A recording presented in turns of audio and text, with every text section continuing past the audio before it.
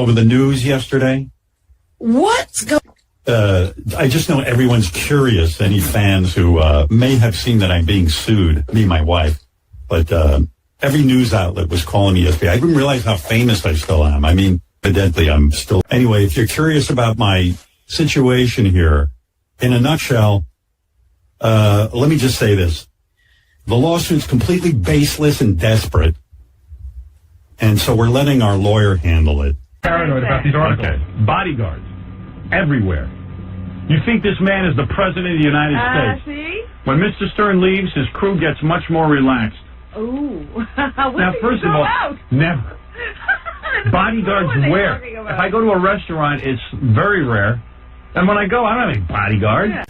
There are more articles out now about what a scumbag I am, what a bad guy I am. It generates even this weird energy around me of jealousy, and I'm a douche, and and I'm like, oh my God, I almost didn't want to re-sign because they're going to start making this about how much money I make and all this shit. And hold on. Hey, now, without mentioning names or anything, I just feel so bad for you when I read these articles and people discussing your money and these angry people, these incompetents, drug addicts, people you gave incredible opportunity to. I'm reading the paper today, and as much as I find it distasteful to talk about Chauncey, he's forced me. You know, his goal in life is to get my attention, evidently. Well, Again, he's gone after me to get my attention by getting an article planted in the Daily News in the Russia Malloy column, which is absolutely false. The fact of the matter is he calls me an asshole because I didn't go to Gary's father's viewing. oh, wow. And he says that Beth was at the Bridgehampton polo match and broke her ankle. And that's why I didn't go to the wake. Now, first of all, let me just set the record straight because, you know, this is important to me. And it's in the paper. It should be important to you. And that 14,000 people want to cancel their subscription because I didn't go to Gary's father's wake. Like any of my fans give a shit what I do. I'm not going to allow it. I'm not going to be intimidated, and I'm not going to be bullied. Let me tell you what's in his lawsuit that they're going to file. CBS is saying they are suing me because they claim that I entered into a secret agreement with Sirius Satellite Broadcasting. They also say that I entered in for secret compensation. They say that I misused CBS airtime to promote Sirius Satellite Radio. They claim that I misled them into thinking that I was staying at CBS. I was going to stay there. And also that I hurt CBS financially. Hey, I saw this article this weekend, and I wanted to see if you had seen it. It was about your daughter. Of course I saw it. And I just wanted to... I was kind of shocked because you always talk about how, you know, what a great relationship We really do. daughters have with Beth, and Yes. and it had some negative comments, and you scared her off dating. I wanted to know. I know. Emily called me. She goes, Dad, I talked to the New York Post, and I don't know what happened to this article. Right. And I said, how did they get that? I don't know, but my daughter is fantastic. My three daughters are fucking amazing, and I'm very blessed. I have such a great relationship with them, and I really do. And it's fine. I mean, no, my daughter does date men, and very successfully, and she's just a terrific kid. And you know, the article didn't really reflect our relationship, but whatever. It's 2 weeks ago I was telling somebody, my friend, 2 weeks ago they had me in the Post that I'm now the leader of a cult, and I was like, whoa, for Getting Things Done, the that book that I read, David Allen's. And I've met David Allen twice. It's a book on how to organize lists. And I was like, really? That would make a cult? I was.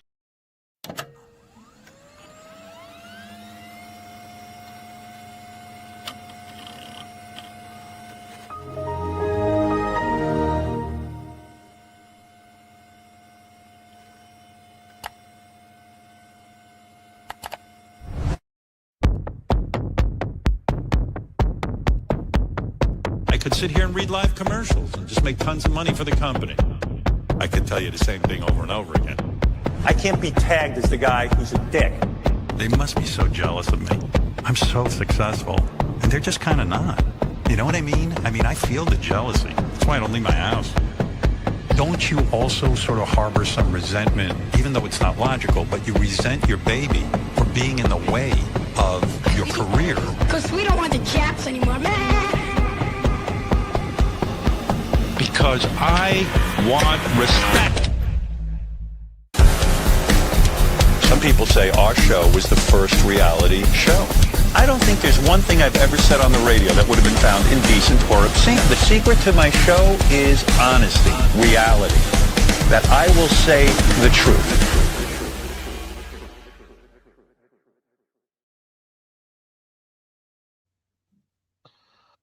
I've learned that people will forget what you said. People will never forget how you made them feel. Try to be a rainbow in someone's cloud. Nothing can dim the light which shines within. You know who that is, right, David?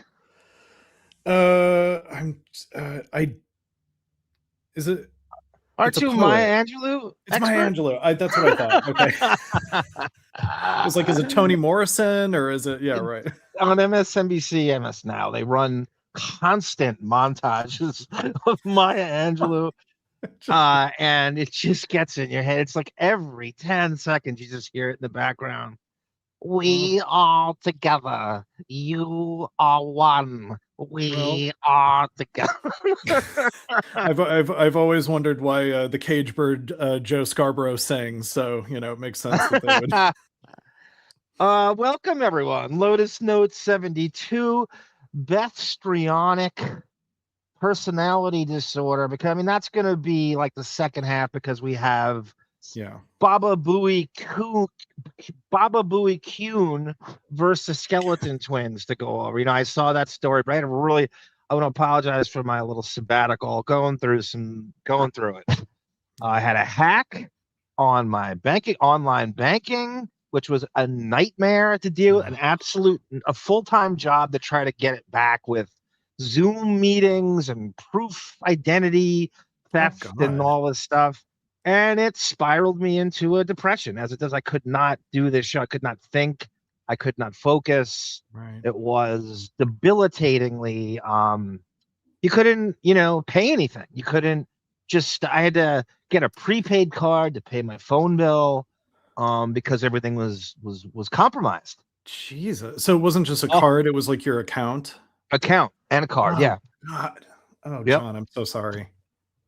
Well, everything seems to be good. Now, I don't think I would have done this if it wasn't taken care of. I think my brain had been eaten up with stress and grief and depression. I just don't think I could.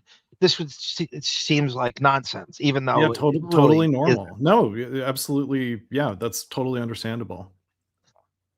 Thank you, David, for the constant. How many I called more audibles than Tommy Kramer in 1984 with you, right? How many times did I reschedule the show? Three, 4 times. It makes no difference to me. We'll find it.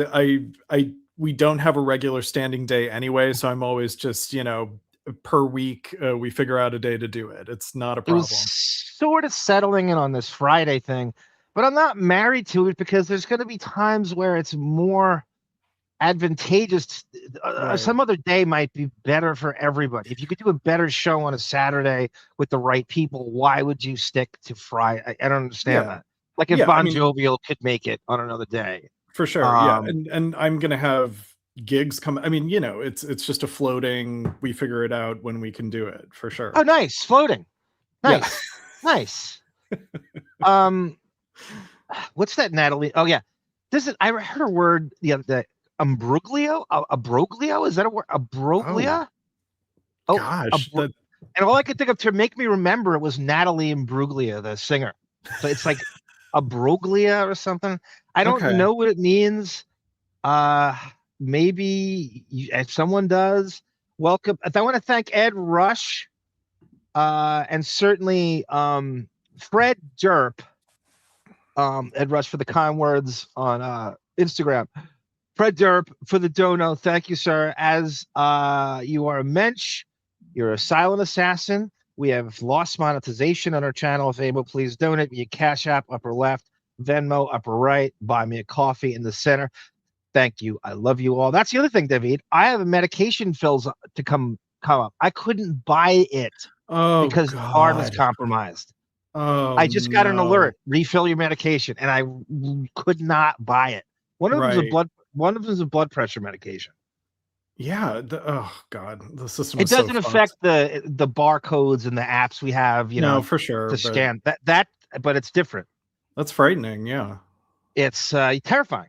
It's terrifying. I think I don't know if I have a lesson to teach anyway. All I would say is that maybe have a second bank account in case something like this. Put like $50 in it, right? And in case, do not crutch on a. Don't be myopic on one. It's not illegal to have two bank accounts or some other form of. I'm obviously people have multiple credit cards. I don't. I'm not Sam fucking Simon with his black card, for Christ's sake. No, yeah, no. That is a good. I had a similar thing happen when I was like maybe 21. I was with Wells Fargo, and I literally someone tried to.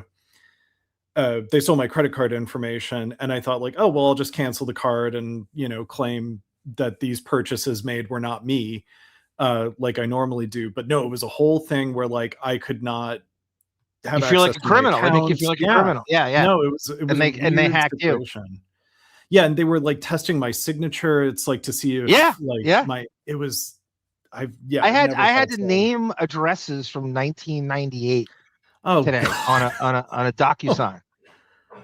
Like full, like the numbers, the right cards that I had 20 years ago. I swear to God, that was part of the screening process. Yep. You should Price Waterhouse. Tell me the names of the Oscar winners and give me my account back. Right. I can name every Best Picture winner, as you know. So when I heard Wells Fargo, I confused it for Price Waterhouse. What is it? Just an envelope opening company? What is that? What is Price Water? Why are they in charge of the award show envelopes? And especially when they fuck up and La La Land is not Best Picture winner, you have one task the whole year is to open envelopes, and you can't even do that right. I also love that was the Kimmel mistake, right? At the Oscars when they screwed up. And it was Faye Dunaway that made the mistake too. Oh, you love Faye Dunaway. Yeah. God, you love Faye Dunaway. Welcome, Barbara DeRush. Welcome, A. Smith. How's he football? You guys are selling. Oh God, Pat O'Brien. I have a Pat O'Brien prank call that I made to Pat O'Brien using Emily Stern as a thing, and I will play that next time. It's very good. I said that I used Emily Stern's music and Pat inspired me to get sober. It's such a stupid call, but it's funny. It's funny. He had a radio show in LA, and I called it to prank him. And I quoted Emily Stern to him. Welcome, Matthew Hauser. Go ahead. Can I just say really quickly, hearing that caller in the intro, the caller call in to call about the article with Emily, I was thinking, if you sat down with a friend of yours that has adult children and, you're just catching up and you just ask them, like, how are your kids doing? And they front load their answer with, my kids and I have such a great relationship. I'm not even kidding. It's like, that is so leading to the conclusion that you must not have a great relationship with your kids if you have to front load. That's funny. I've never heard parents say that about adult kids in that way. It sounds like you're immediately... me doc protest too much, overcompensating. Yeah, that sounds ridiculous as you frame that. You're absolutely right. Welcome, Telly Savalas. Like I said, Matthew Hauser. That's a great compliment. Great throw when I see your effing uploads. I don't know if he's talking about my new. Thank you, David, for all the NBA request uploads. He said you better put my cabs on there. I want Doherty, Harper, Price, and Nance, and Hot Rod Williams. I will get to it, David. I swear. I harassed you on every chat app possible for that. Yes. So speaking of which, Sarah and I are going to be doing an NBA show on our first NBA show, NBA ARM episode 1, and it's going to be an NBA playoff preview. I'm going to probably pepper in some old school stuff. I'm going to just do our predictions. I have been very apathetic this year because of the Chauncey Billups stuff. There's been some scandals that have turned me off the load management, but I'm going to rally and sort of refocus and get it done, and then it's going to turn into a full-blown. It's going to be like mostly old school, and probably there's too much new school stuff with the hot take shit, so it's probably going to be very focused on old school stuff. Find a topic. I'm going to do some of the scandals that no one talks about. The Jailblazers is a good episode. I think episode 2 is going to be the Sonics. Sonics returning to Seattle. I know that's a passion of yours, and I've been monitoring it closely. Yes. That's a great compliment, Matt Hauser. Yeah, this is very Zabrudery, this particular episode. Yeah. There's Sarah now. Of course, she gets a fucking B. Arthur. Oh my God, I've been listening to Oprah, the auto. Oh yeah, Oprah thinks she's fucking Maya Angelou. Oh, that's so funny. Barbara. Yeah. That's so funny. Oprah thinks she's Maya Angelou. Howard has 900 cats to go through the mansion. Yeah, Sarah's thumbnail is brilliant. Is there a way I can move us to the side? I don't know. I still don't get how to move our. I'm looking at all the different options. Okay, here we go. Yeah, that's Sarah's. Oh, there we go. Yeah. Oh, yeah. That's brilliant. The mommy that dearest. But look at is that an actual? Is that Castle Gayskull? Because all the Gary puppet pictures, is that from? That's exactly how you picture it. That's the staircase Beth fell down. We've all seen the montage of pictures from 17 Squabble Lane. That's a good question. I don't know if it's just a generic mansion foyer or if it's a picture from Castle Gayskull. I'm telling you, it's strikingly similar to that. And if it's not, Sarah did a brilliant job of finding the best facsimile possible. Yeah. Sky Spectre, yes, I know it's a shame about Ray. Depp was in that video, and I remember when I read about that in Us Magazine before it came out. I would watch MTV all the time, and they never played it. It was like you had to watch like 120 minutes on Sunday night, the alternative, and even that wouldn't be, I don't know how. So the first time I saw the video was on YouTube, like in 2010. Yeah, Depp stars in the video. It's not a particularly. It's The Great Wide Open. It's a way better video. When was the Lemonheads video? It's 1992 or 3. Oh wow! So same time. Okay. Yeah. Quitter, welcome, Quitter. Quitter's always got the intel. So Sky Spectre, Ed Rush, anytime. Hi, Thank you, Ed Rush. Habit checking and a savings account different from each other. That's true, Barbara. I now have 2 different teachers federal credit and which is the problem, but it was too involved to change it. So I had to. It was less stress to keep it than switch it. And so I got a Bank of New York at the same time. Got it. Oh God, ESG Arm, you're a little late. I'm already torn. Little Natalie Imbruglia. She actually didn't. That's Annie Previn. It's a remake. Annie Previn, and I think it was Monique that found this. Annie Previn's fucking father is Howard's therapist. Oh, really? I don't know how we came up with that. And it's like it's exactly where it makes total sense. She did his show, and it made no sense that she did a show. It's almost as if he booked her because her father was his therapist. Yeah, I'm reading. Previn was born in Annie Previn was born in New York. Her father, David Previn, is a psychiatrist in New York City. That's it. And she was a mental health worker at age 17, where she spent time with depressed adolescents. So anyway, that's Matthew Hauser. This is the Zabruder you're looking for. This is what we're. This is what sets it apart. This is the psychotic levels we go to. So yeah, Annie Previn, who's the original artist on that Natalie Imbruglia song, her dad is a therapist and was Howard's therapist on the Upper West Side when Allison forced him to court-ordered therapy. Okay, Drink Savant goes, Arm, you're a fiscal moron. Price Waterhouse Cooper. Now it's Pat Cooper's involved in this. Beautiful. An accounting and auditing firm. Yeah, I don't know, but why are they involved in the fucking Oscars? What does it have to do with Hollywood? Yeah, I think it's just the Academy trying to look more official. You know, like we're working with something that sounds like a hedge fund group. You know. By the way, I looked up David Previn. This is so Howard. Like the first thing that comes up is David Previn is associated with the Albert Einstein College of Medicine. That is such a basic bitch. Like Howard thinking like that's what sucked him in. Yep, Einstein. I know that name. I'll go see him. You know, I could totally. It was probably recommended to him from another. I'm trying to think of someone that he would. Billy Joel. Yeah. Like a celebrity he was friends with at that time. Yeah, my career has been focused on psychiatric education. Graduated from Harvard. I won't read the full thing, but he's working. Remember Howard? I only see therapy. I only go to doctors in New York. He had that fucking elitist bullshit about. And his office is in the Bronx. Maybe one of the places he's at Montefiore Medical Center, 111 East 210th Street in the Bronx. He got banished to the Bronx. Maybe he had a malpractice and they banished him to the Bronx. Yeah. Could you imagine Howard going to the Bronx for a fucking psychiatric appointment? If you look him up, he looks like Uncle Leo from Seinfeld. You know, that's exactly how I would envision him. Yeah.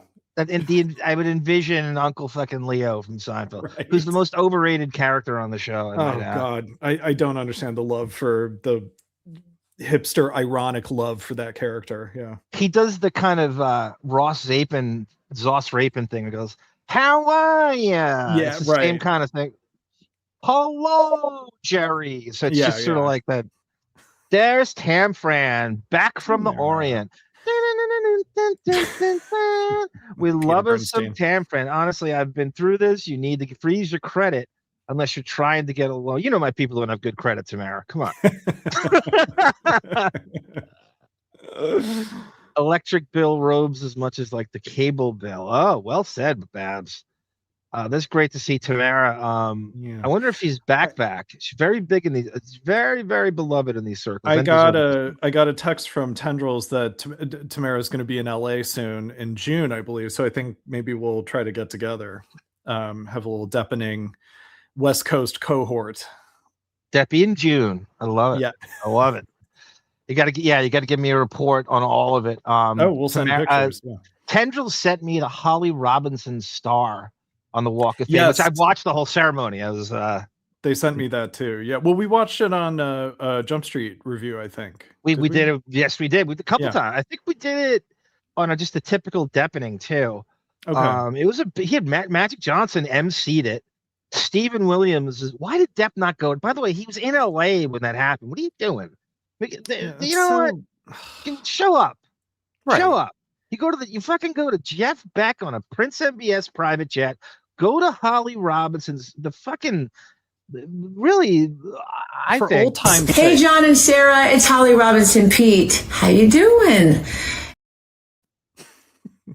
The woman gave she's had such a, how do I put this, watertight career in terms of autism and right. I mean, there's an autism charity. It's just, how do you not multiple hit shows? I mean, yeah, she's for old time's sake. Yes, I agree with that. Rupert Pumpkin, welcome. I wish Howard would talk about his new lawsuit. Yeah, it's funny. Well, you heard that montage in the beginning, right? That's quite a victim, David. That's all those. None of it's true. None of it's true. The thing I texted you, where it's like, we can play the clip again, but when he says something along the lines of like, I can tell you that it's baseless and fraudulent. Baseless. Like he's so trying to restrain his voice to not get like to the anger level as if he was like going on a tirade on Wendy Williams. Like he's really trying to restrain his voice. But you can tell he's seething, Oh, it's all of that you described. It's and all the I have a montage. Well, you heard some of the montage in the beginning, but it was shorter. I have like 5 or 6 him trying to refute, what he would call a hit, over the years, and that same tone, and it's true by his tone. You just know it. Yeah. I want it to be true. I love this is Pelican Brief 2 in a sense, in a way. The discovery, you know the term discovery in court? And I think I'm an expert. I watched the Depp trial and I covered Alec Baldwin, and I think I'm fucking You think you're Johnny Cochran, right? I was trying to think of the guy who Winona Ryder's lawyer. What's Egris? Oh shit! I'll look it up. Garagos. Okay. Is it David Garagos? Mark Garagos? He's Winona Ryder's lawyer in the shoplifting thing. Mark Garagos. Yeah, that's his name. Garagos, managing partner of Garagos and Garagos. David and David. Oh my lord. Yeah, Rupert, we'll get to that monetary thing. It's amazing. They offer their money and she gets fired 2 weeks later. It's like, oh, what a surprise. Like, we'll give her a fat offer to say she was taken care of, and then we'll just fire her and make it look like, hey, we tried to pay you. We're gonna do a magic show, ESG. We're gonna do that, probably an AIDS show, ARM on AID, I think. And that will probably open with the Johnny Depp Surgeon General PSA clip. Oh, definitely perfect. Okay, Sarah confirms it's not the foyer, but it should be. It's perfect. Fooled me. Yeah. There's JJ Thrash. He heard 120 minutes. He was like, I got to get in there and talk music. I got to do it. There he is. And Headbangers Ball. 120 minutes is a great show. So what it was, Debbie, at MTV on a Sunday night had 2 hours of alternative videos, and it was stuff they would never play during the week. And it was great. I think fucking Matt Pinfield, Matt Pinfield over here, hosted it. Prevalent, says Mugshot. Welcome, Mugshot. All right, we're going to get into this. Let me just go through the chat a little more. Once again, we have temporary lost monetization on our channel. If able, please donate via Cash App, upper left, Venmo, upper right, and the Buy Me a Coffee arm fund in the middle. Thank you, everyone. I love you all. Andre Previn, it's something to do with Mia Farrow, says mean MJ. And so Andre Previn is an orchestra conductor who, adopted Sunyi with Mia Farrow. So Andre Previn is Sunyi's adopted father, basically. What a fucking Epsteinian 6 degrees of Epstein. What is going on up there? They really do all know each other on the Upper East Side and the Upper West Side, and it's amazing, right? It's all linked together. Yeah, she had 2 jobs. Yeah, Rupert. That's basically this woman, Leslie Kuhn. If I had to describe, I think the easiest way to describe her, and I don't know if I said this to you. Maybe I did. We did say this to each other, I believe. She's Kathy Tobin meets Laura Lackner. Yeah. Combining the 2 jobs. Howard's 2 assistants. She came aboard, I believe, was it 2022? Never said her name on air. So everyone's like, what? Yeah. I don't know. Because I like that I waited a little bit. But go ahead. I'm sorry. It just, as you said, it sounds like she was more involved with Beth related, like North Shore Animal League stuff. So why bring her up? There's no reason to bring her up on the air, There isn't, but back in the day, Tracy Millman, who was part of that and was like the best thing about the show for like a year or 2. Right. Everything in her path. So and she didn't really want to be on the air. It was by protest. And she would come on and she was so effective, but she's like, I don't want to do this. And then she had that great line. She goes, oh, I wish I had Fred's job. He's got it easy. And that was to me to tell that he does absolutely nothing. If Tracy Millman, the manager who oversees everybody's everything and their tasks, are telling you Fred is the easiest job on the show, he is the easiest job on the show and in the history of radio. Yeah. Right? The biggest lottery winner of the Stern compound. Yeah. Tamara goes, like, when Whoopi Goldberg goes, well, it's not rape. She goes, I'm back. And speaking of back, we'll be right back. David, that is the most brilliant segue to The View going through. The View is an hour long. It says mathematically an hour on your TV, but it's actually 33 minutes of content. I believe It's the highest commercial bulk in all of television. 33 minutes of content in an hour. It really is like a magazine that is just littered with ads. Like it's crazy how rushed everything feels on that show now. That's such a brilliant comparison. Remember those magazines that it'd be 52 pages and 35 pages of ads on every. You're like, what the fuck? And then they make you go to the end of the magazine to finish the article, and it's like one paragraph. Yeah, exactly. Yeah, it was crazy. Depp was too busy texting me. Yeah. Oh God, Sarah, do you want me to wait for you to pop on later to do it? I think that's good. Yeah, Sarah got a fucking. I don't even know how to. Depp's having this People's Artist contest, so I bet Sarah's actually a really underrated sketch artist. So I told her to enter it. And she entered it and got called back by him in an email. They sent like I'll play it later. It's crazy. Okay. And she said, well, I'll let her tell the story. Okay. Yeah. Watch the OJ trial, how to work the law, Barbara. Going back to your identity theft crisis, that's why I pay cash or checks for everything. Well, that's how he is a smart man. Only 2 of my bills are with auto draw. That's smart, Housey. Yeah. Very smart. Japan was excellent. I have to bidet. Oh, bidet. Okay. I thought she meant Biden, and like you're gonna do like an Irish exit. Yeah. You're gonna do like a senile exit. Those 2 are such asshole. He is. Everyone sign an NDA. I like Mark. The NDA is I've heard now the NDA thing with Leslie Kuhn. They're finding loopholes now. Yeah. And NDAs every time I watch a celebrity thing or stuff with politics and they're suing each other. Right. Politicians, they're finding loopholes in NDAs like all the time. Like really good lawyers and go, oh no. No, that's not. You can't take over his life. Exactly. Yeah. You know how excited you were when Sarah taught you about Control F? That's how I imagine Howard was when he learned about NDAs. I think he was just so thrilled. Like, wait a minute. I can have people sign a document before they even onboard to my company, where they can't talk about the goings on when they're inside the company. Yes, to all of that, It's a direct admission. You have many things to hide. Yes.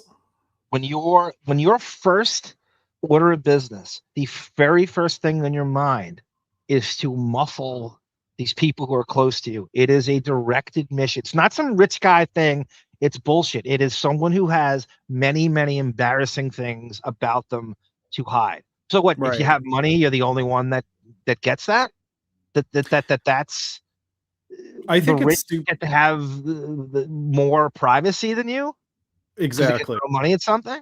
Yeah. No, I it's ridiculous. I think it's stupid that we can't know the salaries of movie stars and that they're under contract to not tell their salaries. Like, well, that's the argument with pro athletes, how we know every single thing every athlete makes, and movie stars and actors and entertainers and are super sensitive about their own, especially someone like Howard. Like, we know exactly what LeBron James makes.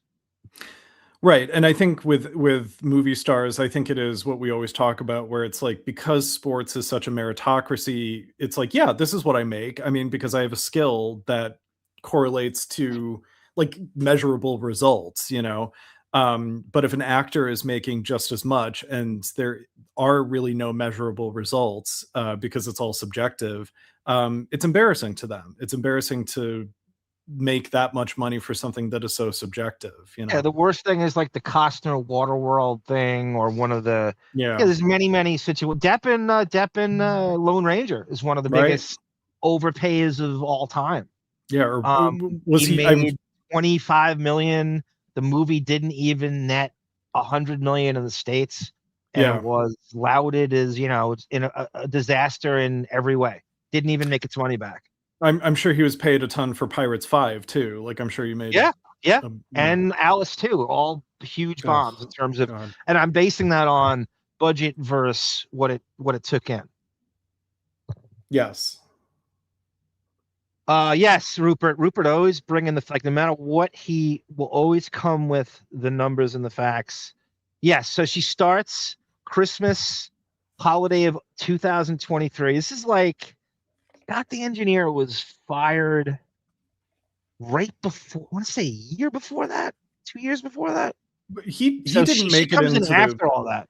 Right, because Scott didn't make it into post-COVID, I don't think, right? Like, was he wasn't around for COVID stuff, I don't think. Well, I'll give you the article. So that fucking Scrooge article that I went and got again to match it up with this, that was 2020, and he was fired by then. Right. Okay. So that tells you, so he's, I want to go with 2000. So he probably just misses COVID. I'm trying to remember now. 6 years have gone by since that's, I can't believe that. I know. It's crazy how time is just so elastic now. It feels long, it feels short, it just feels like everything. And you're 97. Imagine how I feel. Right? I know. Barbara DeRush goes, I never watched The View. That's her way of emasculating me. Yeah, that's her way. Not only am I watching The View, I know the total minutes and the commercial time and the breaks. but I love that Barbara is so polite that she'll put like a frowning emoji as if she's the injured party, having never seen The View. Like she's trying to make us feel better that we obsessively, know these shows. Well, you know how The View used to be like a punchline for, oh, what a yenta pussy hen house, right? Yeah. Yeah. Well, it's edgier than Howard Show. They're constantly putting themselves out there. They're constantly saying controversial shit. Totally. Every day they're quoted or there's some weird fight. It's way better than Howard Show. I'm not kidding. I'm not kidding. I know it's a low bar to set, but we should on it. Put the first 20 minutes of The View versus the first 20 minutes of Howard. I defy anybody to like Howard Show better. I'm not kidding. The View put Howard in a more edgy situation by asking him about the N-word than he would ever put himself in on his own show. Good point, David. And oddly enough, it's directly across the street, West 67th Street. You can see the fucking ABC news window from Howard's penthouse. It's unbelievable how across the street, Borrow Sugar across the street. Talk jocks. You use the N-word a lot.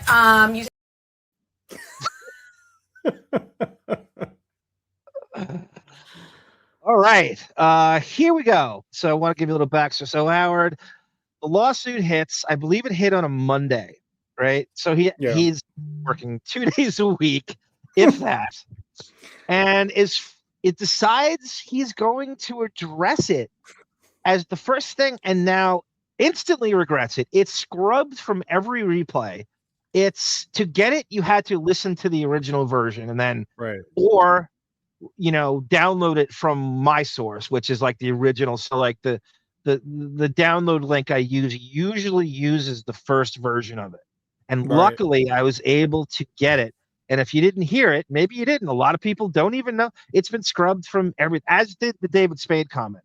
Here is Howard addressing the lawsuit on Tuesday morning.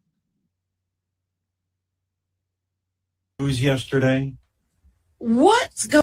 I just know everyone's curious. Any fans who may have seen that I'm being sued, me and my wife. By the way, so this, I think it's not prophetic or insightful or brilliant to say that he just thought this actually was a humble brag to his ego that he thinks that it's more of a fame game to him that he's getting off on, that he loves their reporting on him. So he can't wait to let you know that he's being reported on. That's more important. But then he weighs the two and instantly has buyer's remorse that he humble bragged about this. Exactly. Yeah. Again, I'm not saying anything profound there. We all know how he loves to think. He's so he got so many roundhouses from the fake retirement before about how irrelevant he is and how shitty his show is, and all the press is negative. This is how, oh, you're calling me irrelevant? Well, how about this? Yeah, and I'm sure when Howard was at his peak, if a broadcaster from the 1960s was being sued, yeah, they would have written about it in the 90s. It doesn't mean that they're famous still. It just means that they're an historical figure of note that has some new goings on in their life that is for public interest. It doesn't mean that they're famous anymore. That's a stupid conflation. And the internet media, the collective media, especially with, by the way, TMZ reported on it. Did they do like a TV story on it? Because I didn't see anything. They reported online, an article. Harvey Levin and Howard are the same agent for a while. He lived in Howard's building. Right. I don't know if you watch TMZ, and I don't know if that still remains anymore. They would have Howard shit in the back. That's what they had, that stupid flat Ronnie behind some. Well, they did like an Eric the Midget thing too, and they have people from the Stern Show working there, like ex-interns and shit. I feel like he was protected by them.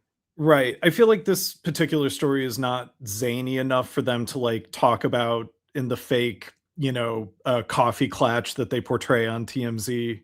Like it's not like an Eric the Midget story, and so it's like, are they really going to cover it on the TV show?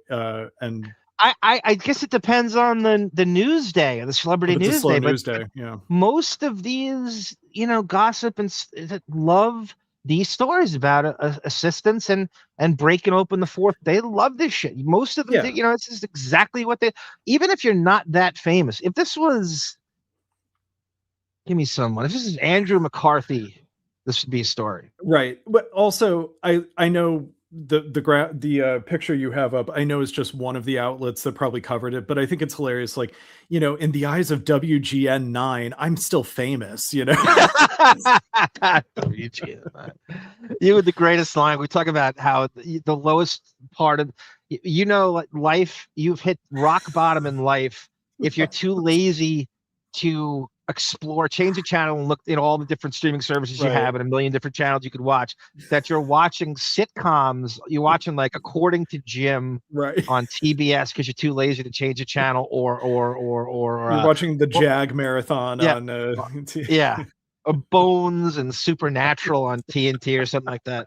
And David said, because I kept saying that joke on how Robin watches Bones marathons on the weekend. How Robin's going to be buried with her Chicago Hope box set DVD box. You didn't say ER. You had to say Chicago Hope, the McDowell version of ER, which makes it even funnier. Chicago Hope was the knockoff of ER. That was when all those fucking hospital shows are coming out. Like, what do? Oh, God, look at Brett 223 with the Garrett Anderson. He passed away? Oh, shit. Oh, former Angel outfielder, black guy. Oh, man. I have an Angels hat right here from that era, that 1990, right in front of me. If I were on camera, you could see it. Maybe someday. I have 15 different Angels hats. I'm looking at it right now. I would put it up to the, holy shit. One of my favorite Angels of all time. That sucks. I guess fittingly going to heaven. Yeah, right. I know, David, and at least it's not Wally Joyner. Did you really just say that? At least not Devon White.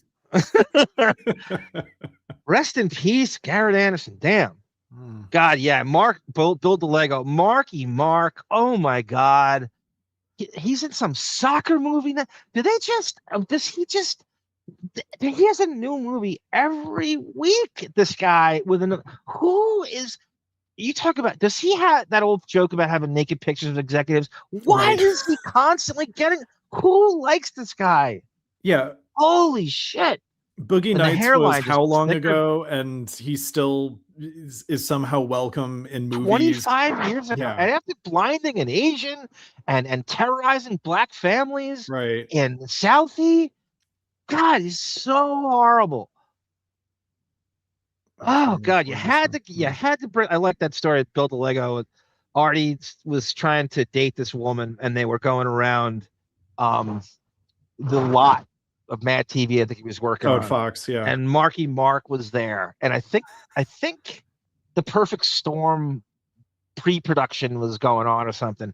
and she's typical vapid starfucker Elliot Broad, just going, "Oh my God, that Mark Wahlberg, that's Mark Wahlberg." And Hardy just like goes, "Oh, he's a jerk off," and like kicked her out of. They had like a golf cart or something, and like kicked her out just of the pushed golf her cart. out, right? Yeah, that's hilarious.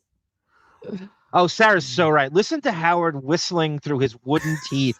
That fucking accent. She's so right. She's so right.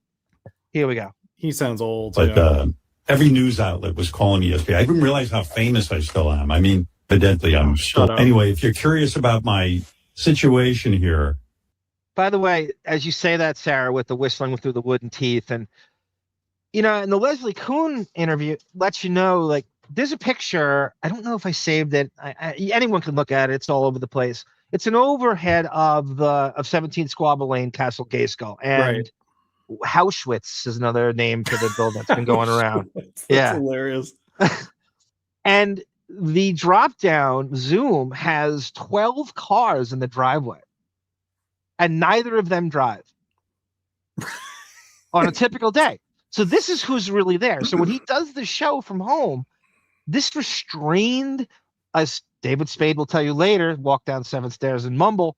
Right. I believe he's doesn't want the help to hear him. Interesting. Yeah, that could be it.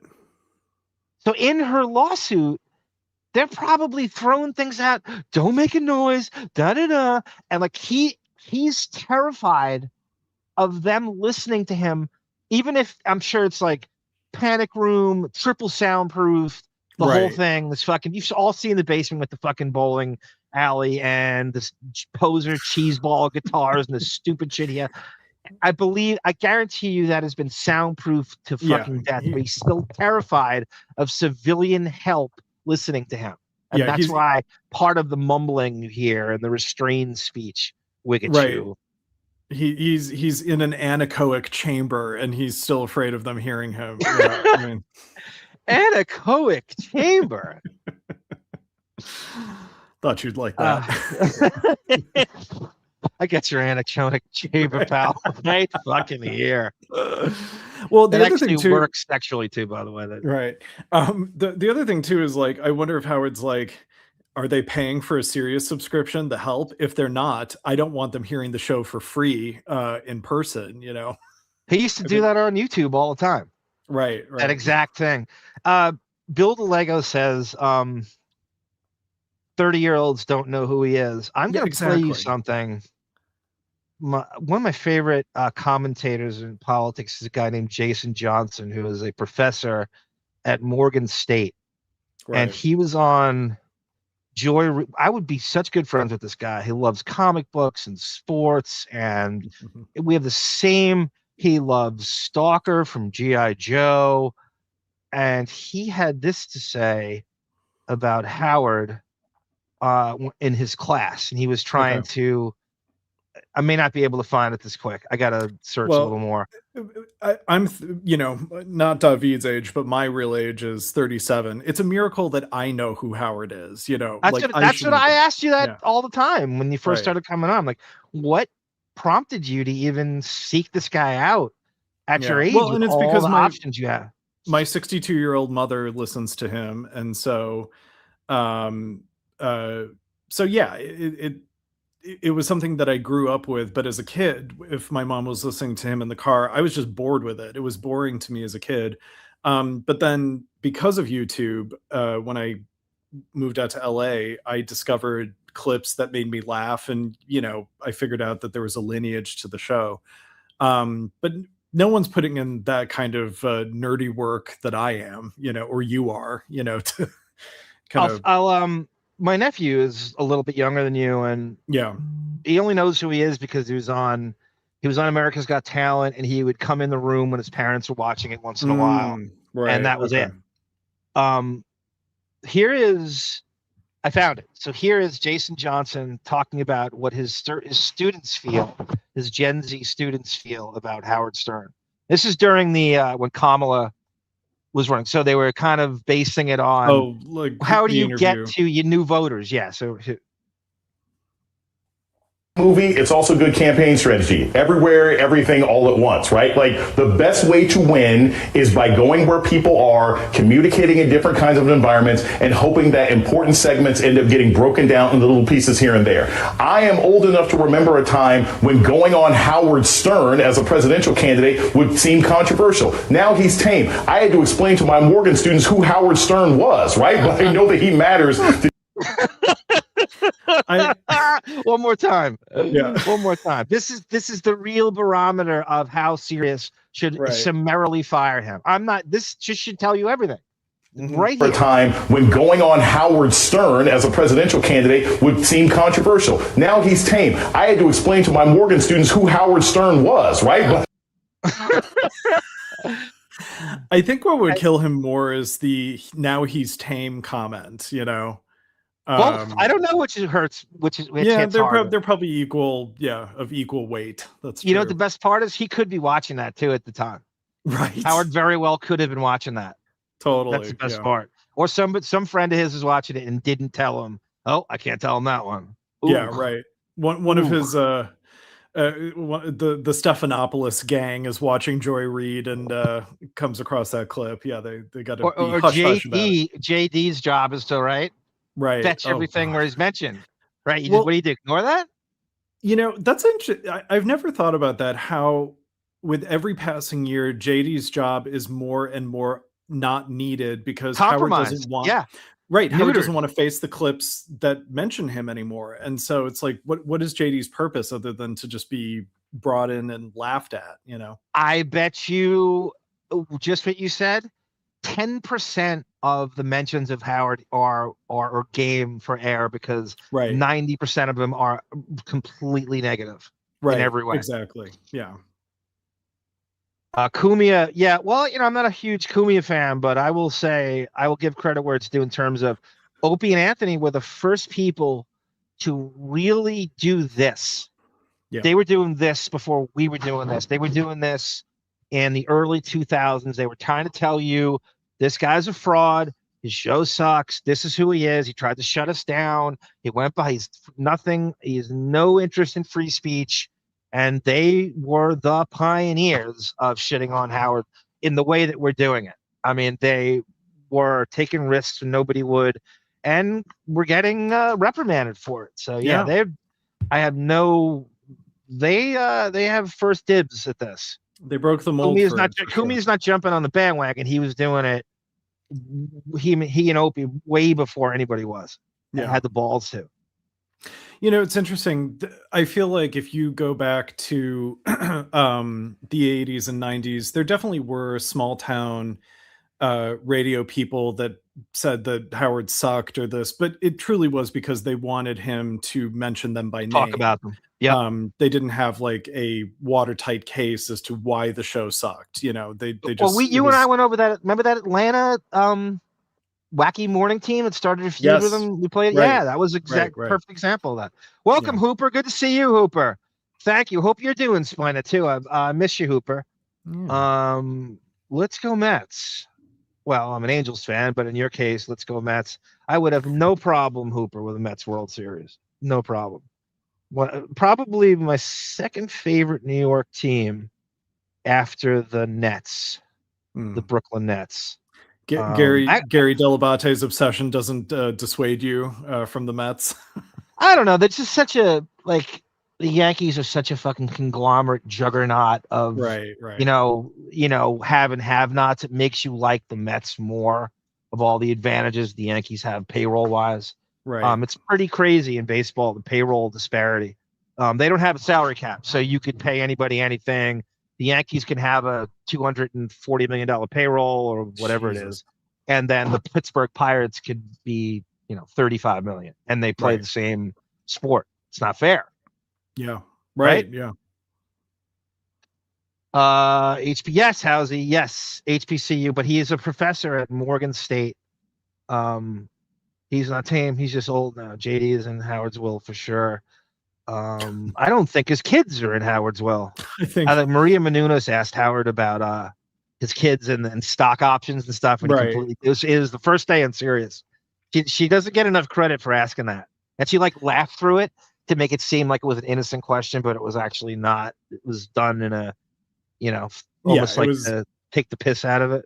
Right. She's trying to do like a fluffy Today Show segment, but it's really like hard copy, right? Well, it's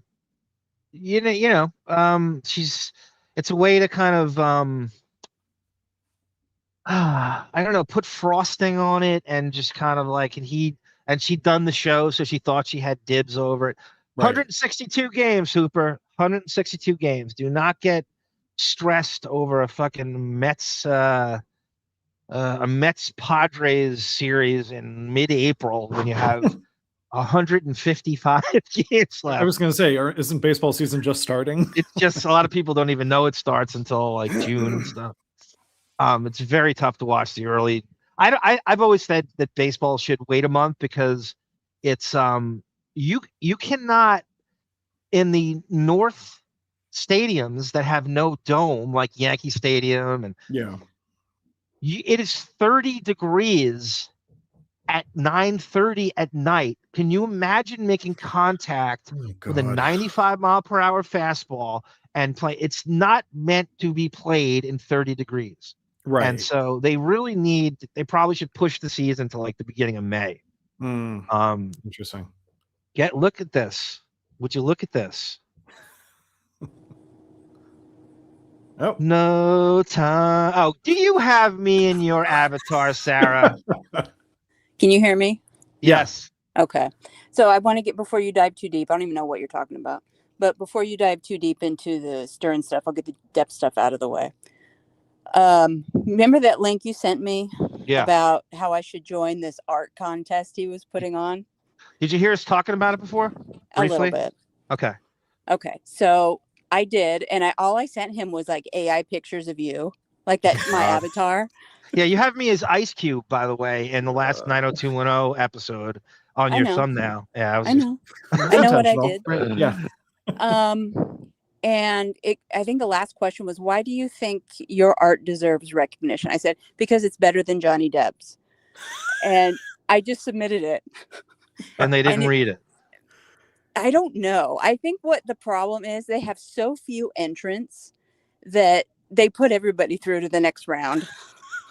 Shall we watch it? It's like 10 seconds or 30 seconds. I sent you a screen recording. It buffers a little bit because I was inside at work today. Are you on the road? I'm trying to get out of here. I gotta get home and pee. What a cool chick driving while you're talking. Lotus knows. I'm not driving. I can't do that for my job. I'm sitting in the parking lot. Okay, Sarah's drunk driving right now. Here we go. Oh, come on. Michelle. There we go. Wait. This is what she sent me. Come on. Please work. Your browser's having trouble sharing your video. This can happen if a file is invalid. Okay, well, you should have tested it first before you promised anything. I did. Let me try one more time, and I'll try to like throw it through the. It's not a great time to do this. Probably not. It's not a good time to run a program and try to make it into a better MP4. Is what I'm saying. All right, Sarah. It's not running. We'll play it. Just tell the story without. So I get a text message today. You have moved on to the next round of. I was like, what is this? By using AI of me. Yeah, that's all I said. And they're such Luddites, they couldn't identify that you used AI to portray me. Like I said, I think there are so few people that entered this shit contest. And the prize is only $25,000. He has that in his wallet. And that's before tax. Well, I was telling you before. That's 1988 money. That's half his salary on one episode of 21 Jump Street. That's what it costs to fly for Prince MBS to fly him to Jeff Beck to miss the last day of the trial. That's a private jet flight. Would I take the check? Absolutely. Of course, yeah. What are you doing? Yeah. And we'll play the video at some point. I'll reformat it or something. But it's basically him Thank you for joining the Art of Elysium. Whatever.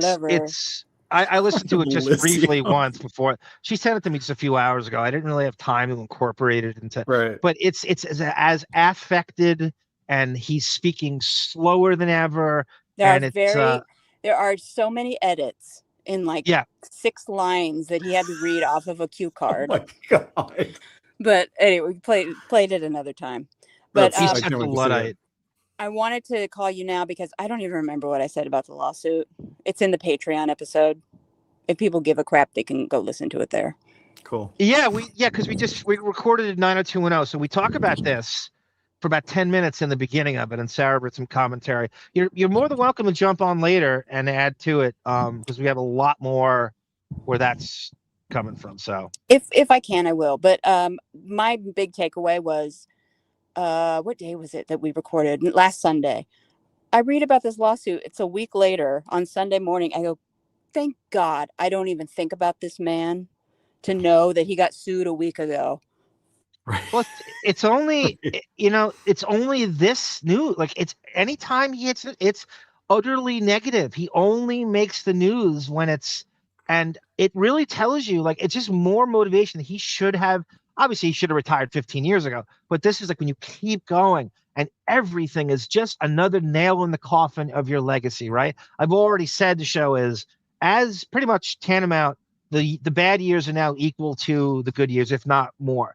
Now every story that comes out compromises anything he hopes of holding on to a legacy anymore. Shit like this. Yeah. It's just but also, as Sarah said, like it takes a week for it to even come across any of our desks. Like he's not trending right away.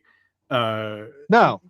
He's not famous, and that's why I held off, because I don't want to be hot take guy and jump on too presumptuously. I wanted more news to marinate, because I knew that I knew things would be added to it. Yeah, even though I was going through things and I didn't have, I mean, I could have, but I was like, it was a mixed blessing, because I was like, I'm glad that I'm waiting. I don't want to jump on right now. Look, I just heard the story that's broken, and then all this new information gets added on, and it's all irrelevant. What you just did. Well, and then you repeat yourself on an endless loop, saying the same 3 things over and over again. How fat she is, how mean she is, how many cats there are. You know, it's old, but oh God, I forget what else. Oh, I will say this before I go, because I really have to go to the bathroom. But if they can find something illegal, Sarah, piss out the window like Jackie. I can't do that. I don't have a hose. Okay. But if they can find something illegal that was happening, like cooking the books, like what's alleged, that's the big fear. With the foundation, the entire NDA gets thrown out. Yep. And she has the goods. I hope. And I don't really hope. Just I want to be entertained. I'll grab my popcorn and think about it for 5 minutes. The discovery is the whole thing. They're terrified of discovery more than the money than anything. The discovery is what she wants to maintain. And also, if she worked like maybe 2 more hours than what she should have, than what the law allows, that could throw out an NDA too. Yeah, definitely. It's like if your job made you sign a non-disclosure agreement, would you agree to it? No. You're not allowed to talk about your life? I put myself in the position when I think about this and contemplate your question here. Let's imagine I'm a rich person who needs an assistant, right? I just don't do anything embarrassing that will make me worry that they'll go to the press. So, or you own it, or you're just, he's so, and you've listened to him a lot longer than you go back to the 90s like I do. I met my first year was 91. As the years have gone on, especially after the Allison divorce, you're knowing less and less and less about the richer he got, the less you know. And everything is off the table now. Everything is taboo. He doesn't talk about shit. 10%, and even that is probably a lie. And so the real truth is what he's terrified about. And that's why if I'm even a celebrity on any kind of level, even an F-list celebrity, you put on a hat and sunglasses and go buy your own tampons. Yep. And that would be the anything. only thing my assistant would have on me. I bought her tampons. Yeah, you did. Great. Thanks. Yeah. And he's every Michael woman needs Jackson them. helpless. He can't do anything.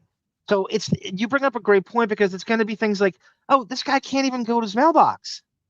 Yeah, he can't put a plate. Well, the mailbox in, is. The mailbox. Well, I know where the mailbox is. That's right. He can't put a dish in the sink. It's that type of stuff. All the stuff we civilians do. Yeah, and I think it's going to be more sinister,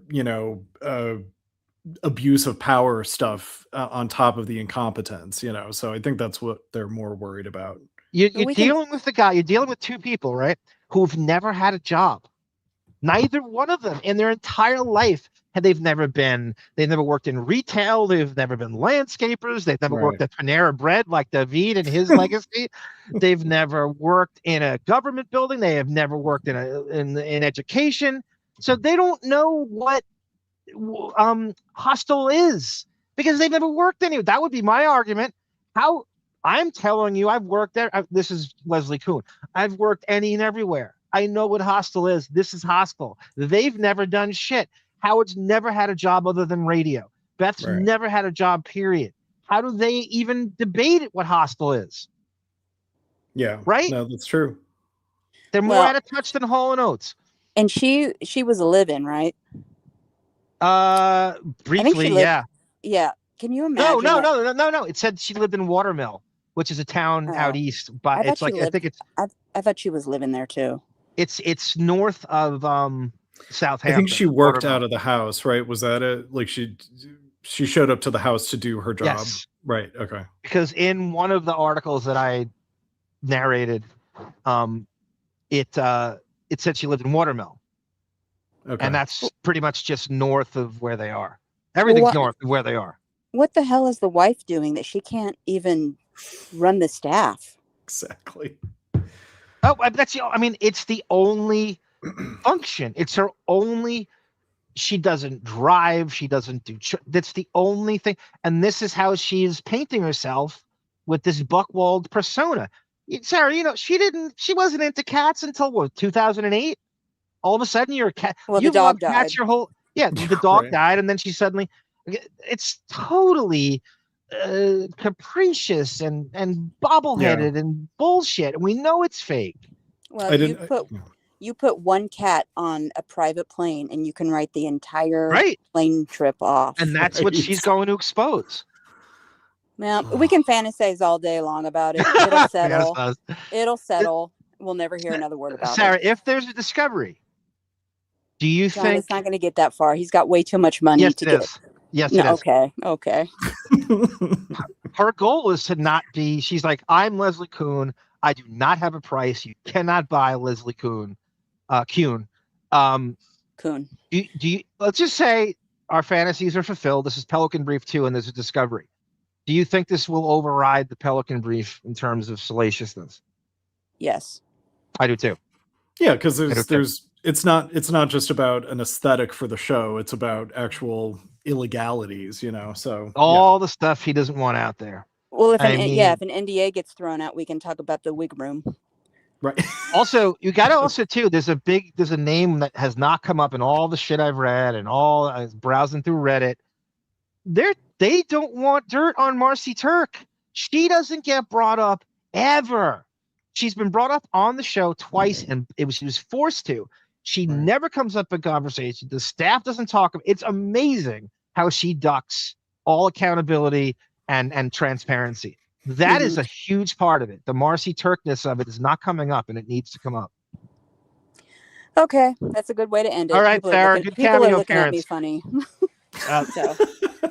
Bye, Sarah. Bye.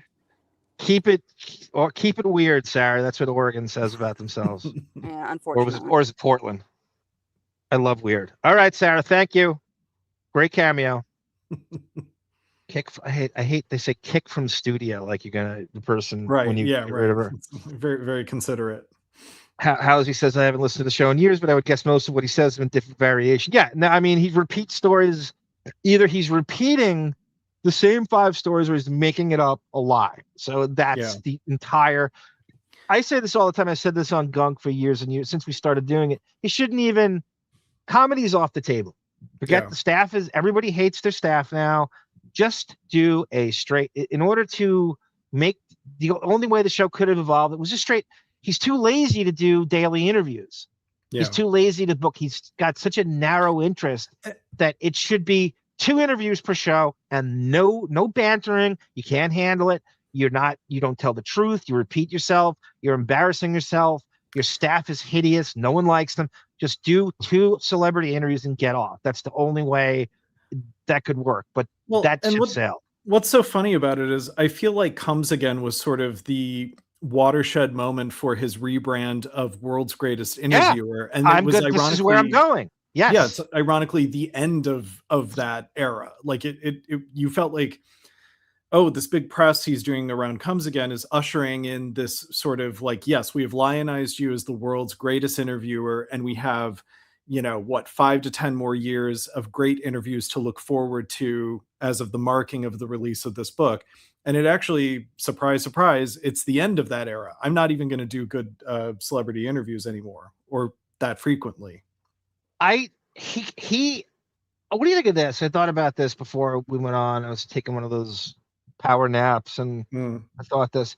I believe in his Vacation-lution, which really started in 2006.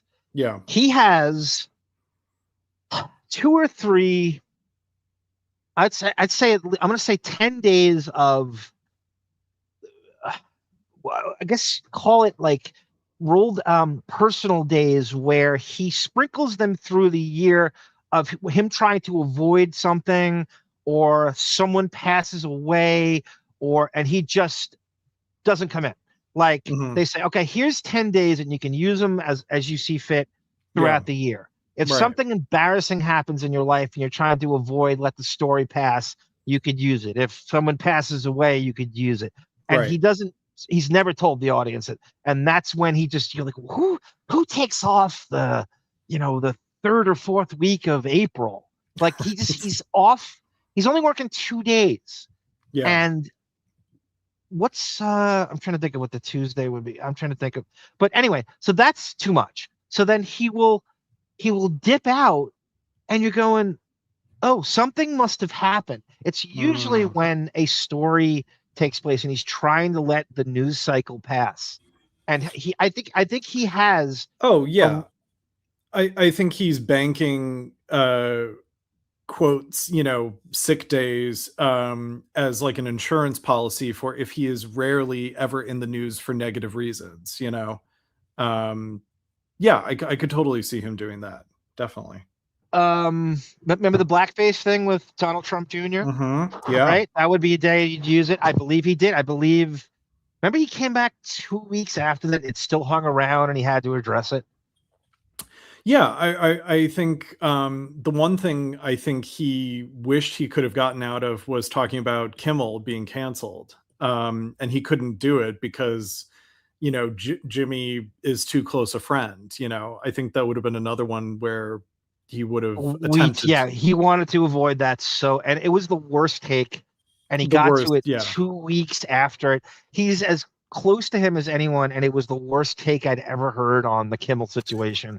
With it really was. It was just dispassionate, touch, late, and the resolution of I am canceling my Disney Plus subscription. Like, oh, that's really going to break the bank at Disney. Good job, Howard. Like you say, I'm a billionaire, so my Disney subscription is more than yours. Right? Yeah. He expects his plebeian audience to buy that. It's like, no, there's inflation for rich people. Yeah. My Disney subscription is $100,000, and yours is $14.99. Tamara Francois goes, the show drags. Stern is right. The speech is the 15-second pauses with each word, and there's no passion. Yeah, and even Robin is kind of like her speech pattern has slowed down. I think she still has kind of her she has a fuller voice still. There's no energy. Yep. But no energy. No energy. No, I mean, with that is the lack of, passion or oomph or piss and vinegar. And they just have nothing to give. They have nothing to offer the audience on any level except marbles, except cashing in on that free money. And by free money, I mean giving them this obscene right to refusal contract that he's had since the fall of 2004, and they can't fire him, and has no performance clause, has no passion, and has nothing to work for. And it's been shown for years and years and years. It is the worst contract. It is a deal with the devil like you've never seen. Yeah, it's Sirius's, daddy, and Howard is the trust fund baby. It's like we had one trust fund to give away to a broadcaster, and Howard's it. He got in the door first. We will not develop names. We will not develop his own channels. Every year, every couple of months, he takes something. He just keeps stripping away things that the fans might like. If you're good on the air, you have no future on those channels. He will fire you. He will neuter you. He is threatened by everything from the wrap-up show to back office radio to black on black. Give the audience nothing. When he lost his lawsuit, there's theories that, I'm gonna make the audience pay for this now, and I'm gonna take my bonus by taking away things and pocketing the money, whether it's Terrell or Bubba or those 101 shows. Well, even the fact that we always talk about how Andy Cohen should be a much bigger deal as a Sirius broadcaster than Howard, because his show is better and he's more famous than Howard. Way more with the housewives shows and all the shit on Bravo. Totally. 1,000 times. But there are people on these housewives casts of people you wouldn't even like, the Real Housewives of Salt Lake City. Like the fifth person on that show has more followers than Howard does on Twitter. Right. Yeah. That's just a barometer of how irrelevant he really is. Yeah, and Andy Cohen is made to feel like, when they did that stupid prank of Andy taking over the show for a day, the aftermath of that was Andy on his own show saying like, I should be so lucky to fill the shoes of Howard. It's like, no, it's the other way around. He should be. He knows it's bullshit. He knows it's bullshit. There's no way he's that stupid. I know. Dr. John, Trapper John Roberts is here. Freaking hell, trying to chat us. Welcome, John Roberts. He heard the David call. Good to see you, sir. Tarsi Merck. There's Tendrils. Do you ever cover best pictures of beer? No, I have that in my folder, though, Tendrils. That is in my folder, the pictures of beer. Sarah, differentiate Portland from the rest of Oregon, says Housey. Some people do. Yeah. That's a good point. There's the John Roberts Irish exit, man. That was 5 minutes. That's the fastest one yet. He'll be back. Thank you, John. Andrew Jenkins. I heard Howard wanted a dalliance in his Broadway mind when he's striking David's chord, but at the end of the day, it's arm all the time. Oh, thank you, Andrew. Thank you for that cerebral compliment. Robin lost her timber. I know that fucking timber word. He's just okay. Let's get back to this. This is again.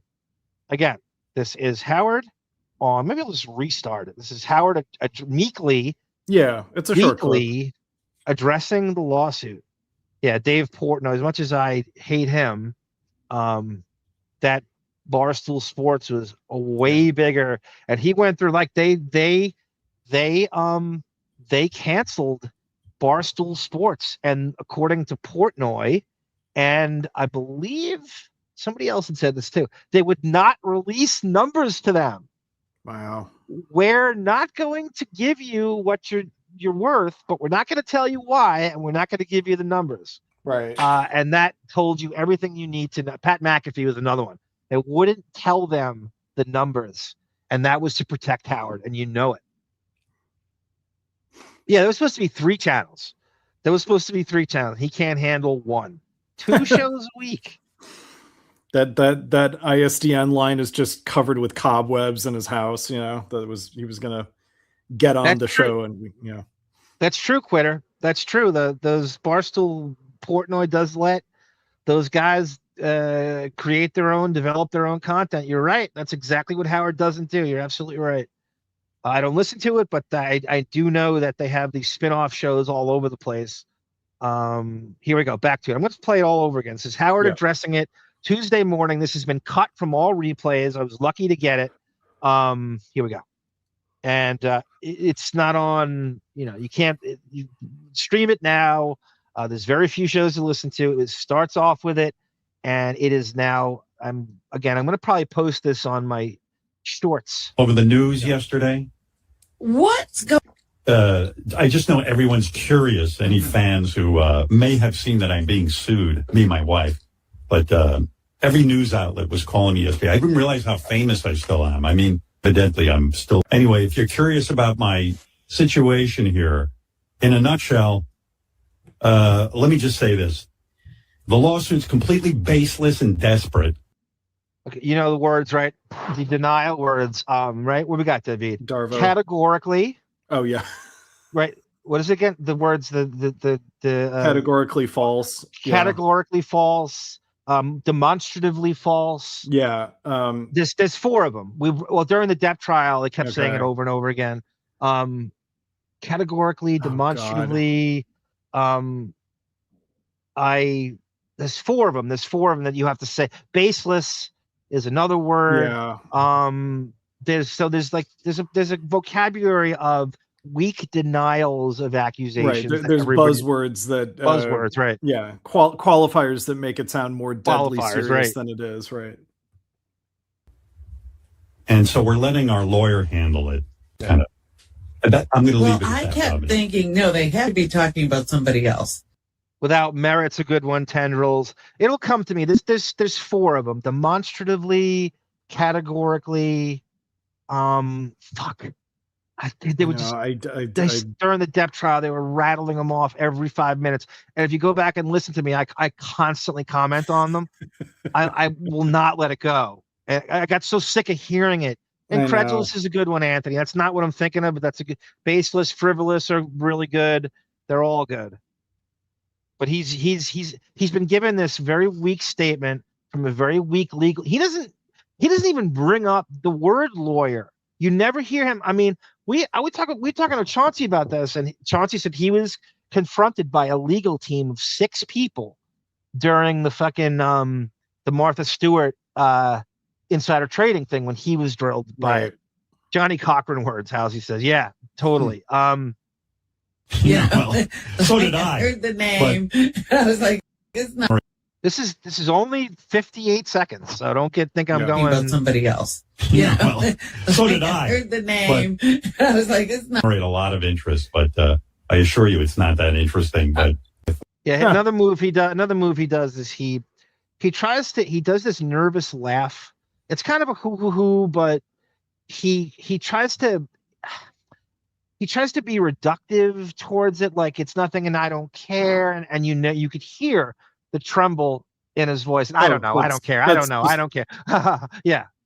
That's obfuscation 101. Yeah. It's just like, it's not a big deal. It's fine. Don't worry. Quitter's right. I assure you, sir, it is very interesting. Yeah, right. Please give us a discovery. Please, please, please, please. It seems like Leslie Kuhn is going for this. It seems like she is hell bent on, I don't want your money. I want to talk about what I did with you. That's what it sounds like. We should start a GoFundMe for Leslie's discovery great fund. Idea.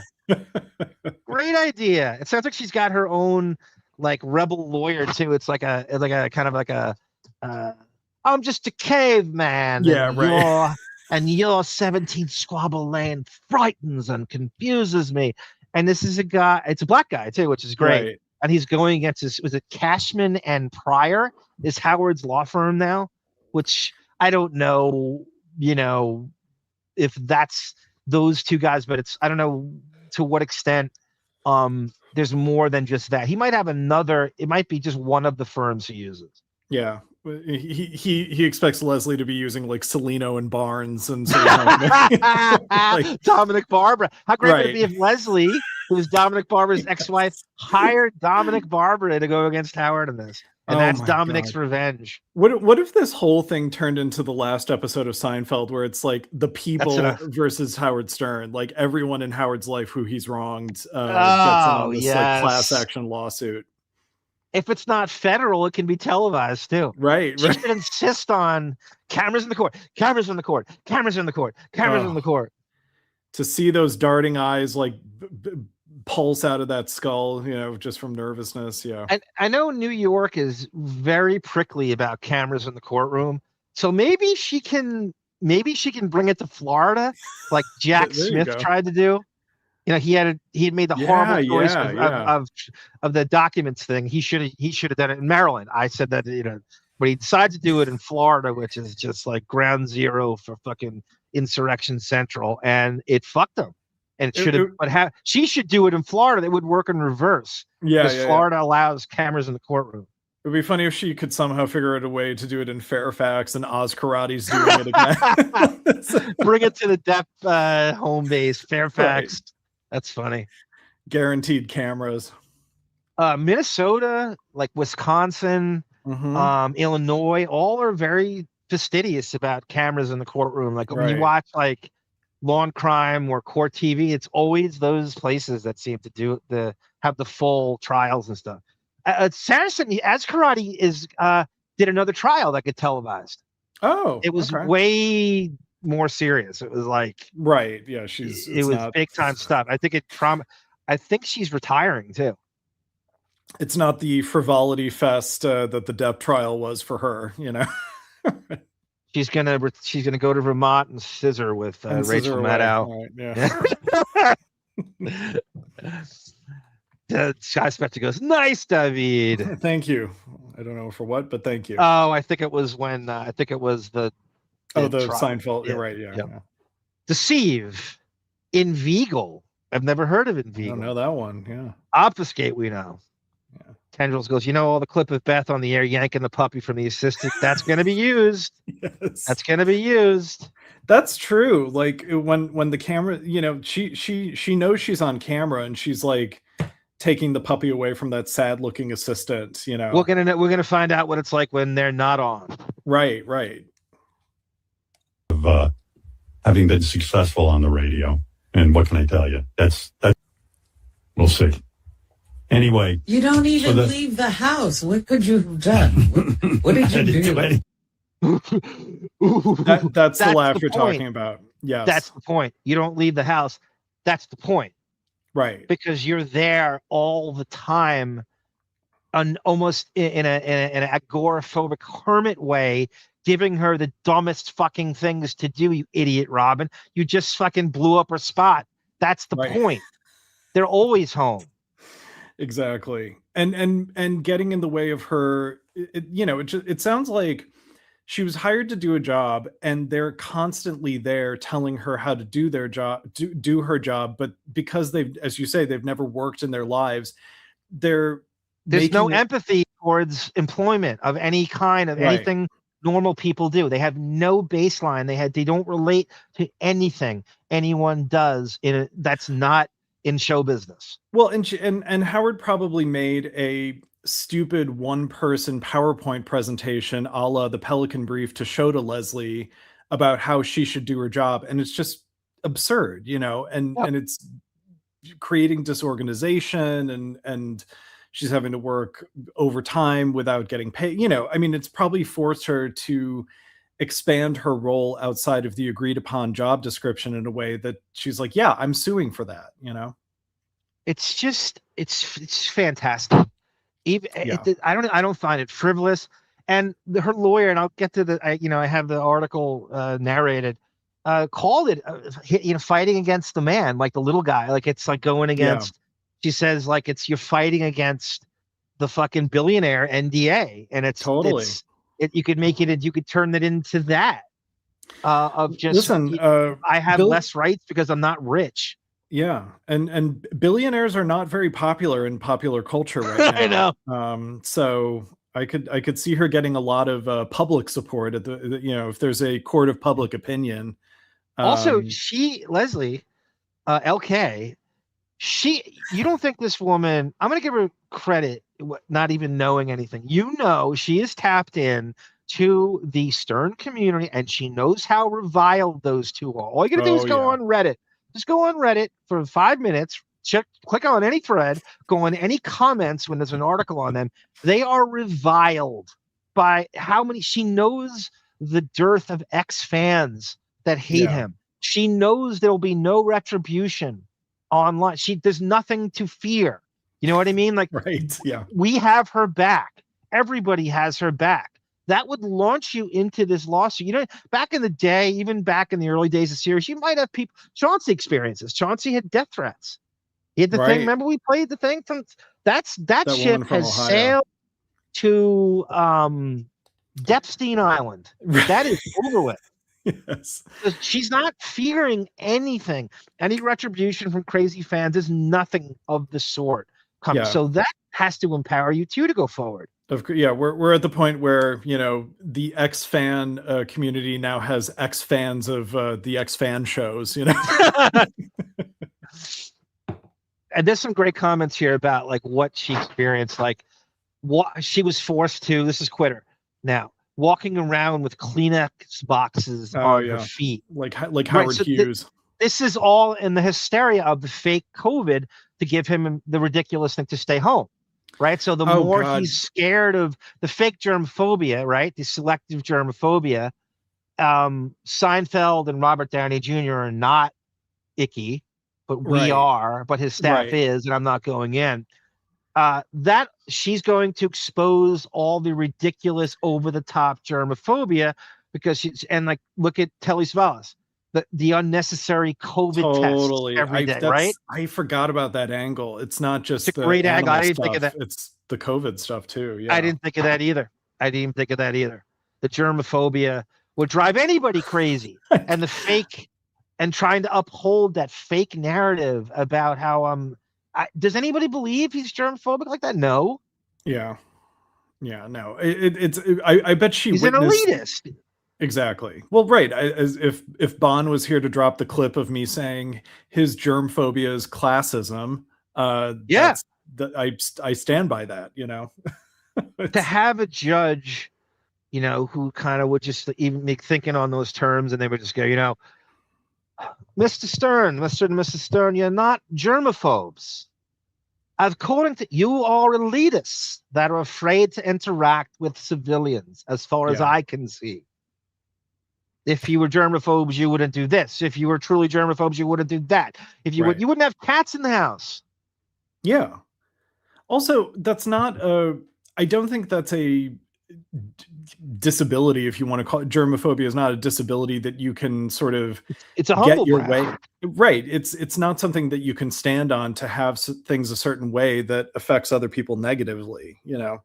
The germophobia in that, the way he does it, is a humble brag. It's saying, I am cleaner than you. You pauper civilian plebeians don't deserve to be around me. I'm the only one that knows how to stay clean. It's a humble brag. It's not meant to be, and it's certainly only good for them. It's not like we're afraid of anything. It's you. It's all for you.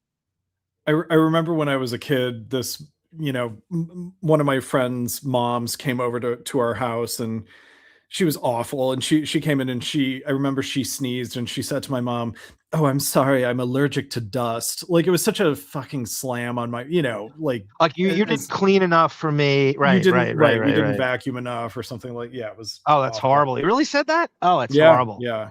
There's no way to take that other than you're an insult to you're not as hygienic. My mom was like livid about, she was. I bet. You got sharp parents who probably saw right through it. Oh yeah, immediately they saw what they were doing. Yeah. Multi-smartass one is so right. Assistant positions for celebrities are the worst jobs there's so many stories. If you guys, I believe, doesn't Reddit have not Stern Reddit, but like the general celebrity Reddits have all. I mean, I think Tendrils is tapped into that community. Dave, I can't believe you remember that name, Tendrils. You do have a photogenic memory. Dathian, I can't believe you remember that. Oh, that's the Chauncey threat. That's the girl from Stern Fan Network. The Ohio girl, right? Yeah. I mean, the problem with assistants for crazy celebrities is that you're setting a precedent that someone should be expected to tolerate this awful behavior. Like the goal with these celebrities is no one should want to work for them no matter how much they pay if they are that crazy, because we need to curb this behavior, not encourage it, you know. And they prey on the star fucker, the person who needs to be attached to fame so bad. Yeah, they'll eat so much shit to be around you, with the hopes that somehow this is going to translate to I'll be you someday. I mean, exactly. I'm sure that conversation takes place where they get the new assistant and go, so what are your goals and plans? And oh, I just want to be in show. I want to be in entertainment. Well, what do you want to do specifically? I don't know. I just want to be famous, and I don't know. We'll see where this goes. I'll be your assistant, and hopefully. And then sometimes it works out. Every now and again, they'll get hired as a producer, and they have no skill other than they fetched frappuccinos for this person for 5 years. Well, what is Vanderpump Rules other than, you know, people who want to be famous? Right, people who worked for a famous person on Real Housewives of Beverly Hills, who, you know, at some point they realize, like, wow, I have a hotbed of star fuckers working for me at my restaurants. Let's give them what they want, because it'll only endear them closer to my various entities, and they won't blow up at me because I'm giving them the opportunity to get attention, you know. But at least they're honest about, at least with Vanderpump Rules, from the get-go, from the pilot episode, they tell you these are people, and I think Lisa says it in her narration of it, is that they all want to be famous. Yes. They all want to be. I know that I have a restaurant of famed star fuckers who just want to be doing anything but work as servers for me. I know that, and I know their days are numbered, and that's the premise of the show. They own it, at least on the show. Yeah, and if anything, it's a way to extend their time working as waiters and bartenders at SIR, because it's like, oh, wait a minute, I was about to leave this job to go be on camera somewhere, but there's a camera here. I'll stay and work, even if it's, you know. She knows that day to day. Like, you get like fucking Tom Sandoval gets an acting gig, and he's, you know, skipping out for 2 days, and then somebody covers him. That's the malleability of that job. They know that. They know that she knows that any given day she could be missing half her staff because of some show, anything, and show business came along, they're going to drop it.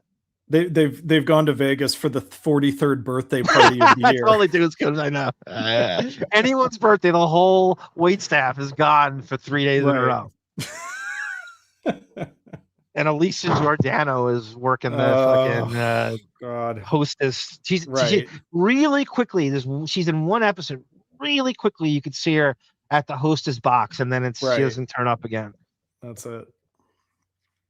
Tiny Tim. Oh God, Tiny Tim. Wow.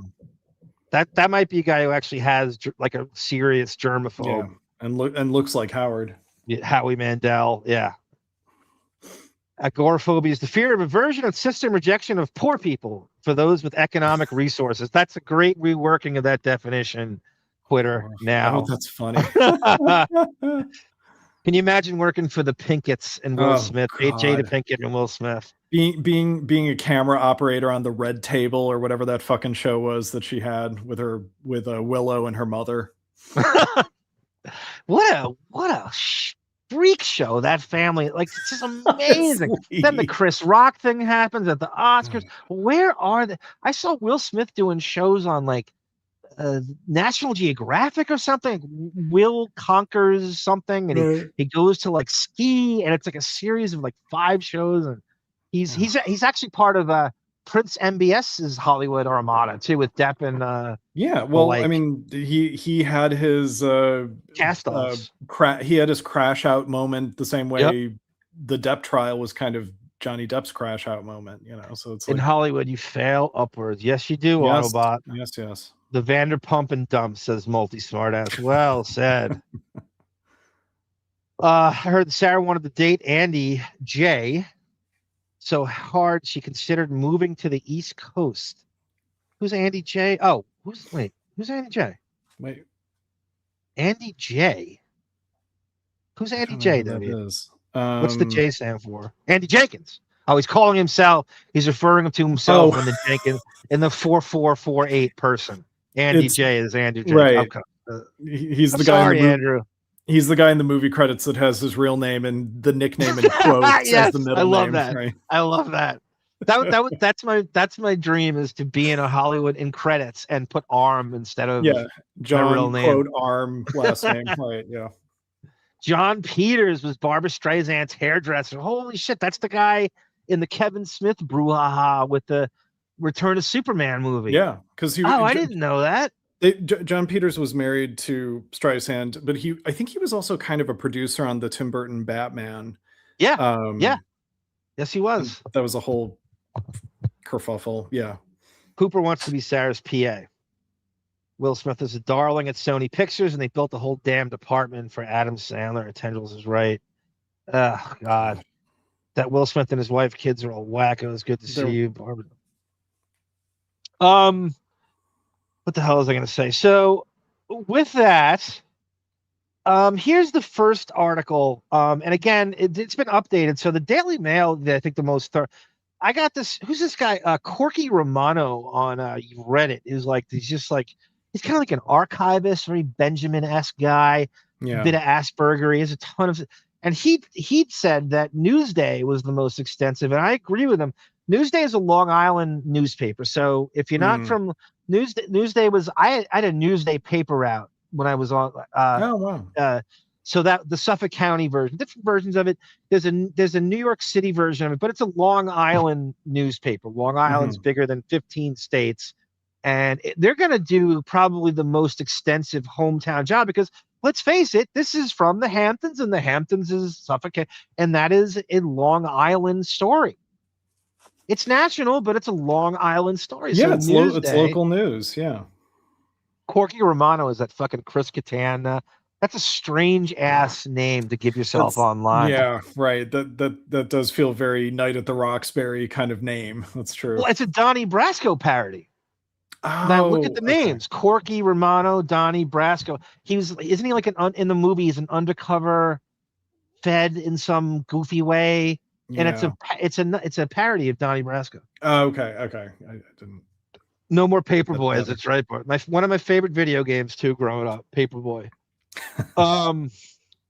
Here we go. So here is the Newsday article when it hits. I believe.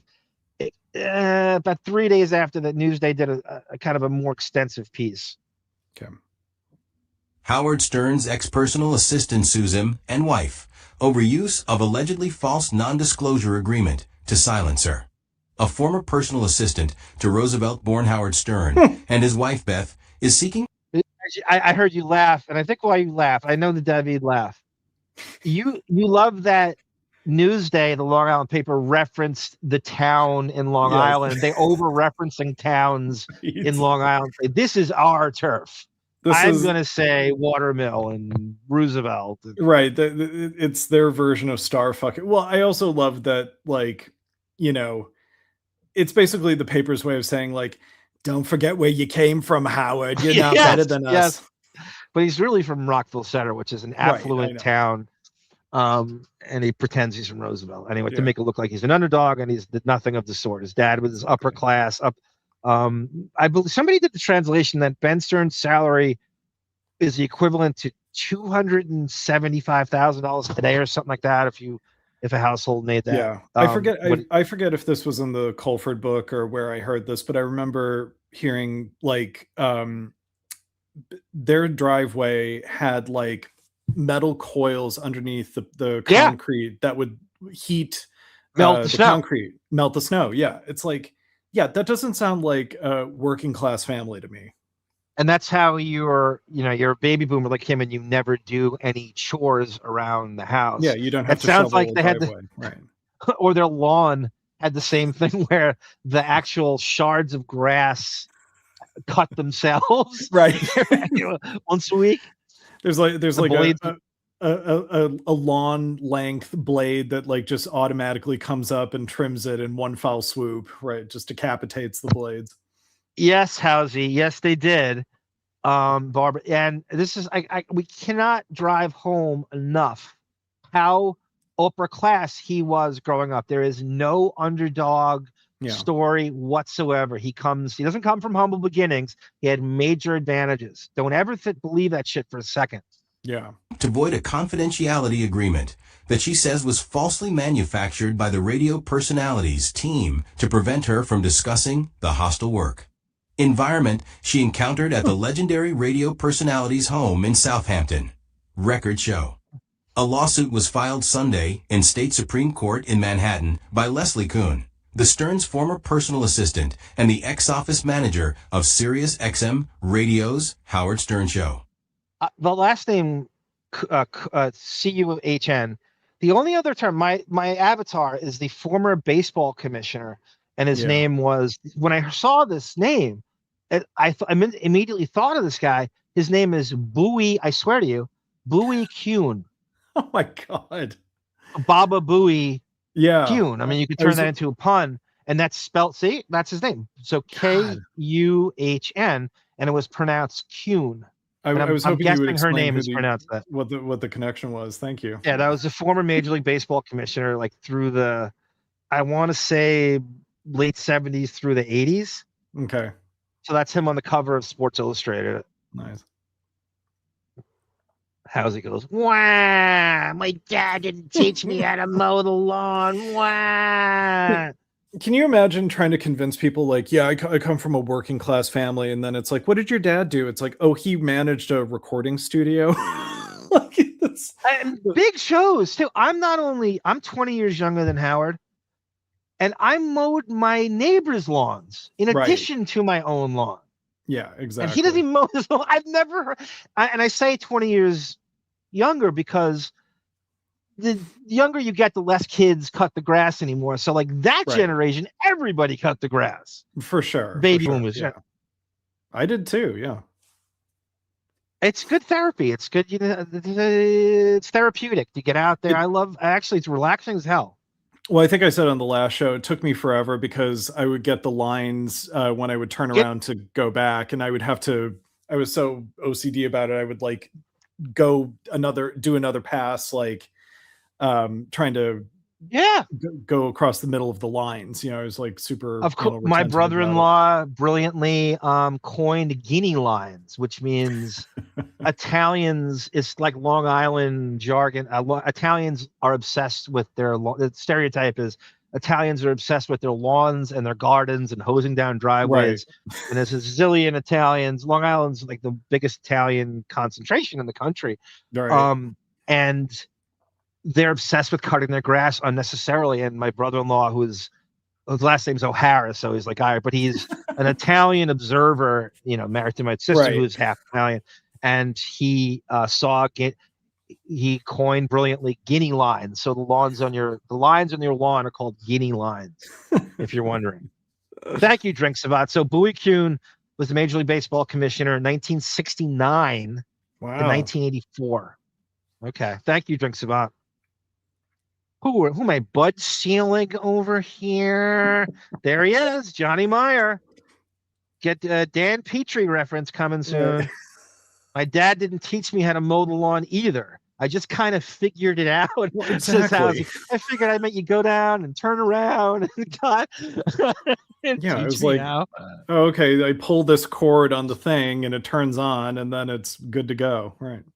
Howard winded up going to the same schools as AOC, but not only multi-smart ass, there is insane alumni. Go through celebrities in media that went to Boston University. It's insane. Gina it's either Davis, Syracuse, Jason Alexander, Dennis Leary, fucking what's his name? Oh, so Jeff Ross, on and on and on. Any media hub, there's gonna be half the fucking staff went to Boston University. Yeah. Bernard Pivot, that's the fucking Inside the Actor Studio reference. Guineas everywhere except Mastic Shirley. Says Hooper loves him some Mastic Shirley. No wonder why Married to the Mob was initially set along. That's no accident. Multi-smart ass. Like the history as it goes. I'm not going to bore you with this really quick. So, like my parents, my dad is from Upper East. He's from like where the mayor lives, but that was in the 40s and 50s and stuff. So it was much more. Manhattan wasn't as affluent. And his dad was like the supervisor in the building, you know, like he was fixing the sinks and stuff. And So he's from I think he's from 60. I want to say 68th Street in New York, which is the far east side. My mother is from East New York, Brooklyn, which is where Goodfellas was set. Right. And so the goal for all those people was to get out of New York. It wasn't fun. It wasn't pleasant. It wasn't, I want a lawn. I want space. I don't want, this is too oppressive. I need to get, the goal for all these people was to get out of there and live on Long Island or Jersey or Connecticut or upstate. Yeah. And it's, so my mother's alive, Johnny, and my father is not. And I thought I was fascinated by my dad living in that part of it, like York, and like it was just such a different world. But like nowadays, it's like the most affluent part of it, but not when he was there. Totally flipped the script. One of Howard's lies about a hot girlfriend in college talked about. So York Avenue is like the furthest east streets, kind of where the mayor's mansion is, in fact. Mamdani is kind of over there, and that's Was it called far Gracie Mansion? Is that what it's called? Yes. Okay. And that's the far east end of Manhattan. The west side is like West End Avenue and Riverside Drive and shit. So that's the furthest you can go. I think there's an East End Avenue, but it's very brief. It's very brief. I've never been over there. One of Howard's lies is about a hot girlfriend in college, about getting her hit on by football players. Too bad. Boston doesn't have. I know, that's a good pickup by you. Yeah, they don't have a football team. Oh God, he's so right. Oh, I picked up on that too, Housey. Good catch. So funny. Here we go. Back. The suit name's Howard Stern. His wife, Beth Ostrowski Stern, a former model and animal activist, along with his 2 production companies, 112 Incorporated, and the Howard Stern Production Company.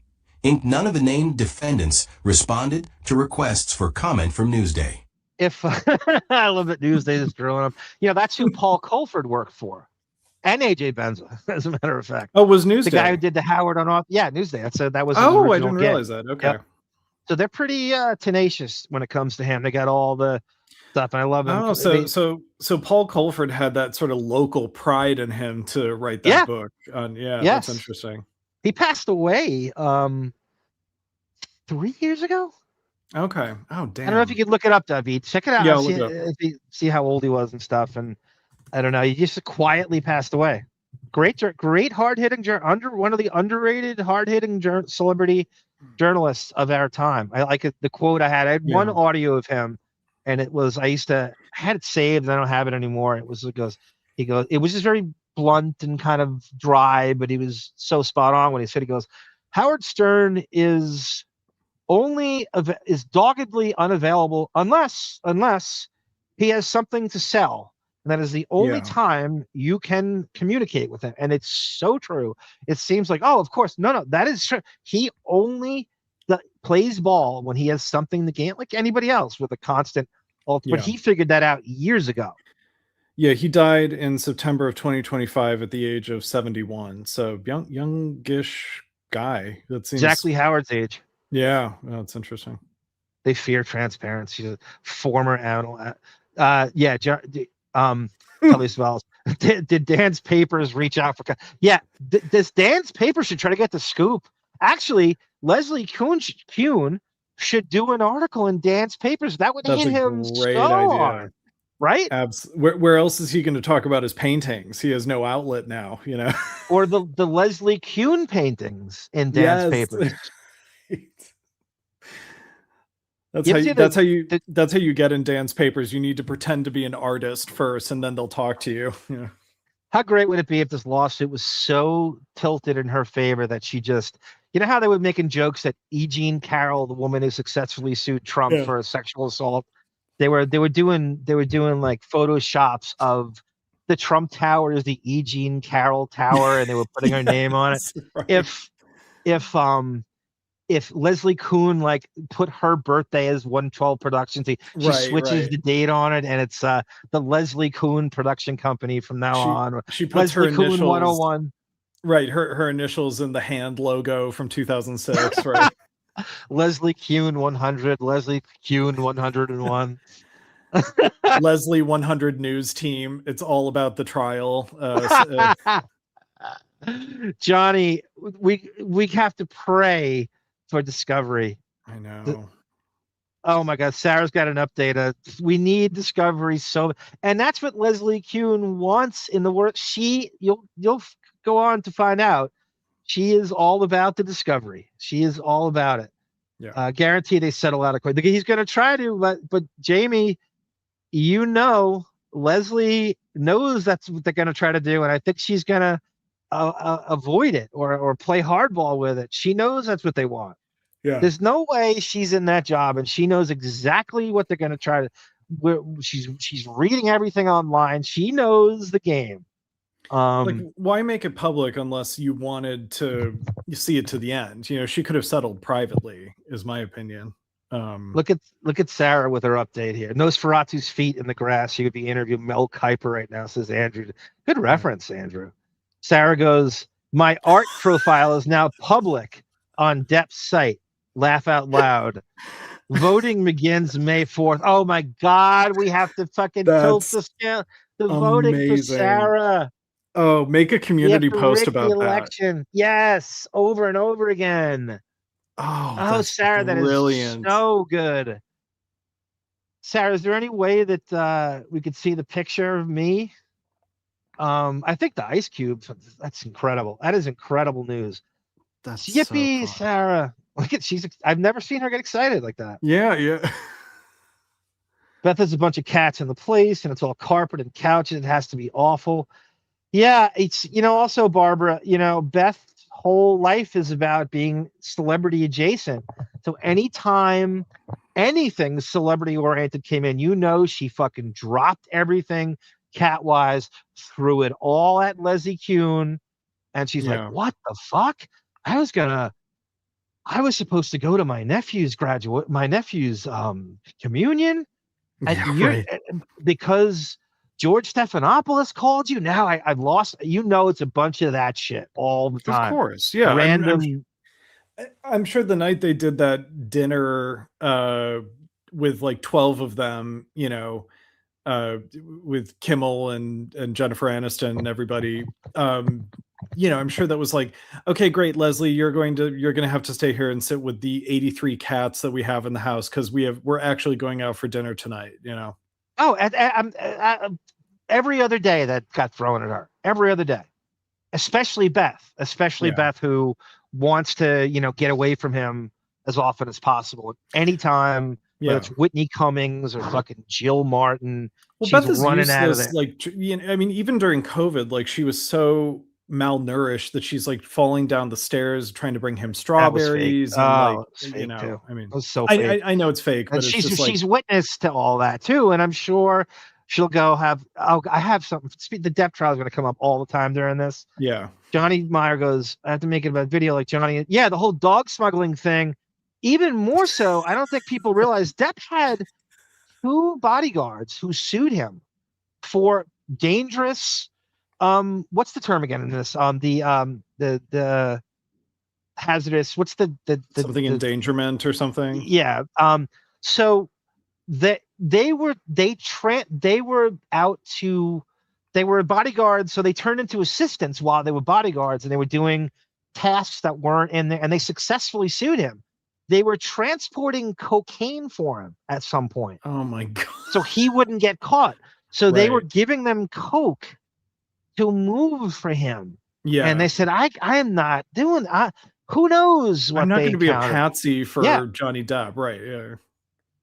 And so they're 2 bodyguards. You can look it up right now, successfully sued him. And it sounds very similar to this.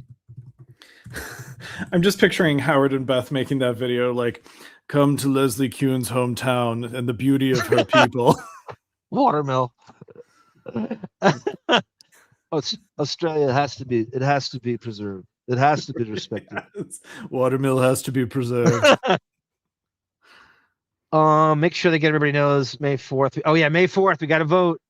Kuhn, get it? Come on, this is killer shit. Jackie the Joke Man. There's JJ Fresh. Congrats. The cover photo is arm as Howard Stern. Oh my God, really? I didn't see this. Look, what is she doing with my likeness? I gotta take back my likeness, David. What is? I didn't. The fuck? is going on? Hold on, here we go. Kuhn contends that her termination was the result of... That's it. I'm sorry, everyone. Hostile work environment, what I was thinking. It's coming up right here. It's coming up right Can I read this really quick? Yes. In 2018, former bodyguards Eugene, I think it's Areola, and Miguel Sanchez sued Johnny Depp over unpaid overtime, unsafe working conditions, and being used as personal, quote, babysitters for his family. This is the same thing. Yeah, substitute cats for family. Right. The lawsuit, which included allegations of dealing with illegal substances and, as described, taking care of Depp's vices, was settled in 2019, according to E! News. So, wow, that's very similar. It's strikingly similar. Yeah, it just hit me now. Oh, including so the claims were unpaid overtime, failure to provide meal rest breaks, and being forced into hazardous, quote, babysitting roles like managing crowds and hidden substances. Jesus. Wow. In Beth's case, it's Adderall. Yeah, right. And Lucky Charms. In Howard's case, it's right. Lucky Charms and Adderall. Instead of sugar, you sprinkle Adderall over Lucky Charms. Yes. Instead of the marshmallows, it's Adderall. Right. For comment from Newsday. Kuhn contends that her termination was the result of, among other things, a hostile work environment and enablement of that hostile work environment. I mean, this is crazy. What you just read about Depp is insanely similar to this. It's amazing. Like Depp's obviously, there's the fucking Deptford wives and nobody wants to. They ignore that thing like you can't believe that never comes up. Immense pressures on the household created by irresponsible and untenable animal rescue and... Now we have Howard and Beth trying to learn what the word untenable means for the first time. The collective 88 IQ. Yeah. They have to learn. They now learn the word untenable. Two brain cells coming together to try to break that word down. The woman who can't open up a Word document has now learned what untenable means. Yeah. Fostering up.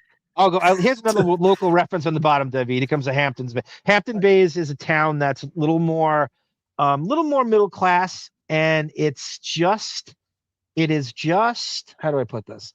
It is just west of where the Skeleton Twins live. Okay. It's sort of the Hamptons, but not really the Hamptons. Right. It'd be funny if Beth was like, are they saying I'm not a 10 anymore? I'm untenable. Operations occurring on site and massively disorganized and questionable business operations and accounting practices. The suit states.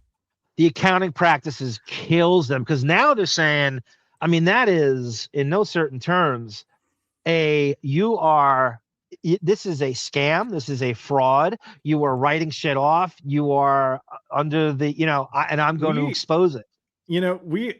Not for nothing, we should try to get Leslie's contact and put her in touch with Chauncey. I feel like Chauncey could help her make an ironclad case of, the pump and dump going into Sirius that Howard did, No, that's not a bad, he's definitely got connections in that way. That's not a bad I agree with that. Yeah, but I don't know how she would. I don't know if she's ducks. I don't know if you can even contact her. She's I'm just laying low. Yeah, I don't know. Maybe she's not. Maybe her goal is to be as vocal and as transparent as possible because they ain't.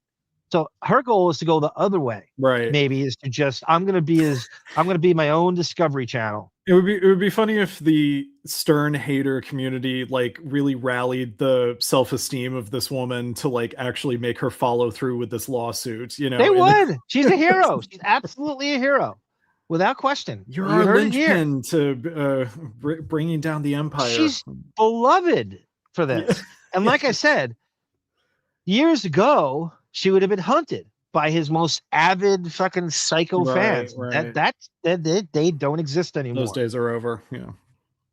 John Leonard, Kuhn's Hampton Bays-based attorney, declined to comment on the allegations or the reasons for her termination. But our suit raises issues regarding the use of or attempted use of non-disclosure agreements to silence people and to give away their rights where otherwise it isn't reasonable or practical and against their better interests, Leonard said in an interview. Well said, John Leonard.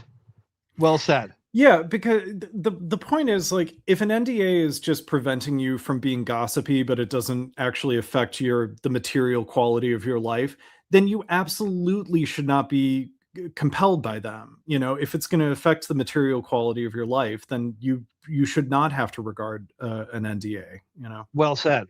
And that's what she knows. If somebody said to you, let's assume if they're really, I believe it was a fake offer. I believe it was a dupe to just prove as a fake thing. Oh, we offered her a lot of money. I think they knew they were going to withdraw that and they were going to fire her when they offered her that. I think that's bullshit. She never got it anyway. But so it's like saying to yourself, you're working somewhere and they go, you're you know, the place that you're at 85% of the week, you're not allowed to talk to anybody. You're not allowed. I know you're close with your mom. You're not allowed to talk to anybody. We are taking your life away. We are taking your experiences away because we have things to hide, and we don't think you civilians deserve to know what we're up to. We're so full of ourselves. Our first order of business is to take away your freedom to discuss your own. You don't deserve a life. Is what that says. Our NDA is you don't deserve to talk about your life. We do. We are going to, and it went reverse. Like they believe in this. Did he state this in this, or is that coming soon? Something else I read is it's also written that she can. By the way, I have the lawsuit. It's all in here. We don't need to read the actual law. There's nothing. You read it, Debbie. There's nothing that they're not covering in the article. So it's better to read it like this. Yeah. That Howard and Beth can talk about her, but she can't talk about that. That's actually in this. Right. That's like when they have that thing when people come on to the Stern show and they have that waiver, and the waiver is basically to go, we can exploit you, but you can't use us. Exactly. Remember when Anna Nicole Smith came in there? She goes, "No, we have a show on E. We're filming it." She goes, "No, get out! No, you're not allowed to bring cameras." She's like, "Why not? Why not? We have a show too." God. Because also we can use you, but you can't use us, and that's what the same thing they're doing. Yeah, I mean, did Jeff Greenstein and whoever else, when Howard was suing Sirius, like, did they enjoy him talking about the lawsuit on the air? You know, why was he allowed to do that? You know, but this is like the irony of like the lawsuit with CBS was, I talk about my life. And what's going on is the move to Sirius. Right. But now he doesn't talk about his life. Why can't she? Isn't it all about transparency? What are you doing? If you're, I would play that clip. If I were Leslie Kuhn, I would play that clip of him going, my whole show is about me talking about life. She goes, well, this is his life. Well, why can't I talk about it? This is my life. Yeah, exactly. You have nothing else. Howard has nothing else to his name but the good, the bad, and the ugly of his life, you know? And over the years, it has just been whittled down to what he perceives as the good, because of the celebrities he's trying to impress, and the plebeians that he's trying to keep at bay, you know? So yeah, the mission statement of his show isn't even in line with how he conducts himself on the air. That has been torn limb from limb years ago. Yeah, right. Now it's even more. I mean, there's less and less, and was like the awfulness that is Ronnie and JD are basically taking up the space of what Howard's life should be if he had a semblance of truth about it. But that's why Ronnie gets the airtime he does, because he will not talk about his life, as you saw in that Maureen Callahan article. That was the first thing she wrote. We have to hear about Ronnie's life because you don't talk about yours. Right. And that was great because it was in the Post and everything. Totally. Yeah, the real interesting ab is Melania and Beth, the Nexus. When did you first meet? Oh, yeah. The meeting is, They met in 90. I have ample proof. They knew each other 3 years before they claimed that that stupid Mercer Kitchen story. First, your bank account gets robbed. Now Sarah's up to no good. Barbara DeRush. Dr. Sarah is so fun. She emailed me the link. Okay. I think she emailed me the link to whatever her. I'm gonna try to open it while I play this. Kuhn, 51, of Watermill, worked as the Stern's assistant, primarily at the couple's East End mansion known as Ocean. David laughed again at a Long Island reference of Watermill. They're all the subliminal. I must move to Long Island. View between January 2024 and February 2026. Record state. At the time, she was also serving as the office manager for Stern's Sirius satellite radio program. As the Stern's personal assistant, Kuhn said she was tasked with managing the staff of the Southampton home, setting schedules and completing payroll. It's so great when she says it like that. Like, Kuhn said, talked about managing the staff, setting schedules and completing payroll and organizing house. And it's so crazy when you think about what he doesn't. That's what's going on in the background. That's what the audience has no idea about it. Remember when Benjamin was on our show and he and I used to talk about that all the time? We have no idea what goes on at that house. That's what's going on. That's why you see 12 cars in the driveway from the overhead. That's I always said on Gunk all the time, if he talked about that 1%er life, that's the only thing that could save this show. Lifestyles of the rich and famous. Yeah, I mean, he basically lives in a resort that doesn't take customers, but he needs the staff support of a resort that takes customers, and right, that's what you're seeing with the abundance of parking that's available. But this is Discovery in a way. Even her, she's trying to slip in little things. In a way, this is Discovery, right? This is something you'll never get out of him. Right. I love this. Let's listen to it again. Let's listen to it again. This is intel we'll never get. I love this. This is as innocuous as you might think it is. He will never say what she says here. Was tasked with managing the staff of the Southampton home, setting schedules and completing payroll, and organizing household operations, including Beth Stem's extensive at-home feline rescue and. If you were a caller, like you'd call in and go, yeah, I just read this article on you. So you got schedules of employees and is payroll? What's going on over that household operation? I know some relatively rich people that they have gardeners and a housekeeper, but I'm sure it's just organized by the gardener or the housekeeper texts them like, hey, I'm coming on Monday, and it's like, great, I'll have your check for you. The fact that it needs as I said, a resort, almost like it's a business, working. They have more of a schedule than the Vanderpump Rules wait staff.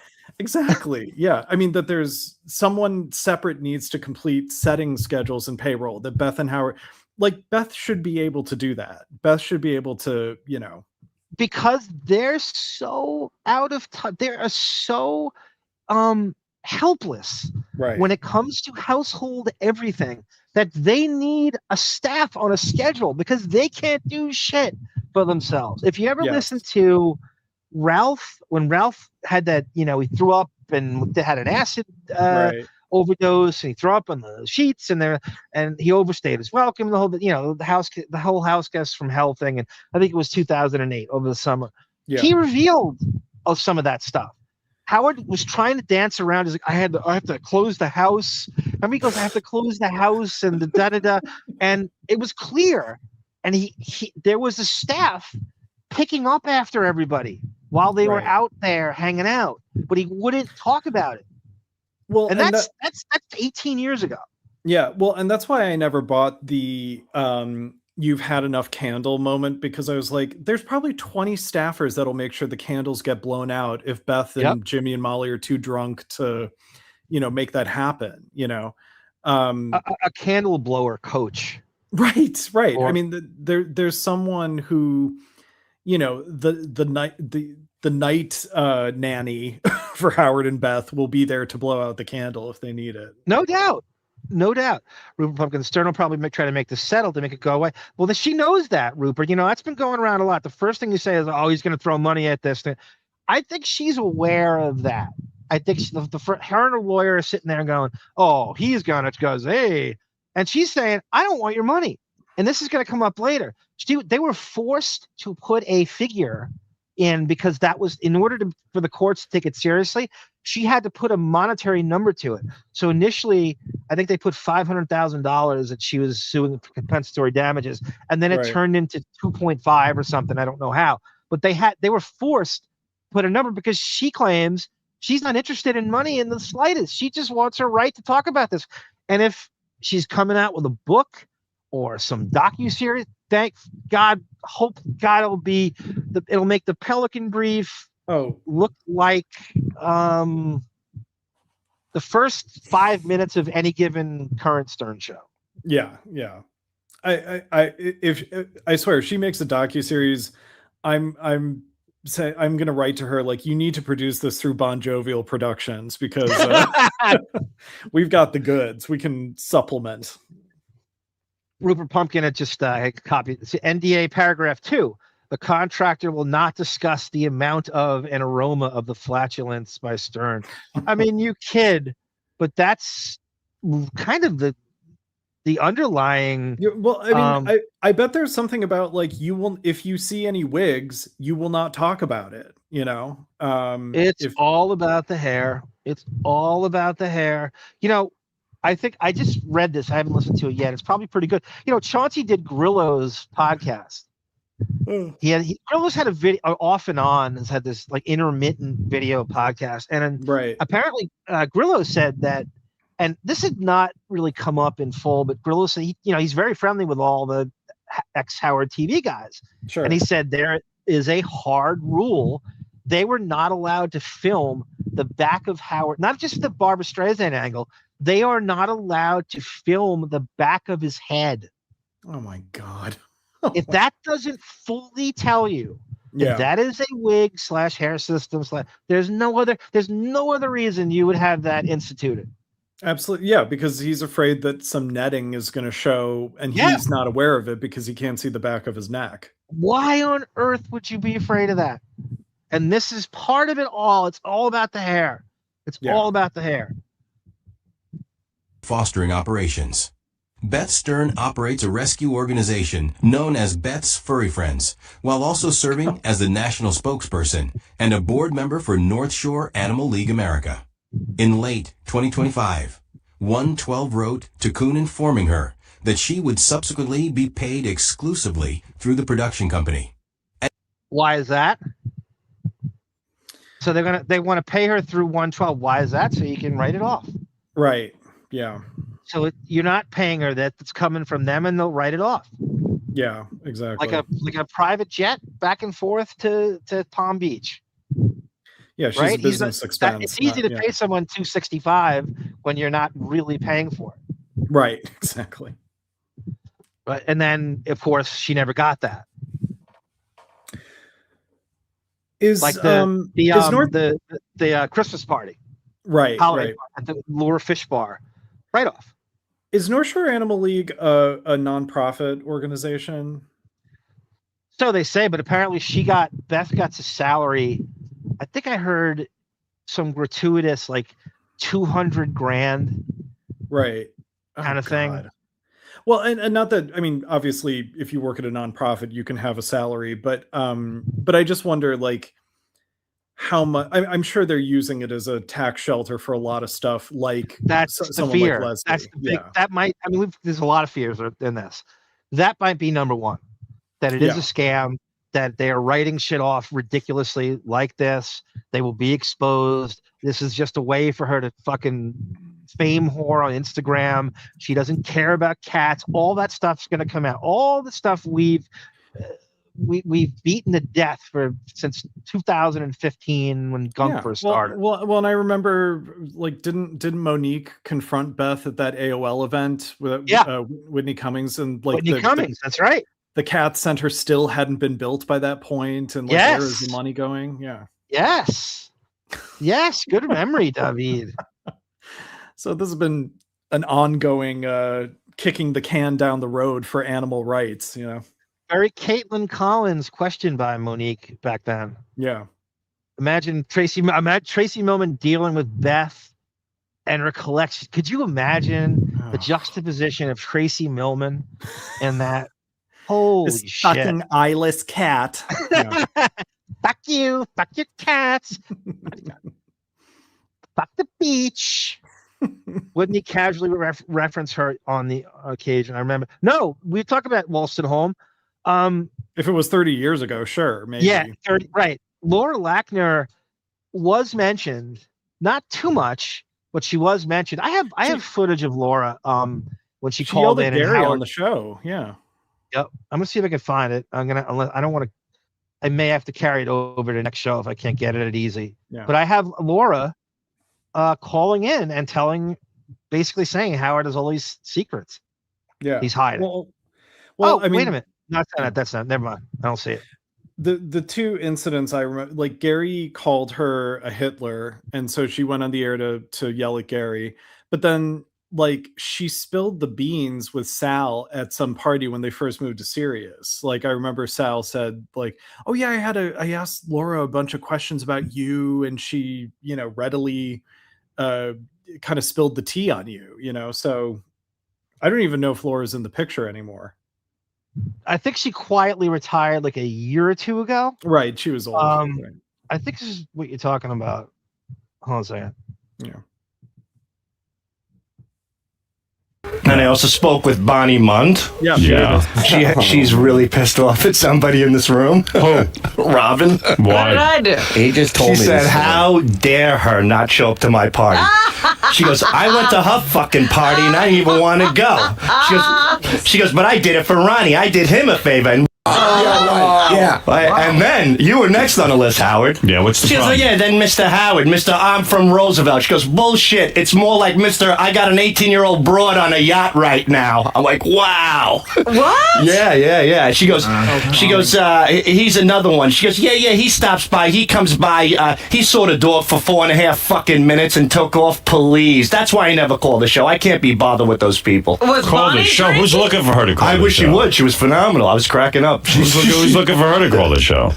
They're a rough crew. What the fuck is going on at your house? What are you, all mental out there? Yeah, it's not. That's Ronnie's It's somewhere wife. in there. Yeah. That's what it's from, and I was hoping it was in there. So yeah, Laura Lackner comes up and Sal is probing her for information, and basically Sal admits that she was trained to not divulge anything on him. Like it was like this, he was trying every which way. She told him a few things, but he wouldn't. And he was Howard relentless. was super silent during that whole. Like you could tell it was that sort of restrained, like not talking thing when he's really angry, where he's just like, he's just seething that Laura. He got KO'd there without question. Yeah. Bill the Lego says he is a sneaky bastard, but he's going to have to start paying these taxes for his hand. Yeah, that's the other thing too. I saw this story. I guess it was Mamdani. Was going after people who the have pied a terre thing. Yeah. Who flee to Florida to not pay taxes and have these huge residences in New York all the time. And Howard fits that description. Totally. And I think yeah. She can expose that as well. Kind of just at least levy a threat. Yeah. Get the flight logs from the Epstein flight logs. Can you imagine having so many people? I can't. That makes you not want anything to do with rich and fame. Well, Sky Spectre, you do things like you do your own shit. They don't do anything. Not only have they never had any real job, they have never worked in retail, they have never been landscapers, they have never been worked in education, they've never worked in an office in any way, any job you can think of. They've never done it. So not only that, but they can't do anything in the house. So you have 12 people because you can't even put your dishes in the sink. Yeah. You know? 12 people who walk into a house that's basically an hour into Jumanji, by the way, where it's like just animals running amok. And I can't imagine how high stress. Was that a pun? Was that an anti-Semitic pun with the Jew? Did you hear the spelling differential? I did. I heard it. Yeah, but what a high stress household if the staff is having to contend with animals and the animals are having to contend with the staff, and Beth and Howard are useless to negotiate peace between both factions of creatures. What That's a great call by Quitter here, David. He goes, yeah, in that Ralph thing I was talking about. So he admitted, Ralph goes, you guys eat 4 times a day and it's on a schedule. He's like, who the fuck who's on a schedule? So that's what these people, they're on an eating schedule. Right. So you can only eat when they're serving you. Like who wants that? Right. I mean, that's why you have 12 people in the driveway. Well, and Molly Kimmel kind of alluded to that when she called in to defend herself, basically, when they visited during COVID, where it's like, yeah, it was not fun being guests of your house because you eat at, 4:30, you eat dinner at 4:30. Yeah. Yes. Yes. And I'm sure it's like an intermittent, again, Howard being vanity obsessed. It's like, this new intermittent fasting thing. We're going to do that. Oh, totally. It's about weight. Absolutely. It's about, that's why the hot water and lemon thing is a weight suppressant. Right. That's not for your voice. That's an anorexic thing. I see it over and over again now. It's a weight suppressant. It's apparently suppresses your appetite. And that's what an anorexic would do. Yeah. Meanwhile, Beth is subsiding on Doritos Cool Ranch chips only. And, and chicken nuggies, Sarah said about me. Imagine having the case progresses. This is tendrils. And it comes out that Kuhn was asked to perform the job only a vet. Yeah, that's a great point, tendrils. Oh, like actual gat girl, veterinarian could only do it. And that's like, I had a friend get busted for massage therapy. Because he wasn't licensed, and it was like this whole thing about very Bob Ostrowski too, like Medicare, what's it called? Insurance, some type of insurance fraud. Yes. Yeah. No, I mean, especially like it's the animals are all Island of Misfit Toys animals. They're all broken and damaged in some way. So I'm sure they need. What was that? So she could post on Instagram, but it's not her taking. We're going to find, pretty magnificently that she doesn't do any of the difficult stuff. Yeah, right. Anything that's the hard work part is all coming from that's what we're going to find out. And Beth doesn't do shit. She is a figure football head. Beth will pose. Yeah, Beth will pose with the mangled animals, but she won't give, like, Leslie, I need you to apply this ointment to these cats, but don't mix up the ointments because they all have different ones that they need. And, yes. Another good callback, Bill the Lego. Remember the ridiculous tech issues Howard had with the TV mount, and he was trying so hard not to reveal the rich guy part of it, and he couldn't dance around the story. Going, who needs a tech person to install a TVs became insanely easy to install at that point. And that's right. That's a great callback. Let's back. Salary of $265,000 with an additional $80,000 year-end bonus, and would no longer serve as the radio show's office manager, the suit alleges. But by February 2026, Kuhn said she was informed by 112 that she'd been terminated for cause. In late February, Kuhn said attorneys with Pryor Cashman, a Manhattan law firm, presented her with a separation agreement for her to sign. Wow, that's scary. Ugh. So they're saying that, which is like a follow-up NDA. No, we're firing you, and boy, heads will roll. She's going to be out to fucking, and that's their fear for everything now. She is going to capitalize on, God forbid, talk about your life, this is your life, this is your job. We're not going to allow that. We're going to stifle your life because it doesn't mean shit.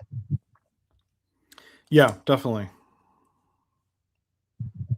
The agreement contained non-disclosure and confidentiality provisions, preventing Kuhn from discussing her work or former employers, she contends.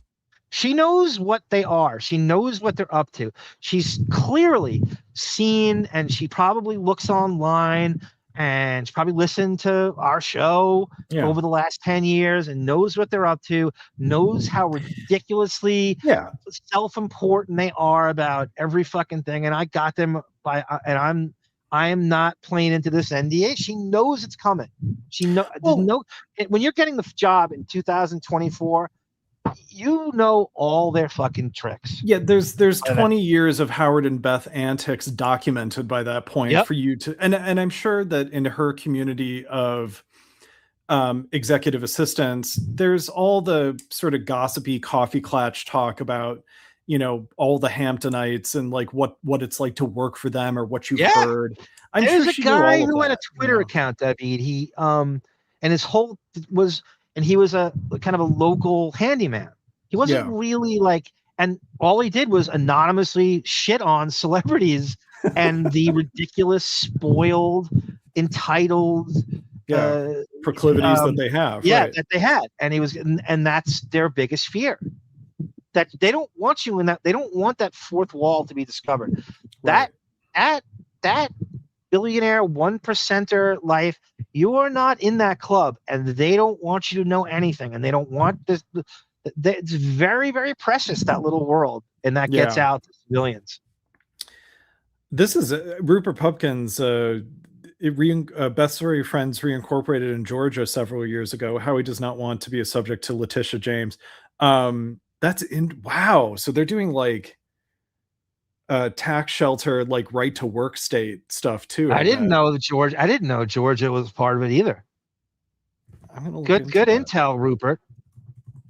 Oh, so yeah, she has all of this stuff. And if I'm her, when I'm working there, I'm taking pictures of documents. I'm keeping everything. I'm not. I don't want to overrate this woman, this broad. But I'm going to give her credit. I'm going to give her a benefit of the doubt in the sense I think she knows what they are and what they're up to. And I think you go into that thing, like you said, and a great point by you, with 20 years of documented bullshit by them. And I'm not going to be that person who didn't see it coming. Yeah, this woman is not coming out of a vacuum. You know, she's not Brendan Fraser in Blast from the Past. You know, she's lived in the world. I'm sure she hears all the gossip, especially being local. You know, it's probably more accurate, the dirt that she has on them before she even starts the job, you know. Rupert says, I'm looking at the North Carolina League Form 990 online. I love it. I want to see Rupert's history. Yeah. For the last week. It's so much LexisNexis surfing, right? I'm looking at 2 hours a week and no compensation, and she's considered a director.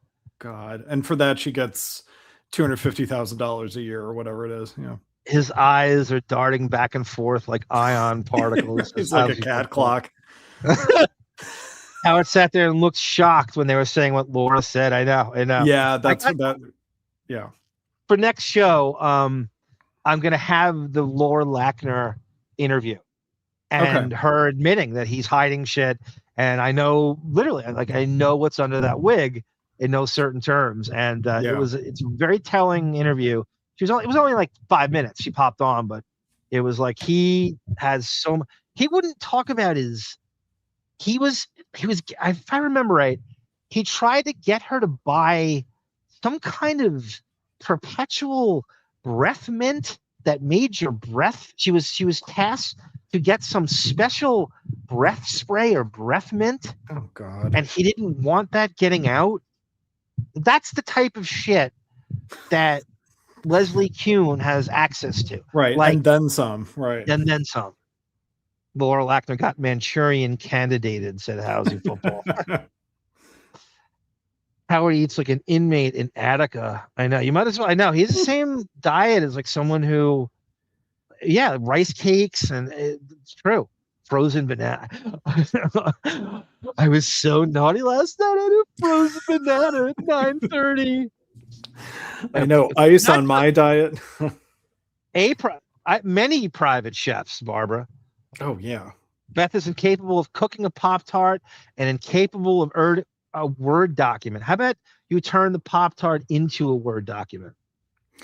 I also think that this is I'm kind of joking here, but like the whole Beth making him engagement chicken in 2005, I think she personally hired Ina Garten herself to come and do it, like with Howard's money. I don't believe anything they say now. Yeah. As you say, you're so right. We go back and we're gonna listen to that stuff. It's much easier to live under the auspices and theory that it is a lie, that 95% of the shit coming out of his mouth, big or small, is going to be a lie, even something like that. And the goal is to turn Beth into this superwoman that she cooks and she does all, and it's all bullshit. It's all part of the fucking persona, and it's performative and it's bullshit, and we know it. And Leslie Kuhn knows it. And now that I actually think about that statement I just made, what probably happened is Beth saw the engagement chicken recipe in like Us Weekly, gave it to the cook at Howard's apartment at the Millennium Towers and said, make this. And, Howard went on the air to say, oh, Beth made it because he's trying to paint to his audience like, oh, you should like my new woman as much as Allison because, look how also down similar to to she is. Jessica Seinfeld stealing the recipes from that woman, right? That's right. Yeah, and he had to drink at a certain time. Telly Sewell, she's so right. He was so obsessed with how he says Terry Schiavo because she put herself into a coma by making her throw up. Wow, I don't even remember that. I didn't know that was the basis for her coma. I forgot. Bill DeLego says, yes, my very anorexic-looking slim teacher would drink hot water in the morning. Wow. Why? Now you know. I got a new TV last summer, and all I did was plug it right in. That's right, Barbara. But still, that was when the flat screen TVs were coming out, and all you did was plug it in. Yeah. There's no installation involved. It's just somebody so just unable to do anything, who has been spoiled, elitist, his whole how do you live in New York that long and never take a subway? Yeah. He's been getting a limo to work since his mid fucking 20s. That is crazy. There's nothing That's to relate to. All right, back to this. But since the document did not prevent her former employers from publicly discussing Kuhn, she refused to sign it, the suit alleges. Prior Cashman then presented Kuhn with a confidentiality agreement that she'd allegedly signed on May 10th, 2022, the suit states. But Kuhn said the document was fabricated, as was her electronic signature on the form. So let's see that. Okay? Yeah. I believe, could you imagine getting a form back and you go, what? I didn't sign. I believe every word she says horrifying. There. Yeah. What is that? That would be just like so violating. Like, I did not sign this. I know I didn't sign this. I remember not signing this. Tell me if you see this. Yeah. Wait, yes, I see it. Okay. What does it say? I want to thank the people. I believe some of the guys read it. I think Corky Romano might be responsible for this too. Did a screenshot of it, and anyone can do this, but this is what it looks like. So there you see Leslie Kuhn on the side. This is what she receives. In witness hereof, the parties have executed the agreement as of the date itself before. Insert consultant name, Leslie Kuhn, May 10th. Like, there's another version of it too, which might be more. Let me see. I have it right here. Image file. This is another version of it. This is, I think, what it actually looked like. Oh, wow. How about that? So that's the auto sign. I just did an auto sign on my bank. Yeah, no, I have one too. That's what my signature looked like. It looked just like that. But Howard and Beth are so stupid, they probably don't realize that, like, just like with the Depp trial, there's metadata to prove that, maybe that signature didn't come from Leslie's computer, Just get it signed. I don't care. Look at this guy, Vincent Garten. That's that's his head of like finance. They have a head of finance in this one. This name never came up, right? God, the he comes up later in one of the other articles. It's not. I think it's in the Daily Mail article. So Okay. that's the auto sign, and that's what she was seeing. It's exactly what mine looked like, with the box over, and he's got it. And she's like, no. I know these fucking skeletwats and what they're up to. I did not sign this.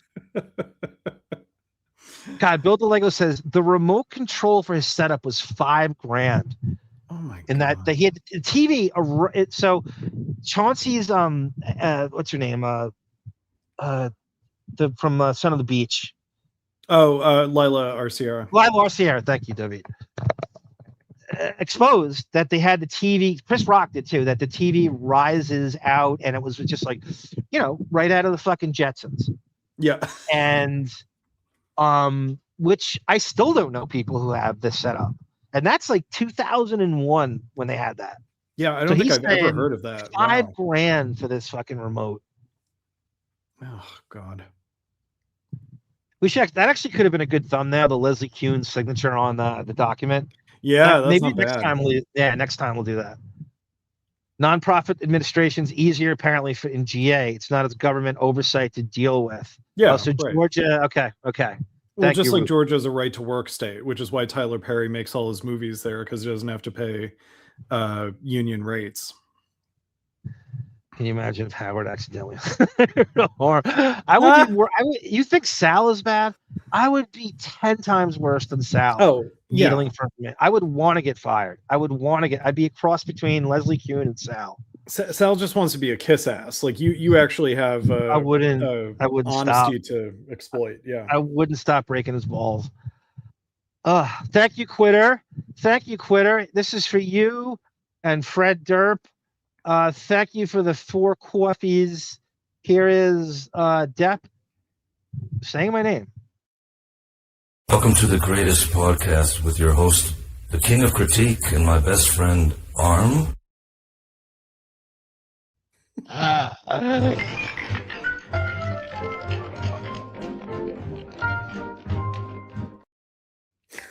That's Quitter. That's Depp giving Sarah the money for the contest right there.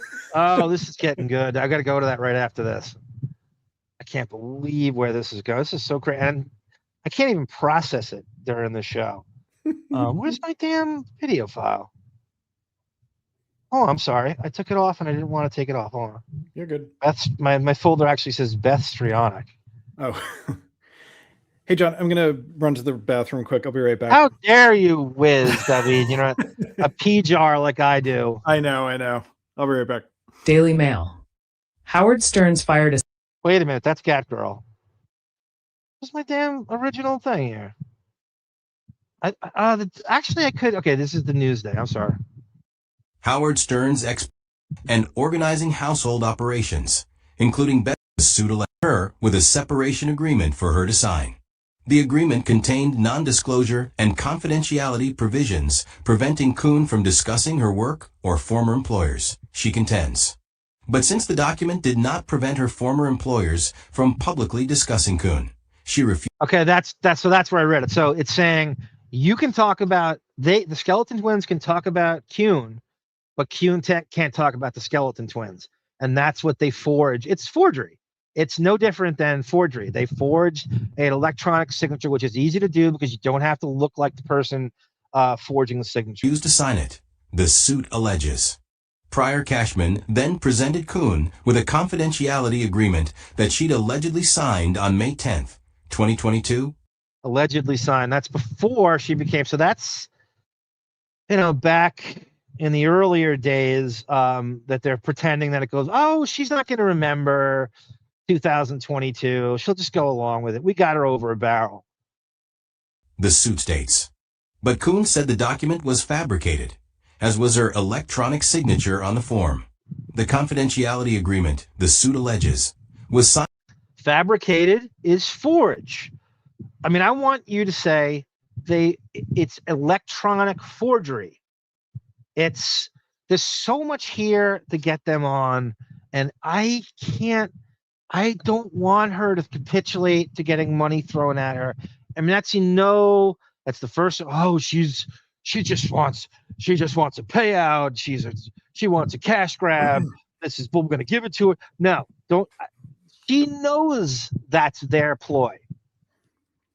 And 3 weeks before she began as the office manager, and 1 day before she interviewed as Stern's personal assistant. The suit alleges that prior Cashman, which did not respond to requests for comment, attempted to use the fraudulent confidentiality agreement to deceive Kuhn into signing the separation agreement. 3 weeks later, ND Wolstenholme says, I worked at a brokerage company. For certain transaction, we wouldn't allow DocuSign, such as splitting an account / divorce. Too easy to pass authentication if you know the person intimately. Wow. That's interesting. Yeah. It is. Yes, David, there'd be an electronic trail to prove that she did or isn't electronically sign it. We do e-signs all the time, the Tendrils man said. I mean, I can't. It's such a stupid thing to try to like fabricate. Put her signature on something just because, like, oh, it looks the same. That means people will buy it. It's like that's how much of a technological Luddite they both are, that they think that they can get away with that. That there's no metadata on it or anything. Yeah, Beth's not technologically savvy either.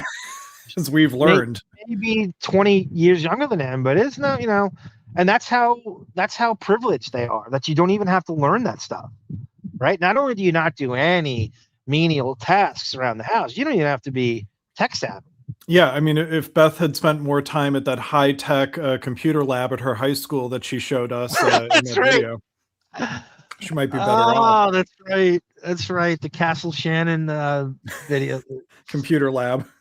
Legitimate electronically signed document will indicate the software used, says Ripper Pumpkin.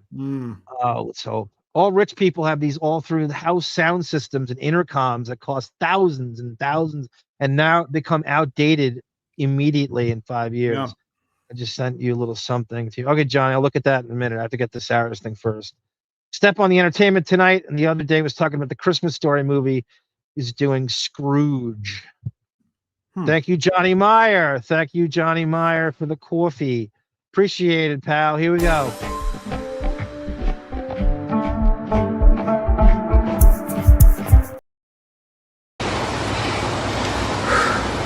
Talking to me?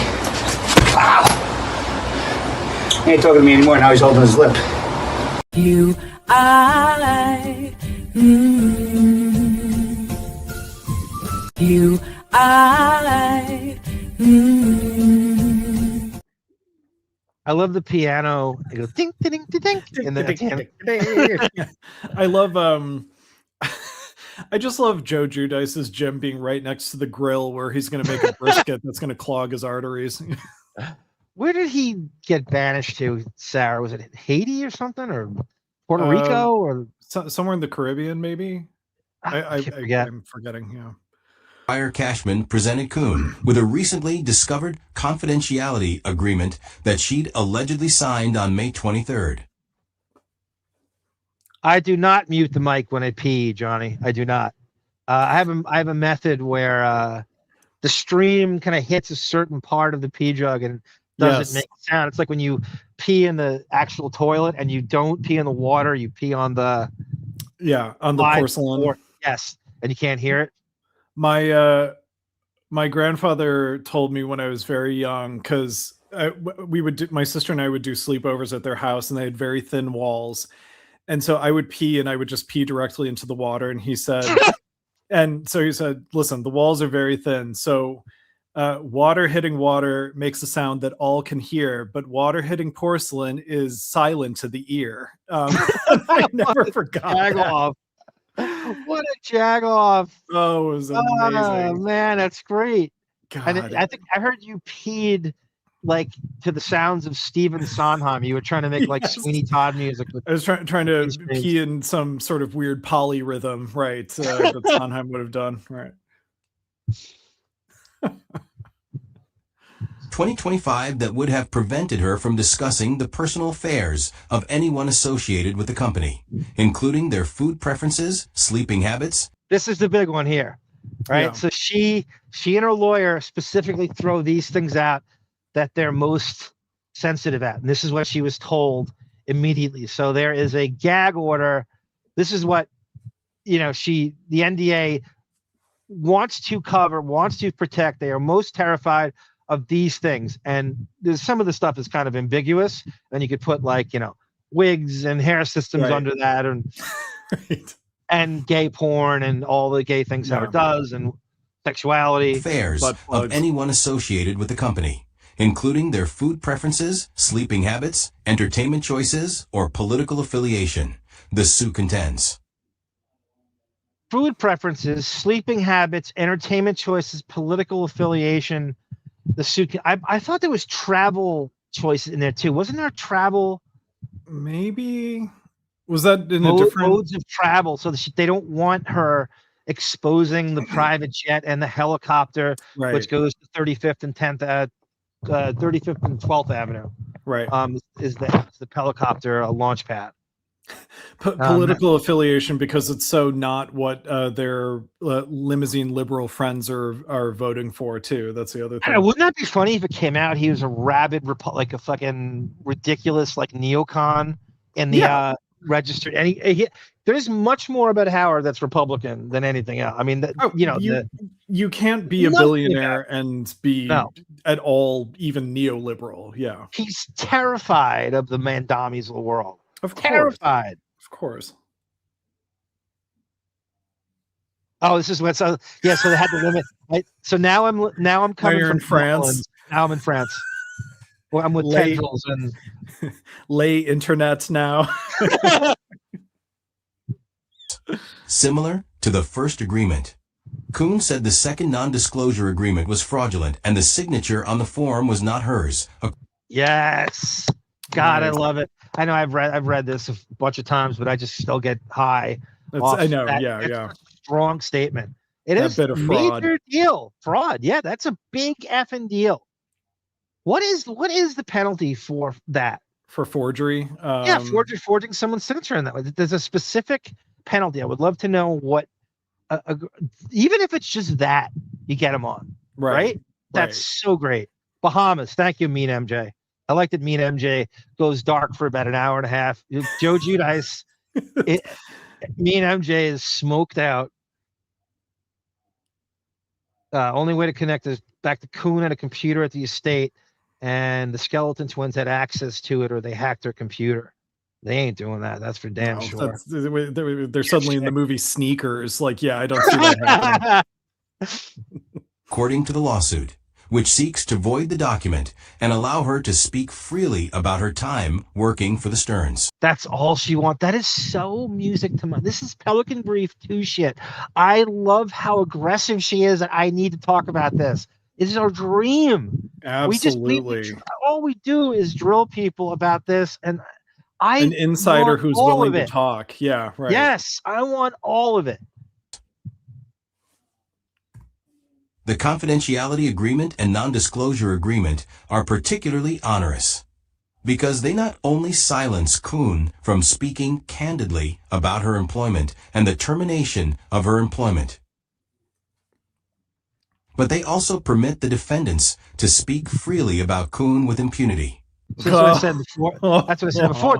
So that's the thing. We can do whatever we want with you for the rest of our lives. You can't talk about your life. You're a stupid, worthless assistant, menial life. Right. Yeah. Right. That could expose us. We're gonna gag you. You can't talk to your mom on the telephone about what you've seen here. Some animals are more equal than others, right? Yeah. That's right. That's all that says. And this is about the elitist class. This is about the haves and the have-nots in a different kind of way. She couldn't have picked a better time to do a working class versus billionaires lawsuit. And now in the culture. Yes, Babs. She has some good effing shit on them. Of course she does. I want to hear all of it, Sky Spectre, right? Please just ignore any attempt to throw money at this to make it go away. Half the NDA right in the garbage. This is the real Howard Stern Comes Again, her book. Yep. That's what I'm waiting for. This is right. This is the book you wanted and would never get. Yeah. Not 17 pages of new material of retread. Two states. and with Jackie Martling's title stolen, by the way. With tips from Gwyneth Paltrow on how to be an in-touch mother. You gooping David. Such a contractual relationship would place Kuhn, a mere at-will employee, with considerably less influence and resources than the Sterns. They're affiliated entities and associates, at a distinct and unfair disadvantage, personally, professionally, and publicly. I love how the lawyer frames that. That's great stuff. That's some good alliteration right there. Personally, professionally. Yes. Very Johnny Cochran alliteration. Howard Stern, the self-proclaimed king of all media, grew up in Roosevelt and Rockville Center. The meat of the Long Island references. I can't handle it. They have to end it with 2 Long Island references. Right. December, Stern announced that he was staying. Okay, good enough. Just a little diversion. That is such a great article. And thank you, Corky Romano, because, insisting that the Newsday one was the best written. You're right. It was the most detailed. Yeah. Here from Reddit, I might add, Corky Romano. I think he copy and pasted it because you got to pay for Newsday online. So he copy and pasted it and posted it, and we were able to read it, and I'm glad he did. I thank him. Definitely. Okay, so this is Sarah is now part of the Johnny Depp sweepstakes for Best People's Artist. And let's see what she just got. She's very proud of this, and she doesn't brag much. So let's see. Tell me if you can you see anything popping up, David, or I have to go to another page? I see your Gmail, so I don't know if it... Oh, I hate when I have to do that. You can't... It doesn't open. The new window doesn't open. You have to it's like a new tab. A new tab doesn't open. Okay. Give me a second here. Sure. Hold on. Share screen. Tell me if you see this. Okay. Yes. Oh my God. So this is me as Howard on Depp's site. Voting open. This is her representation. Voting open soon. Who will appear at the Art Forum magazine? Take home 25 grand. Such ridiculous. Someone in Depp's who. That is a flight to London to play with Jeff Beck. That money. Yeah, right. That is half his 21 Jump Street salary in season 2 to display their artwork at the Art of Elysium Salon. 16 days, 16 hours, 24 minutes, 40 seconds. Why Voting is he opens doing Monday, this? May. Because he just can't do a decent film, and he's desperate to think. I don't care about the industry anymore. I'm just gonna be an artist. I'm just gonna. And so it's artist blackface. No pun intended. Right. He's trying too hard to do this tortured artist shit. So this is what Sarah submitted to them. We're supposed to believe she painted this, and she's in the running, and we can vote for Sarah through this. Where do you find your inspiration? The works of James Meek and Hunter S. Thompson, Ralph Steadman. Wait a minute. What is your favorite type of art to create? Whatever my spirit calls me to do, and what won't get me arrested. What is your favorite art people to create? Well, no, whatever my spirit calls to me, it won't get me arrested. Where do you find your inspiration, Johnny? In the works of James Meek and Hunter S. Thompson. What would you do with the $25,000? Go see Jeff Beck. I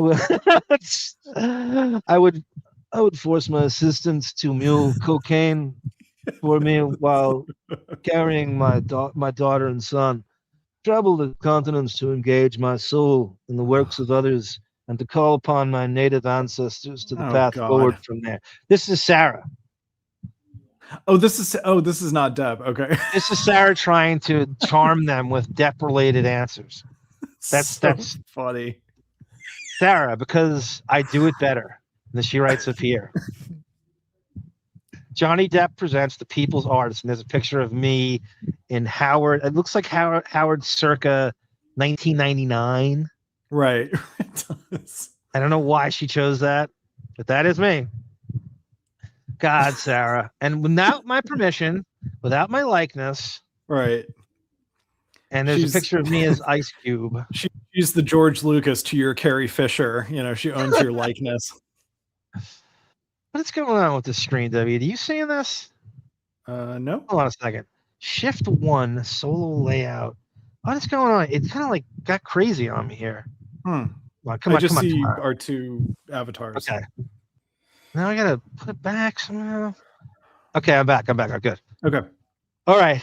The next thing we're gonna do. This is the Daily Mail's recent update, and there's been added to this. So, Sarah's works are at the bottom. Wait a minute. I didn't see anything in addition to. Hold on a second. Sure. Oh, okay. She's right. There's her works are at the bottom. Okay. Here we go. I didn't scroll down enough. This is me as Jim Morrison. Oh my God. And I guess that's supposed to be me as the guy from Cover Up. Is that you? Is that your face? I don't think that's not my face, is it? It's me as Jim Morrison, which actually looks pretty good. Yeah. Me as Howard, and the guy from Cover Up. What is his name again? Hexum. Oh, John Eric Hexum. Yeah. All right. Can you see if I click on it? I don't want it to. Yeah. No, it okay. It does show. It does show. That's Hexum, right? Yeah. And X out. Here's me as Jim Morrison. It looks pretty good. It does actually. Yeah. I look like I'm 27 there. It's crazy. I look like I'm gonna die at 20. She submitted 10. She says, and they chose these 3. Like they even know anything about Hexum. Well, first of all, like. I'm sure AI just picked a random 3, you know, like. Oh, totally. Like no one is actually right. Yeah. No. Do you think Josh Richmond or what's his name? Stephen Deuters is picking this? I mean, it does. What's his face get to enter this contest as an artist around the world and out the door? What's his? Oh, yeah, right. Isaac Baruch, right? Right. This is right up his. Why would he not enter this? He needs a $25,000. Yeah. So true, David. Here is the latest. Here is the Daily Mail, which is the most thorough, commenting on the update and the money involved because Leslie Kuhn was forced to put a figure on it because the courts wouldn't take it seriously. And this is what they attached to it. Daily Mail. Howard Stern's fired assistant denies demanding $2. How much does this AI voice sound like Gat Girl? Yeah, it does. The sexy tones of Alanis Morissette's Gat Girl. Yeah.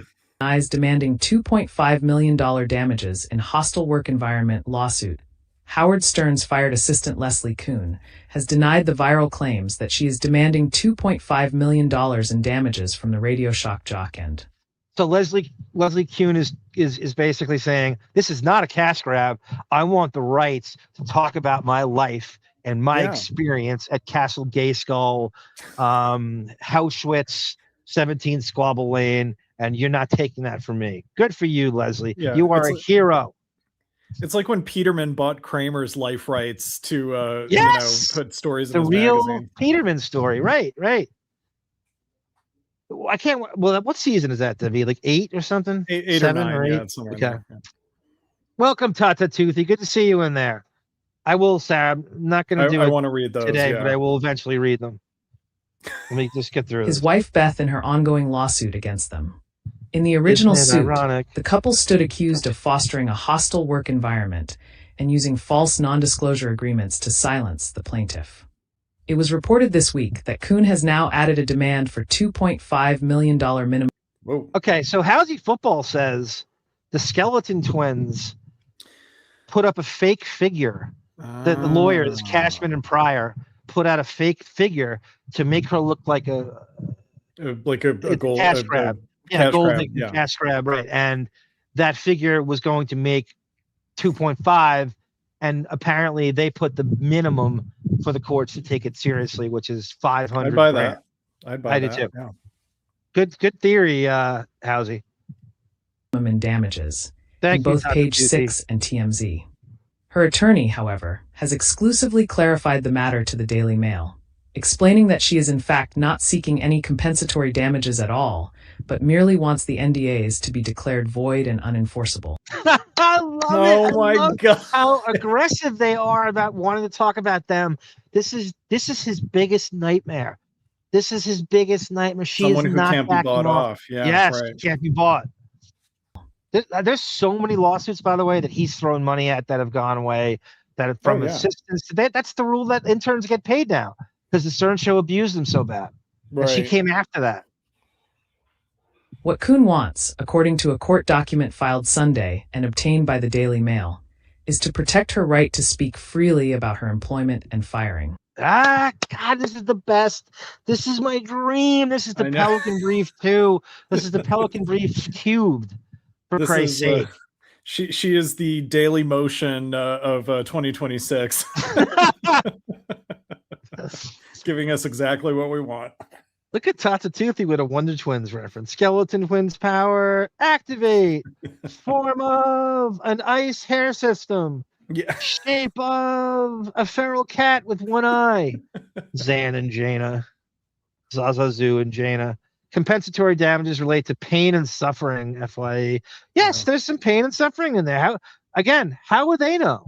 How would two people who've never had a job know what those conditions are? You don't know anything about anything in employment that's Just not 'cause- at the top of the food chain. Right. Just because that Scott, what's his face, yelled at you on Casino Cinema doesn't mean that you're Scott entitled Stapp.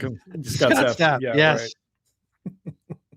Discovery, it's all about the discovery. We've already had a little discovery in these articles too, by the way, when Yeah. she revealed the things they want not talked about, which is the food preferences and mode of travel and oh God. I mean, that's like, if they've already lost, the fact that this is even out there, we all believe her. Right. They've already lost. There's no winning anymore. She's already won. Whatever light she has already shown on these few details is enough for us, you know. I know, Barbara DeRush. It's like I would throw his own terminology against him all the time. I said that before. It's like, if I'm Leslie Kuhn and a lawyer, aren't you the king of free speech? Isn't it about the First Amendment? Aren't you Mr. First Amendment martyr? No, Isn't my it about, free speech. No, Sean Hannity. Why would Mr. Free Speech have an NDA? I don't understand. That's what I would say. That's what I would, even if it didn't push it over, I would throw that in his face over and over again. Aren't you Mr. Free Speech? Yeah, there was a series of college textbooks that I had to buy for a government class, and one of them, on the cover of the book, was a picture of Howard and Robin doing the show, and it related to the First Amendment. I mean, this is like the most dignified thing that he can maybe kind of tie himself to, is like being a First Amendment warrior. And this just blows up in his face, you know, because and it's been blown up for years, but now it really gets blown up that the most mundane of employees are getting non-disclosure. The king of free speech won't let you talk about your life. That is, you've compromised anything you claim to have stood for. This cash, she's like, that would be great, Sky Spectre, if she goes, I don't want your cat. I don't want the money. Exactly. I want the money that's coming from my book. My big, fat 500-page book of my experiences. She has like a diary of 4:15, you know, like Beth passed out in the bathtub with 5 bottles of wine. That's what I want. Yeah, I mean, she basically has like the next Grey Gardens on her hands, you know, to showcase like the absurd life of these eccentric Hamptonites, you know. The sarcasm too, like she goes, with Howard's grueling 6-hour-a-week schedule, I had to, I had to pretend these employees were busy at Sirius. And they had nothing to do, and I listened to his show, and I don't know why they're even employed. In the new document, she said the monetary value of that right was no less than $2.5 million. With her lawyer telling the Daily Mail she had to assign a quote of at least $500,000 to the relief she was seeking in order to get her case in front of the commercial division of the New York County Supreme Court. So that's why the figures are what it is. Right. This is a good piece by the Daily Mail. They really threw, and it's amazing because ironically, Adam Levy, who got fired from Radar Online for writing about how he had him fired, works for the Daily Mail, and he's not in this piece. And there's 6 writers attached to it. It was one of those tag team pieces, I guess, where there's like many writers at once. Yeah. I don't know how that works. I don't know how you have like a tag team essay or article. I don't know how that works. I don't know how. Yeah, I do. Like you and I team up and write an article together. It'd be the weirdest thing in the world. It would be. It would be strange. Right? Yeah, it would be.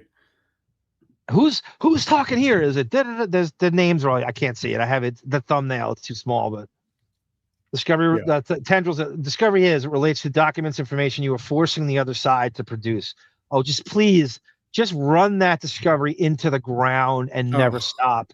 And honestly, you have to publish it. That is so great. He thinks he's above. Like if Depp in Discovery can have all his shit thrown out there, then Howard has to. You are not beating. Your fame is nothing. It's infinitesimal compared to his international fame.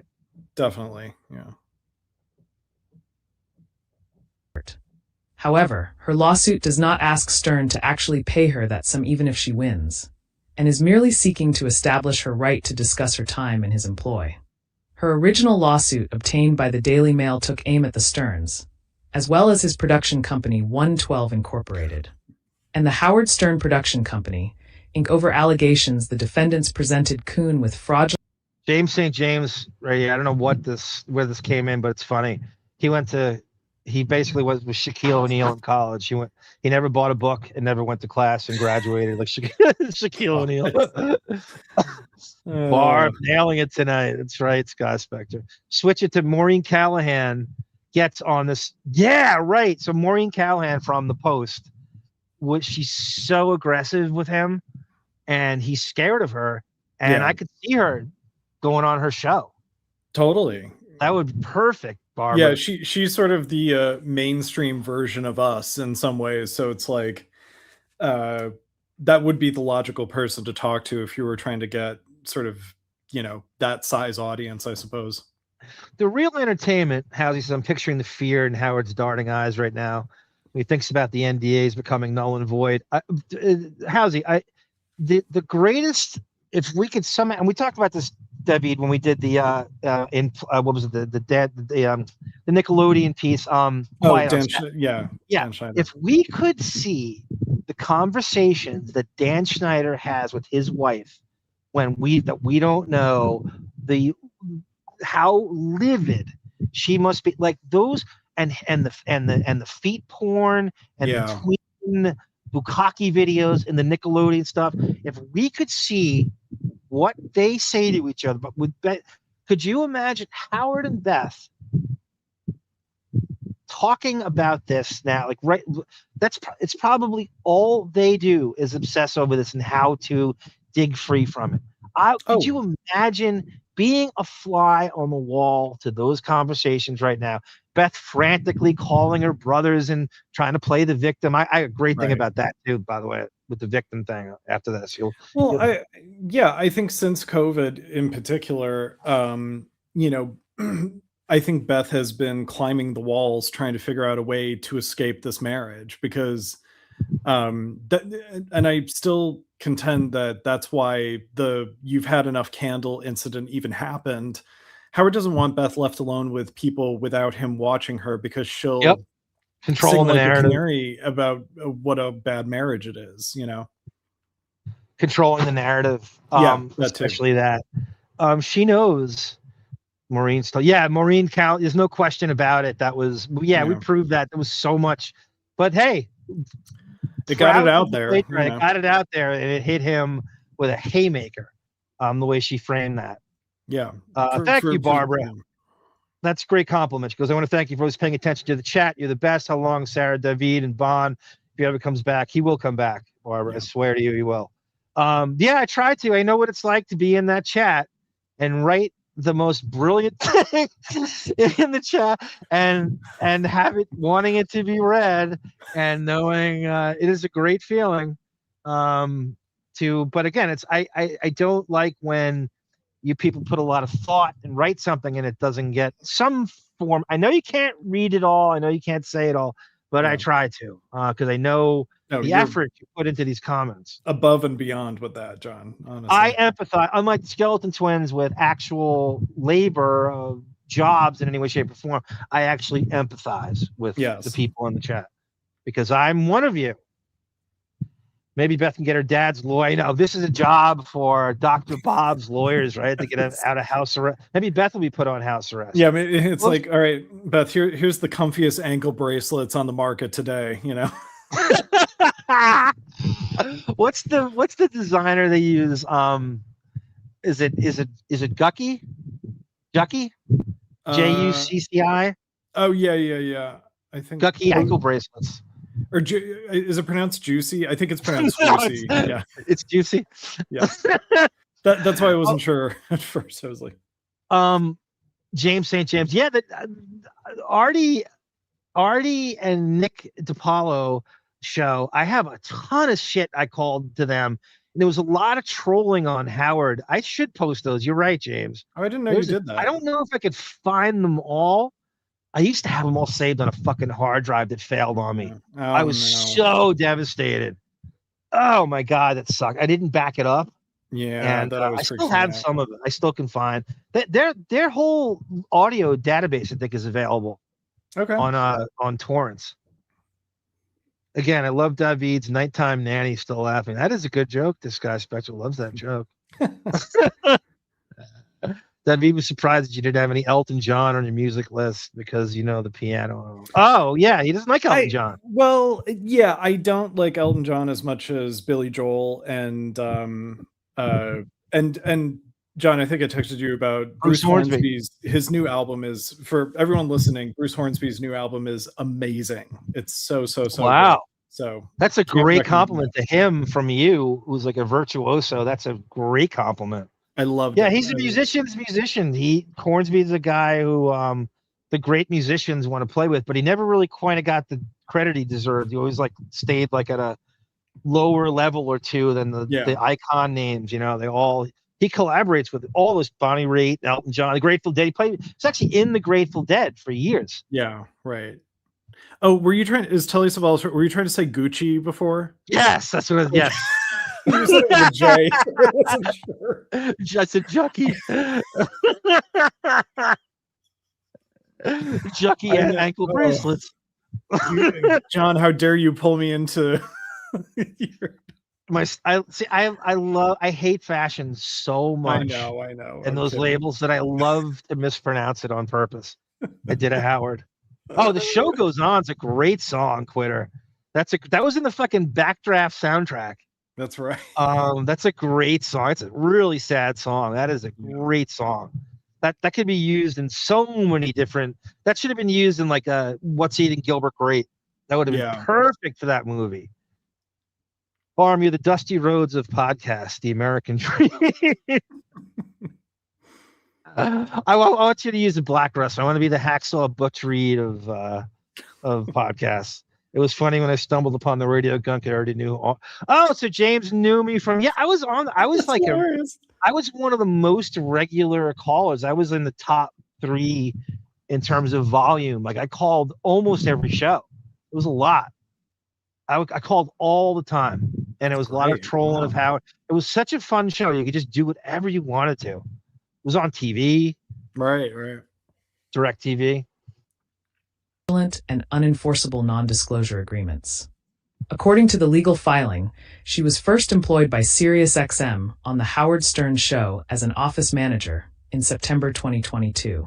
Again, she was what Kathy Tobin was the original one people knew, and then that became Tracy Millman, and then she's a cross between Laura Lackner and Tracy Millman and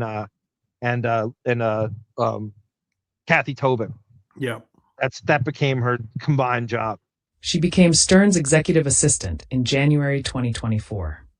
At no time was Kuhn's employment as Stern's executive assistant ever conditioned on Kuhn entering into an employment contract or non-disclosure confidentiality agreement with any person or persons, natural or otherwise, the document states. In May 2024, Kuhn moved to the couple's Southampton, New York estate at their request in order to work at the couple's $20 million Apocalypse Bunker. Apocalypse Bunker, they write. She has this, they pretentiously, pompously coined the name. I think this had to be coming from Beth. She calls it Ocean View, the house. Like it's a name, you know how like Eddie Murphy called, what was it, Bubble Hill or some shit? Right, yeah, So the promenade, right. Yeah, the Apocalypse fucking panic room bunker. This is a great editorializing. So yeah, she did live there. So she has more. She has all the candle information. You know, she has all that stuff. Yeah. So remember Howard said, I gotta close the house down. So you're gonna get that whole procedure about gates going up and security measures and people. You'll know all that stuff with Discovery. Yeah, there's been a recent uptick in billionaires demonstrating their interest in bunker culture. You know, like I think they know that there's going to be some kind of uprising at some point. That's why they all want to fucking go to Mars. You know, it's like, Absolutely. I got to get off the planet, you know? And then you have this angry ocean right next to you that you just want this like Aquaman level tidal wave. Right. To just fucking destroy that whole block. The climate change becomes so bad that it's like a, you know, 3 hurricanes at once to just that's what I want. Landscape. I pray for it all. Even though I'm actually on the South Shore like them, I could care less. As long as they go down, I'm fine with it. But it'll somehow skip us. I always said, like, the water, the Hamptons thinks that their ocean is different than like Mastic Beach. Like it goes through some like Brita filter before it gets to the Hamptons. Right. Like we don't share the same ocean as Mastic Beach. Honestly, well, it's the same in LA where it's like the rich people live up in the hills, and it's like that's where you're going to be trapped by fires. There's going to be mudslides. If there's an earthquake, like, you know, I mean, and that's the price you pay for being civilian phobic. View of the Pacific Ocean, right? Exactly. Yep. Imagine if Armin podcasting was 16. Yeah, Barbara DeRush. I always say I have a lot of regrets. One of the regrets is I wasn't born later in life. Or with the technology that kids have. I'm really jealous. Even if it's something as simple as like the video games they have, or like the NBA League Pass, which is every single game every night you can watch. Like that I would never have gone to school. It would have been a huge problem. If I had the video game depth the kids have now, all the television viewing options they have, I would have been, I don't think I ever would have graduated high school. I would have been staying home every night watching 6 basketball games in a row. I wanted those games so bad. All my favorite teams played on these obscure markets and they weren't on national TV. And I was like, I want to watch that game. It's not. And now they can do whatever they want. Now they whenever they want. You needed James St. James as a friend to teach you how to graduate without going to class ever. To work at the couple's $20 million Apocalypse Bunker. Kuhn claims Beth then greatly expanded her duties. Even just having a price quote for the property and house destroys them. They can't handle it. We know what it is. Yeah. I remember Penny Crone screamed that at them. We know you're rich. We know you're rich. I mean, so like even that they can't handle. Right, because, you know, as far as we know, Howard is making $96 a week, you know, so we can't possibly know what his salary is now, you know. And Barbara, I know, just the internet, just the fucking internet to have had at that time. Could you imagine a smartphone in high school, in your high school class? I just missed. You just missed. I know you just missed it. I graduated high school in 2007, so I think 5 years later I would have been totally, I know, but back then, Barbara's right. Like computers were not foisted on the student body. Like you could not. It wasn't mandatory to take computer, and it should have. It should have been. It's more important than math. The stupid high school mathematics. It's more important, and it should have been prioritized much deeper. Yeah, I mean, just to learn the keyboard strokes. Definitely. I went back to my old high school a couple months ago just to visit some teachers that are still there, and they all have Chromebooks now. Every student has a Chromebook provided by the school, and you know, it's just How do you New ever world. get bored? Right? Yeah, right. Oh my, Rasheed Wallace over here. And made her manage mansion staff, including payroll, as well as household operations, such as the Star's famed at-home cat rescue and fostering operation. Yeah, Barbara, that's interesting. Just that's IBM. It's crazy what I'm about to say. My dad worked for IBM. We didn't have a computer until I didn't have a computer. My dad worked for IBM. Could throw one out the window on the expressway and pick it up from fucking Jeff. And we never had a computer. He never got a cell phone when he was alive because he didn't want my mother to know. He didn't want my mother calling him. He knew that if he had a cell phone, my mother would like abuse it, and she would be asking him to do shit when he didn't feel. He wasn't up to anything. He didn't philandering. He wasn't any of it. But playing golf, if he wanted some private, she knew that she would be abusing it, and he never got a cell phone because he didn't want. Right, not having a cell phone builds like a psychic man cave around his aura. It does. You know, so yeah. Right. Well, poetic, David. Very nice. Per the document, Kuhn's employment was terminated in February 2026, which she claims was due to a hostile work environment and enablement of that hostile work environment. Immense pressures on the household created by irresponsible and untenable animal rescue and fostering operations occurring on-site, and massively disorganized and questionable business operations and accounting practices. All of this is kind of discovery. Yeah. Massively disorganized accounting. Just saying, accounting practices lets everybody know this is fraud. Yeah, they are writing off private jets. This is bullshit. This whole thing is a fucking fraudster tax scam scheme. Right there. They've already lost. Yeah. It would be funny if this continued to the point that they're looking into the validity of Winfred's money. You know, like just they're cheating with the game show stuff. Oh, they start going. Yeah, the game shows are fake. Like that, you could. Oh my god. Julie Bowen files a countersuit. You love throwing Julie Bowen into everything. James St. James goes, my dad got me through college because I was watching Jeopardy at 4 years old. By the time I hit college, I already had so he's like a precocious, like, yeah, you could just like drill information into a kid's head and they're just like so advanced, they don't need to do anything. That's funny. That's good. I just see James St. James putting a what is in front of all 4 bubbles on a multiple choice. It is so interesting, Quitter, isn't it? This is the best. This is the best. Yeah. I don't know if I want to talk about anything else anymore except this. I know. It's just Pelican Brief too. I'm definitely doing a follow-up next week. Because I got so much stuff. I gotta get the Laura Lackner interview too when she admits that he's hiding stuff. Did you ever see? I mean, if anything, like this show can be sort of like if Leslie discovers our show, it's like here's all the ammunition you need. You know, this is the burn book for Leslie Kuhn. We could just call the show Baba Booey Kuhn, the Skeleton Twins. Chubby Pickles in the house. Good to see you, Chubby. Oh, good to see you, Chubby. Missed you, pal. Where the hell is my? Hold on a second. I'm sorry. Let me just go down here. Falcon, the winged black superhero. See, they're McDonald's. I'm McDowell's.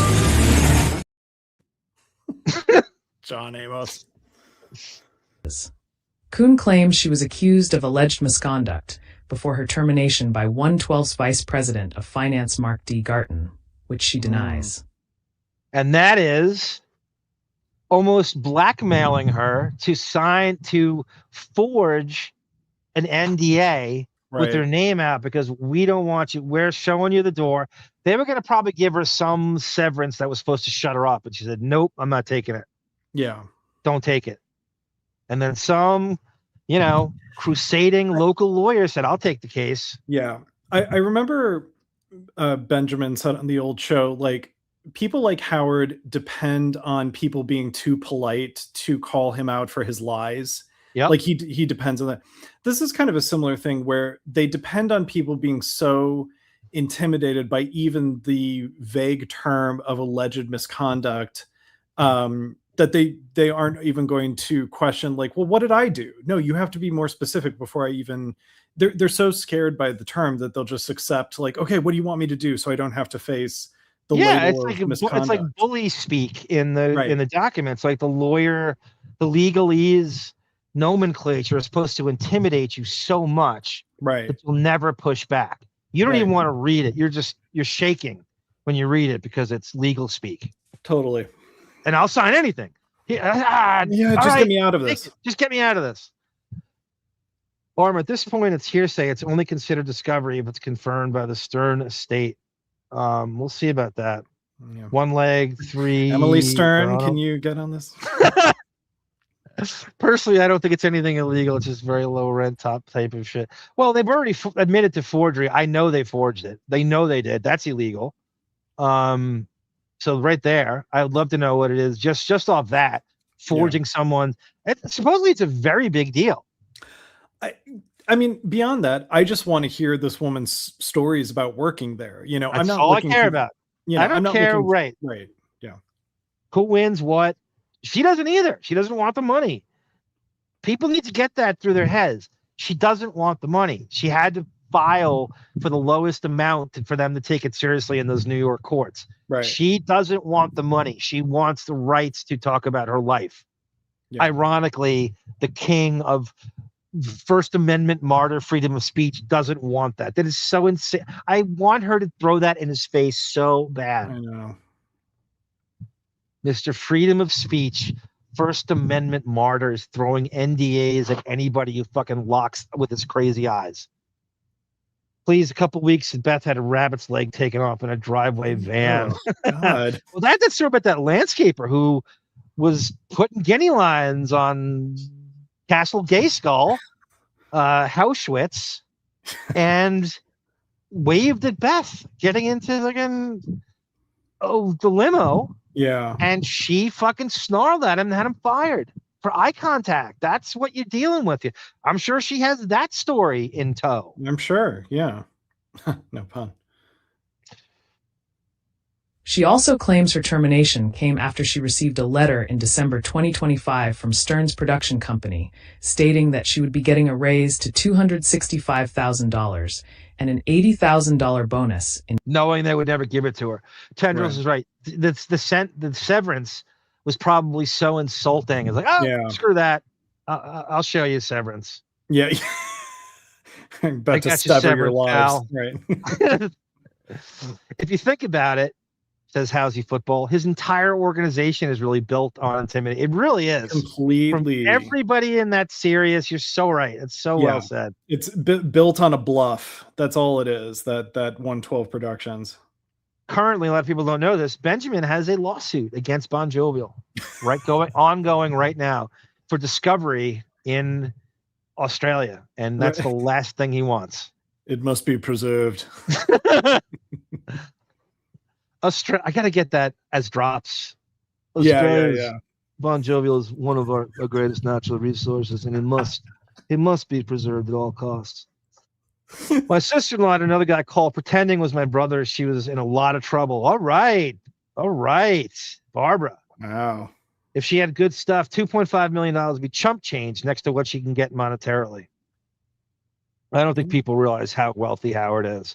That's basically 2 shows for him. Also, she worked there in arguably the most Howard Hughes behavior time of his life, fake COVID hysteria. Totally. And who was it before in the chat that talked? Was it Housey or was it had that great point about the COVID quitter? Right. I forget who it was, but insane fake germaphobe protocol with walking Beth around is at the with end of tissue her boxes tether. on. Yeah. She's faking injuries all the time. Fainting, right, on a moment's notice. Auschwitz is great, right? Castle Gay Skull and Auschwitz is just so good. Howie bravely stood up to the FCC. Give me fart and dick. I know. They go into the wall for that. Remember Colin Quinn had that joke at the roast? I think it was the Artie roast. He goes, Howard, glad you're finally broken free here, so you can go analyze Taylor Hicks singing "Living for the Silly." You faggot. That's what the free speech is about. So we can talk about American Idol. Exactly. With Eric the Midget for hours on end. Bon Jovial's furry friends. He rescues crippled koalas. Oh God. Speaking of animals.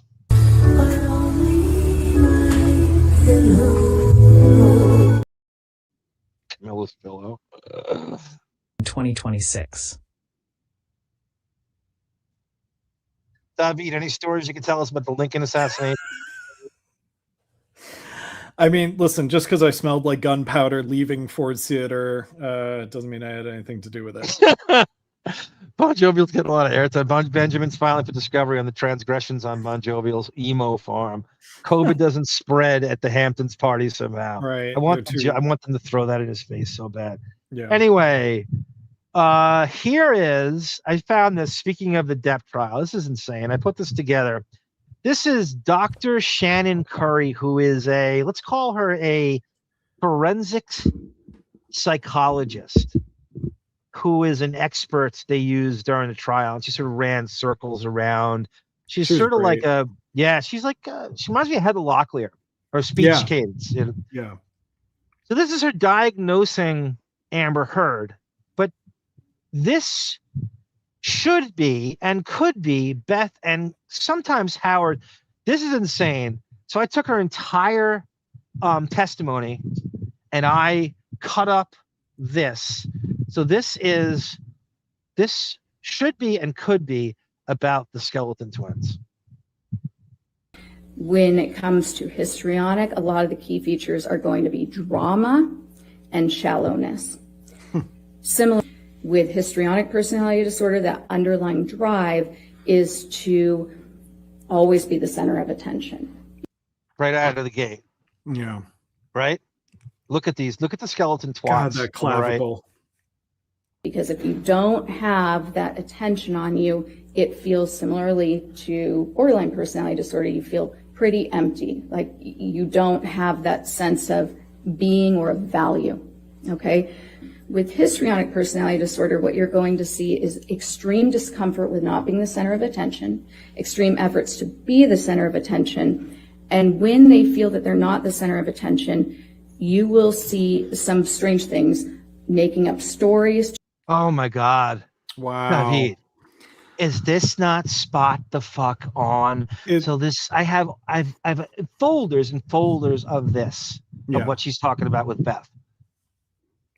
God, making up stories. Crazy. Howard making up stories.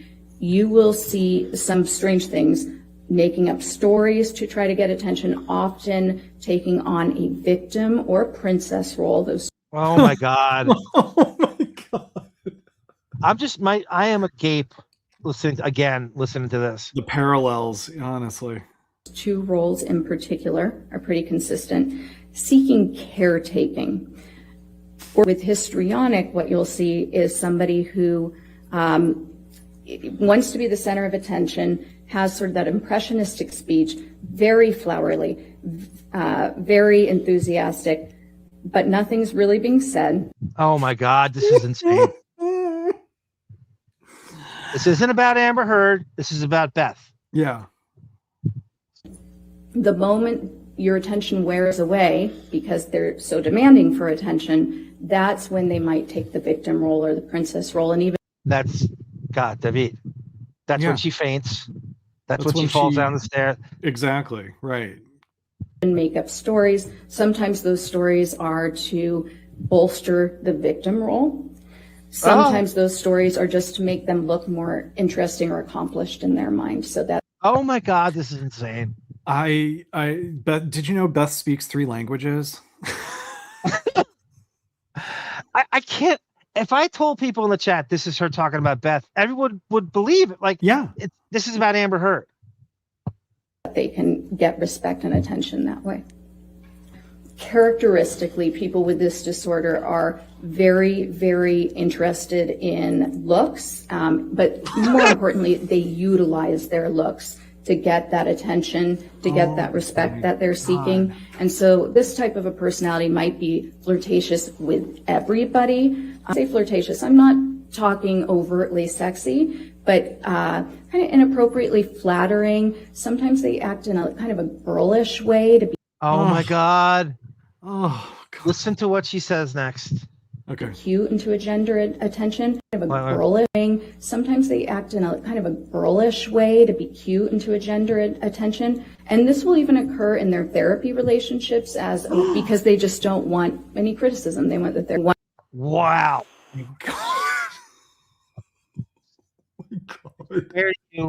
This is actually about Amber Heard. It's not meant to be about Beth, but it is. They just don't want any criticism. They want that they're one of the hallmark characteristics of histrionic personality disorder is sort of a overly dramatic presentation. We call this impressionistic speech. So it tends to be very flowery. It uses a lot of descriptive words like magical, wonderful, and it can. Oh my God. I'm flashing back to one of her appearances on Ellen's talk show talking about like just play it up animals. Ellen, right. Yeah. But she uses all those words, magical, totally the best. Go on for quite some time in each. So it tends to be very flowery. It uses a lot of descriptive words like magical, wonderful, and it can go on for quite some time, and yet it really lacks any substance. So at the end, you're left wondering what was just said or what the answer is to the actual question. So there's a sense of shallowness to it. People who are observing them will feel like it's almost play acting, and they might not be able to put their finger on it. But part of it is because of the rapidness with which the person can switch emotions, and also the lack of substance. They don't really. Oh God, that's it. Insane. Oh, it could go on, God. but that's you get the hint. No, I get it. Wow. We got to Holy juxtapose shit. that. We got to interrupt With the her Ellen talking interview, with clips, right? Just Beth clips. Yeah, Beth uses stickers and unicorns and rainbows and Life is a Mariah Carey video. If I bought either of those fucking Yoda picture books that she wrote, that's it. I would find all of those words. Oh my God. There's Tam Fran weighing in. All right, so next, only 1 second here. Rainbow Bridge. Beth. Okay, this is Beth. Okay, this is what I'm just gonna play this because I just put my cursor on it. This is Beth crying over Tiger King in this fake way. What she's talking about. Yes. I was like, oh my God, what's going on over there? Tell everyone how you hate Tiger King finally, that you forced me to watch 4 episodes. When they took the baby from the mother as she had just given birth and squeezed it through the gate, and they acted like it was a score because now they can bottle feed them and spend and get money. Yeah. I got so disgusted. I couldn't even watch it. I'm done. Yeah, thank you. I want to watch like Unorthodox. The only fascinating thing is the woman who killed her husband or may have killed her husband. That's the only interesting part of it to me. But the whole animal abuse is sickening. I just can't.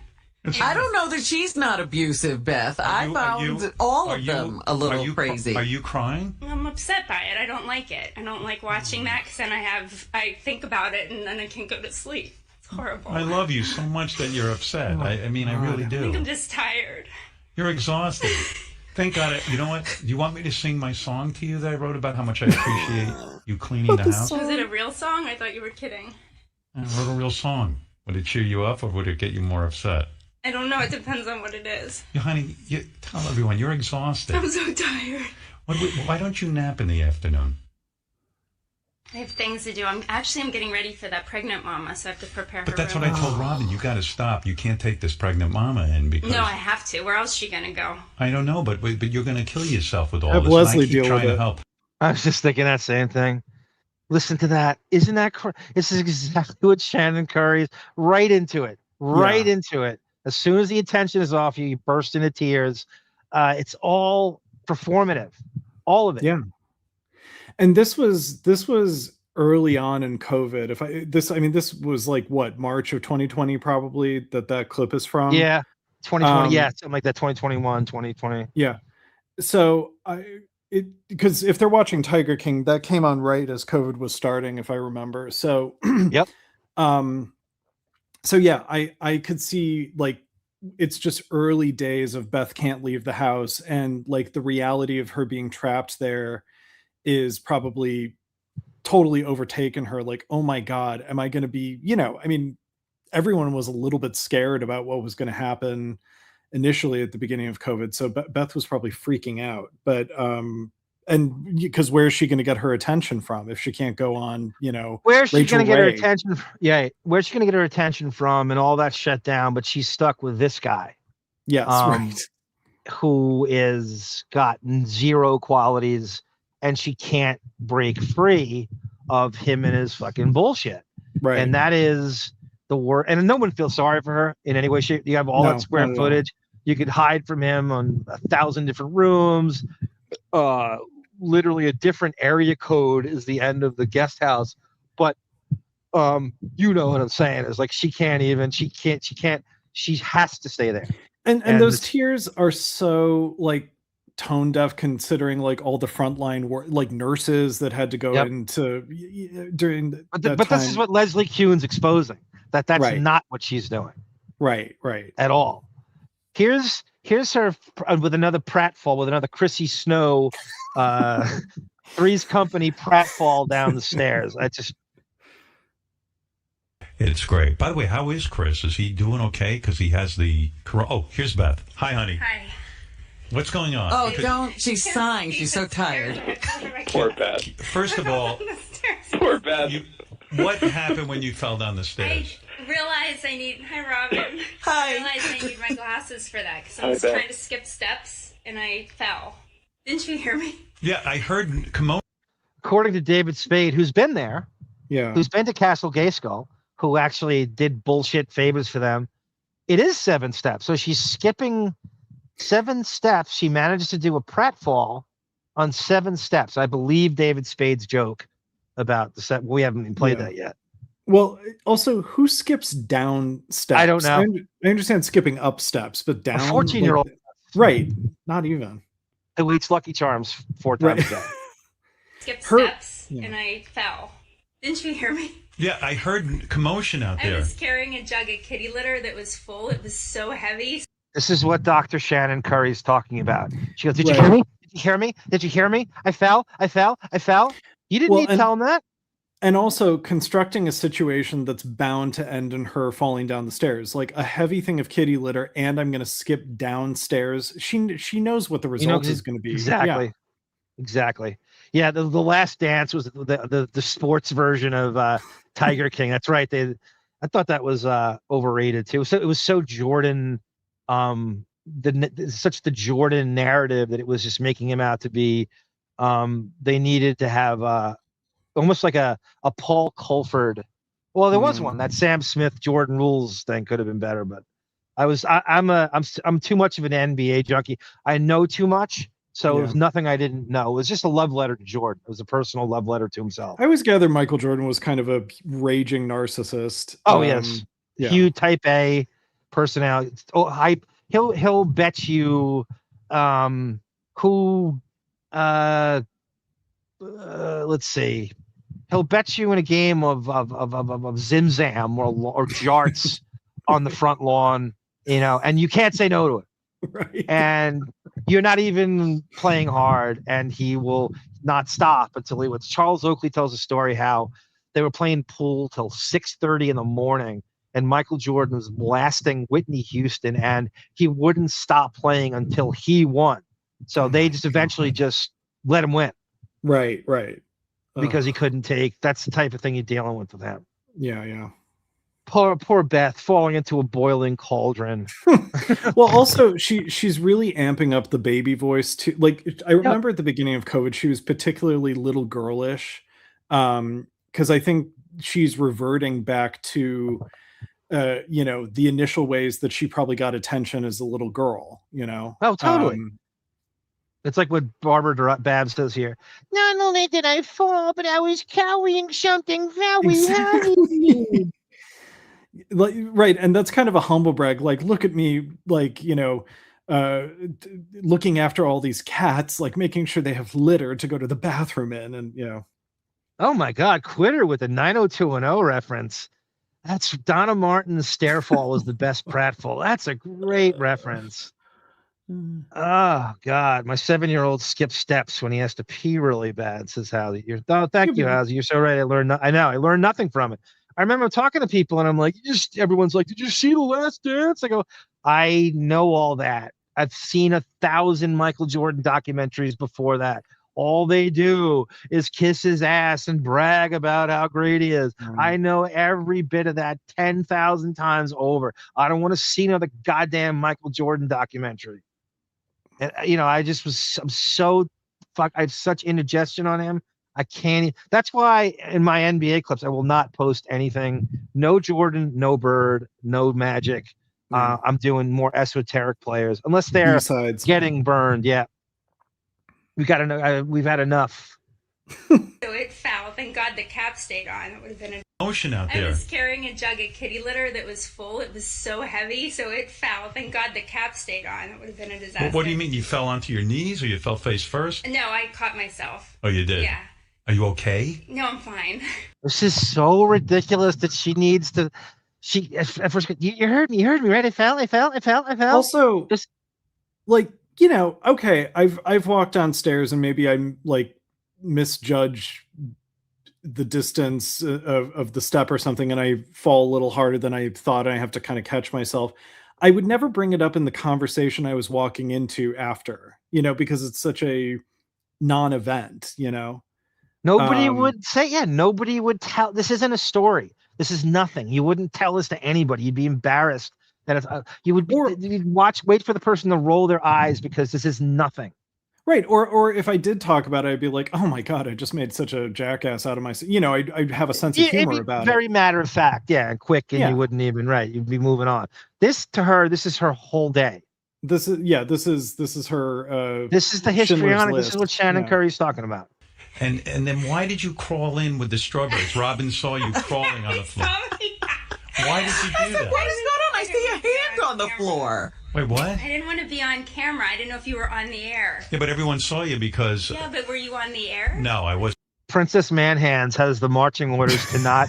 That's the fourth wall. She does know enough that he has a very specific thing. He will not show the audience anything except the Streisand profile. I mean, you think he's in a fucking... he's in a Procter & Gamble cubicle. Right. But it's this massive basement in the Hampton. First of all, how I didn't want to disturb you. It's like, well, ironically, by trying not to be seen, you're disturbing me more than if you had just walked. Like, you're a known quantity in my world. She knows that. Yep, she knows that. Right. She wants that to. I tried to stay out of the way. That's my point. Is like by trying to stay out of the way, she totally got in the way and got her attention fix. Yep. She knows it's coming. She knows exactly how to play him like that. Of course. Her whole brain and life revolves around how do I get attention? How do I cipher off Howard's fame and get attention? And that's that's the gist of Leslie Kuhn's lawsuit and why she never really, she's a figure football head for the cat thing, and she will prove that. She didn't do shit. Can you go back to Barbara's previous comment? Yeah, I just thought of something. I think Beth has Munchausen by proxy because she's always doing things to the cats. I agree with that, but I also think that she gets animals that are very, very sympathetic, so she can sort of like feed, kind of draft off of the sympathy. That's Beth's look at what a miracle worker I am. The blind, every cat's right next to a fucking power plant, a nuclear power plant. Right, but I also think it's like, if the people have sympathy and feel sort of like sad, sympathetic feelings for the animals, maybe some of that'll kind of wash off onto me and they'll see me as a sympathetic animal too. Like, I think Beth's attention, like preference is sympathy. I think that's she doesn't want to be lauded for achievements as much as she wants people to feel bad for her is my Definitely. Definitely.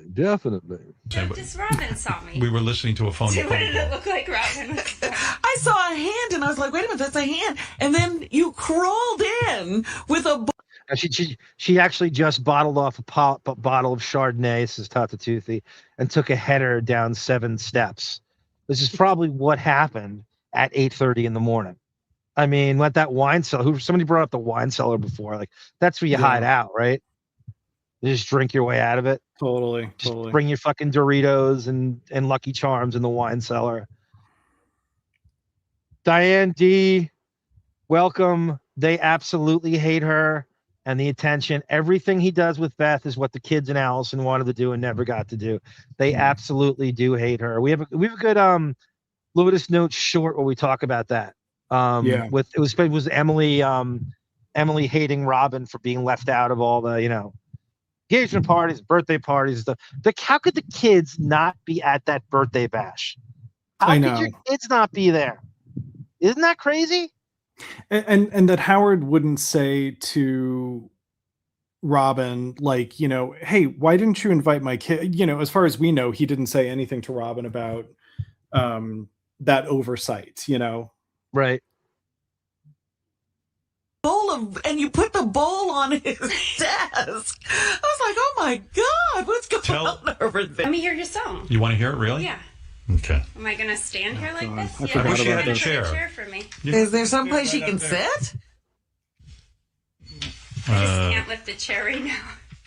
Okay, she's going into a histrionic, fake performative fit like Dr. Shannon Curry just described. You could hear her revving up. You could hear, I can't stand up. Somebody get me a chair. I can't stand up. I don't have a chair in here. You've seen the basement, right? There's 10,000 chairs littered around. Something would catch her around the bowling lane. Yep. Right. Is there any edge of that stuff where she can sit?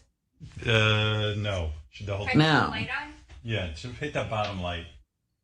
Howard's so feeble and disabled. He can't even find someone a chair. He doesn't have the ability to get up and find a chair. He can't even do that. You could feel like the never done a day's work of the rigor mortis hands, and he can't lift anything, and he's meekly looking around and not really trying. Benjamin goes, the show been going on so long, David's waving goodbye to his grandchildren boarding the Titanic when it started. The end of Titanic, they made a quartet. David, yes, of cellos. That's right, Barbara. Right. And I'll play you my song and it'll cheer you up.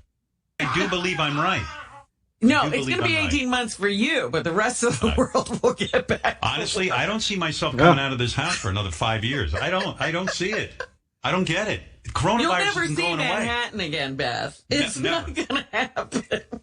Honey, Well, we're together. But you have to pace yourself. I said this the day that COVID was discovered. I said, Howard loves this shit, man.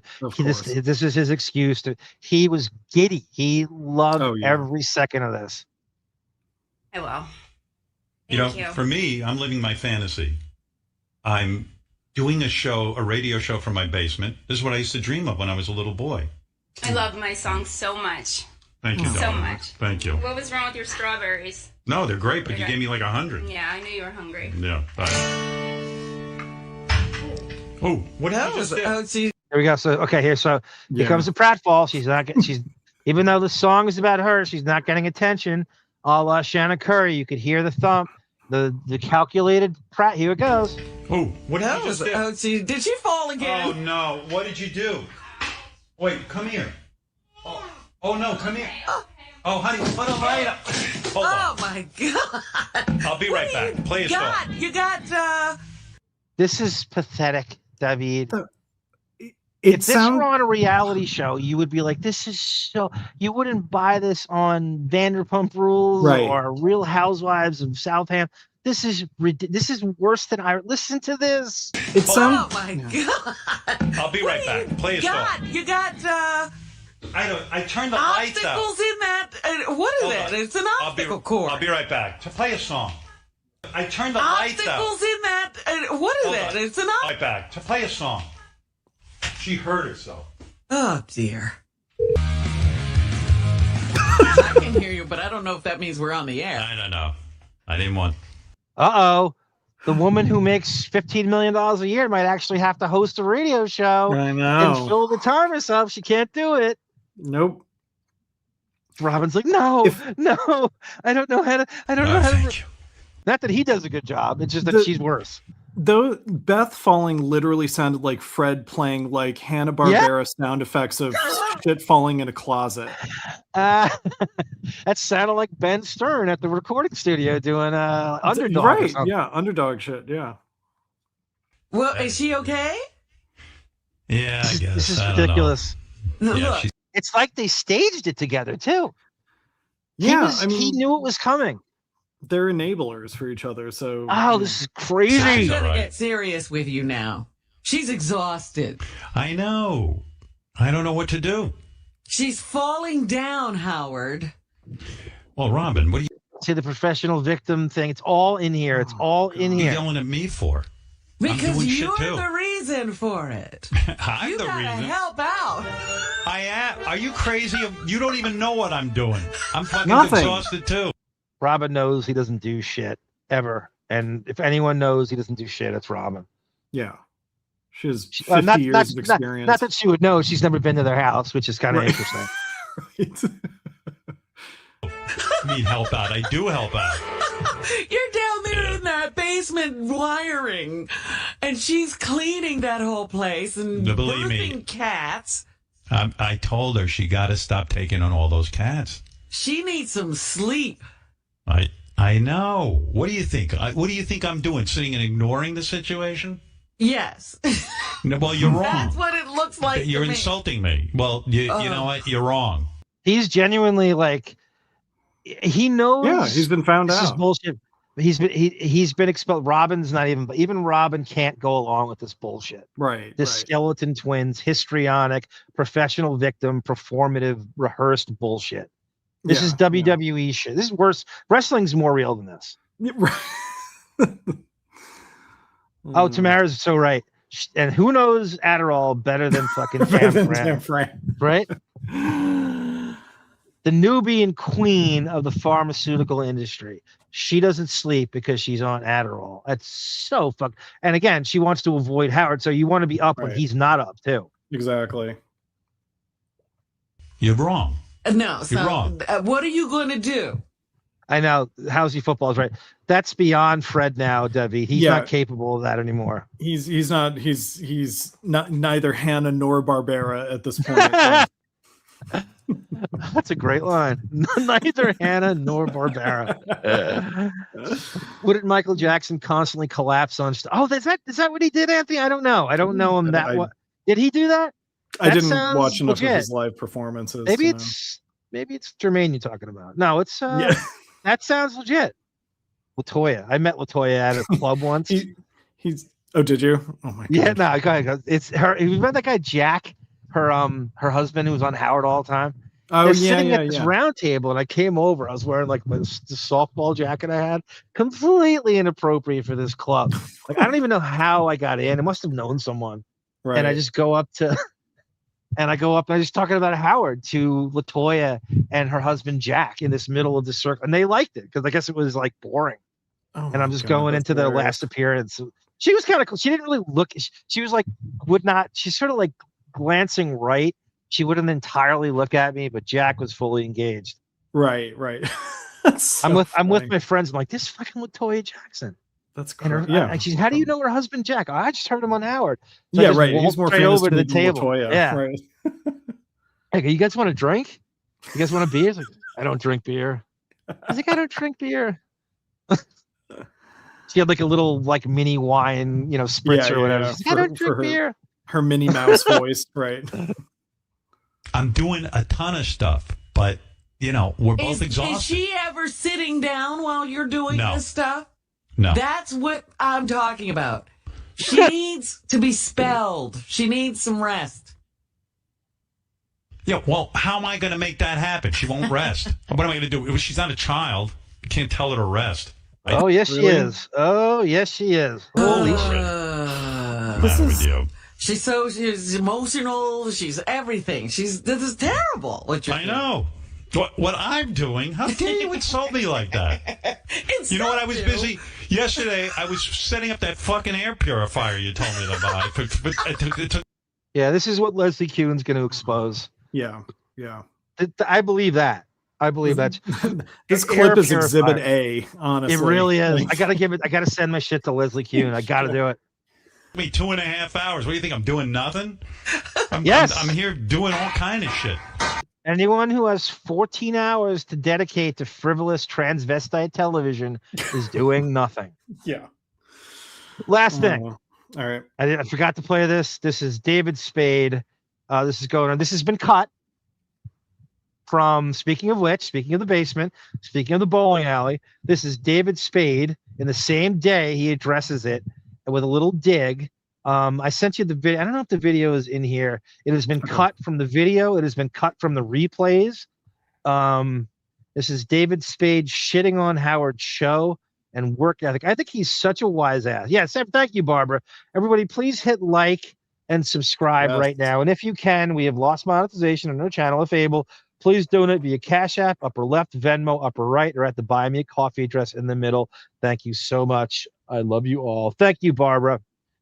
So this is David Spade. And I think he's such a wise, I think his whole persona in life is about being a snippy wise ass, a flippant wise ass, a sitcom, just shoot me wise ass that he I've never can't seen help him himself. try any other kind of comedy. So yes, He can't help himself. Yeah. So anytime you can take a shot, he will. And I think Eddie Murphy's still after him from that Falling Star bit he did on was it the Hollywood Minute? Yeah. When he took that shot at Eddie Murphy still. Exactly. By the way, Lorne Michaels has a fucking documentary coming out. I know. I kind of want to watch it on Patreon. I think that would be I do too. I'm definitely going to watch it. I'm definitely going to watch it. We should review that. We should definitely review that. Yeah. Here is David Spade, very quick. And this has been cut, which is very telling. And in addition to what Howard addressing the lawsuit has been cut from all replays. And I'm bummed he's not here in New York. I would love to see him. And just to go out with him, he's one of the guys I at least go do stuff with, and he's always in a good mood. he's talking about Fallon, I guess, who these talk shows are all, you talk about a deal with the devil, right? You are the Tonight Show with Jimmy Fallon is a distant, it gets worse rating. I think Seth Meyers might beat him, and it's after it. Yeah, I mean, he is a distant third or fourth behind these guys. Agreed. And Lorne Michaels keeps this shit on the air. Anybody else would be canceled. So I guess Jimmy Fallon with as much vacation time as Howard, and Howard's acting is doing that fake thing where I'm jealous of somebody else's career and schedule. If of all people, Bill Maher was on Howard's show in 2000, I'll never forget this. And he said to him, he's like, I am jealous of your schedule. I would way rather. This is a guy who works 1 day a week for less than half the year on Real Time on HBO, and he's jealous of Howard's schedule. That's how good Howard has it. And Spade brings attention to it here. Always in a good mood and laughing. Would love to see him. And just to go out with him, he's one of the guys I at least go do stuff with, and he's always in a good mood and laughing. Carson, and even Chris Rock is not in New York. Well, he's on. They're dark this week. Oh, they are. Oh, I didn't Can know you that. believe people don't come into work 5 days a week? You see how quick he was with that? I think he knew he was going to say that. He's loaded for bear. He's loaded Absolutely. for bear. Yeah. He's, again, he's an LA guy. This is horrible for him. This is 5 in the morning. He's supposed to be friends with this guy. He doesn't even grace him. He's telling him, look, I'm only coming in the studio for Cher and Springsteen. I ain't coming in for you, Spade. You're a piece of shit. You can fuck off, right? Can you believe people don't come into work 5 days a week? When they have that fun job where they get to host the Tonight Show, you should never take a vacation if you have that fun job, right? Would that be harder for you, or what you do, which is walk down 7 stairs and mumble? Would that be harder for you to go into? Oh my God! Is that great? He shut Howard up. Look at that. It's almost like he was see, I got to say this too about Spade. You got to realize, he's filled in for people in talk shows. Yeah, he's filled in for Kimmel. I think he's filled in for Letterman. I think he knows that it's not easy to do that show, and obviously he's done SNL. And it's like you kind of taking a shot at him. You're going, no, I know how hard it is to host these shows and to deliver this monologue. We're there all day. This isn't you're criticizing. He's not defending Fallon as much as he's defending himself. Yeah, but which is fine. By Howard's definition of fun, which is less work to do, his show is infinitely less work to do than a It is whatever he wants it to be. Exactly. His show. And Spade knows that. He doesn't have to go to commercial. He doesn't have to contend with a live studio audience. He doesn't have to get like visual bits or desk bits prepared. Listen, I'm not defending Jimmy Fallon on any level of being quality, but it is more of a grind. Any talk show. He thinks that's everything. He thinks they show up for like he does, and have people just hand them shit and never do prep and never do. And I'm not saying it's the hardest job in show business, but a lot does go into it. And sometimes it's certainly all of them are better than his current show now. And like I said, Spade is filled in for these guys. So he's hosted talk shows for a week at a time. He knows what to it. And I think he's kind of offended by that. Yeah. There's nothing to it. And he should be.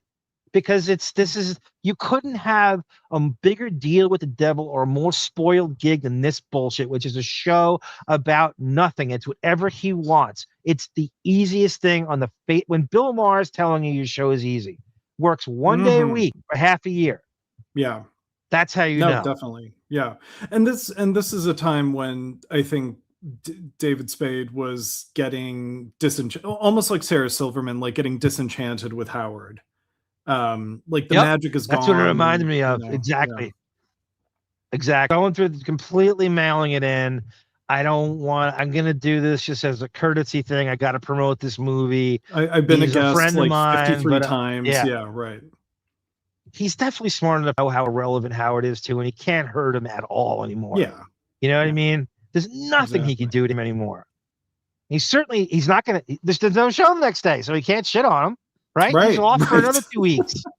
He can have Jerry Seinfeld on his Fly on the Wall podcast to trash Howard and knows that there's no consequences, Hit the like button, everybody, right now. It's free, says Sarah. Sarah, I cannot. And everybody vote for Sarah and the Johnny Depp People's Artist. We're going to keep promoting the shit out of that. We have to please let Sarah, because that's how I meet Depp.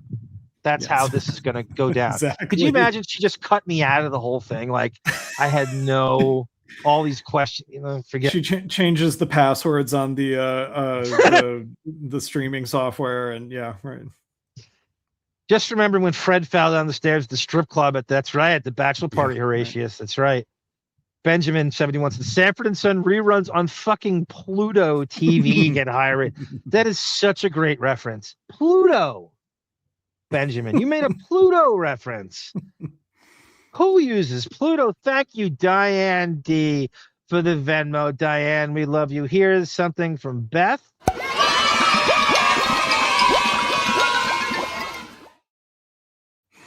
What?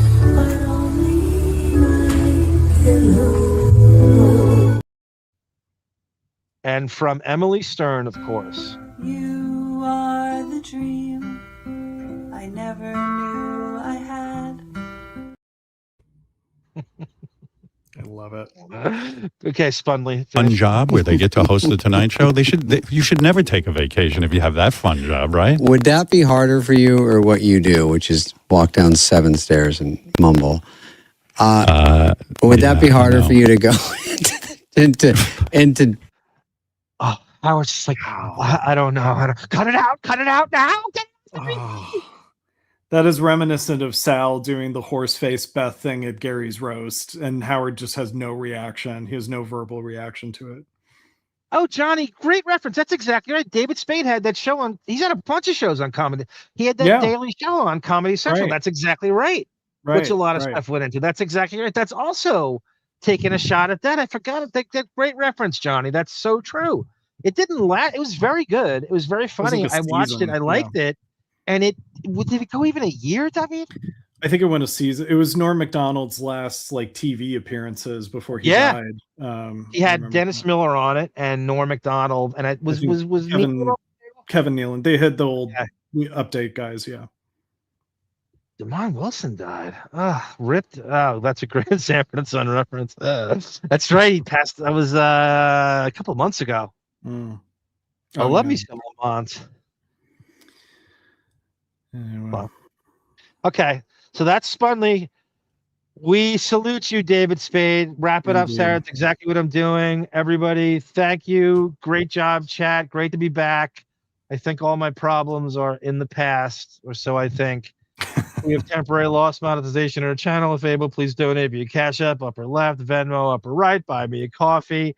Sarah and I are going to do an NBA show on Sunday to talk about the playoffs and some old school stuff. It's probably going to be short, just test running it. Yeah. And it'll morph into something a little bigger, bring back the Sonics. Orlando up by 30. Thank you, Sarah, for giving that away. Now I won't watch it because of you. She has to know before you do. Let's see. Anything else, David? Anything to promote? Nope, Vote for Sarah in the Dip vote for artist Sarah. contest. And so Or we long. There were can- 2 religions started. Yeah. Benjamin. I love it. The show's been on so long. There were 2 religions started when it started. Thank you, Benjamin. AD. What was you gonna say, David? No, I'll text you. Maybe we can do a Patreon thing next week or something. Yes. I have to. All I got to do is put the finishing touches on the 902-101, and we'll do Armfeld or Jump Street next. Okay. Sounds good. All right. Thank you, All right. chat. Thank you. Thanks, everyone. This is Arm for David and Sarah, and hopefully Bon Jovial soon. No time is good. By the way, Bethstrionic personality disorder 2 next week. I got so much more to add to this. We are just scratching, and hopefully more discovery from our Queen Kuhn happens. Yes. No time is a good time for goodbye. Terrific night. Terrific Great night of bowling, by the way. Yeah, we went out to a bowling alley. Yeah. And bowled. We had a fun time. Bowling can be fun.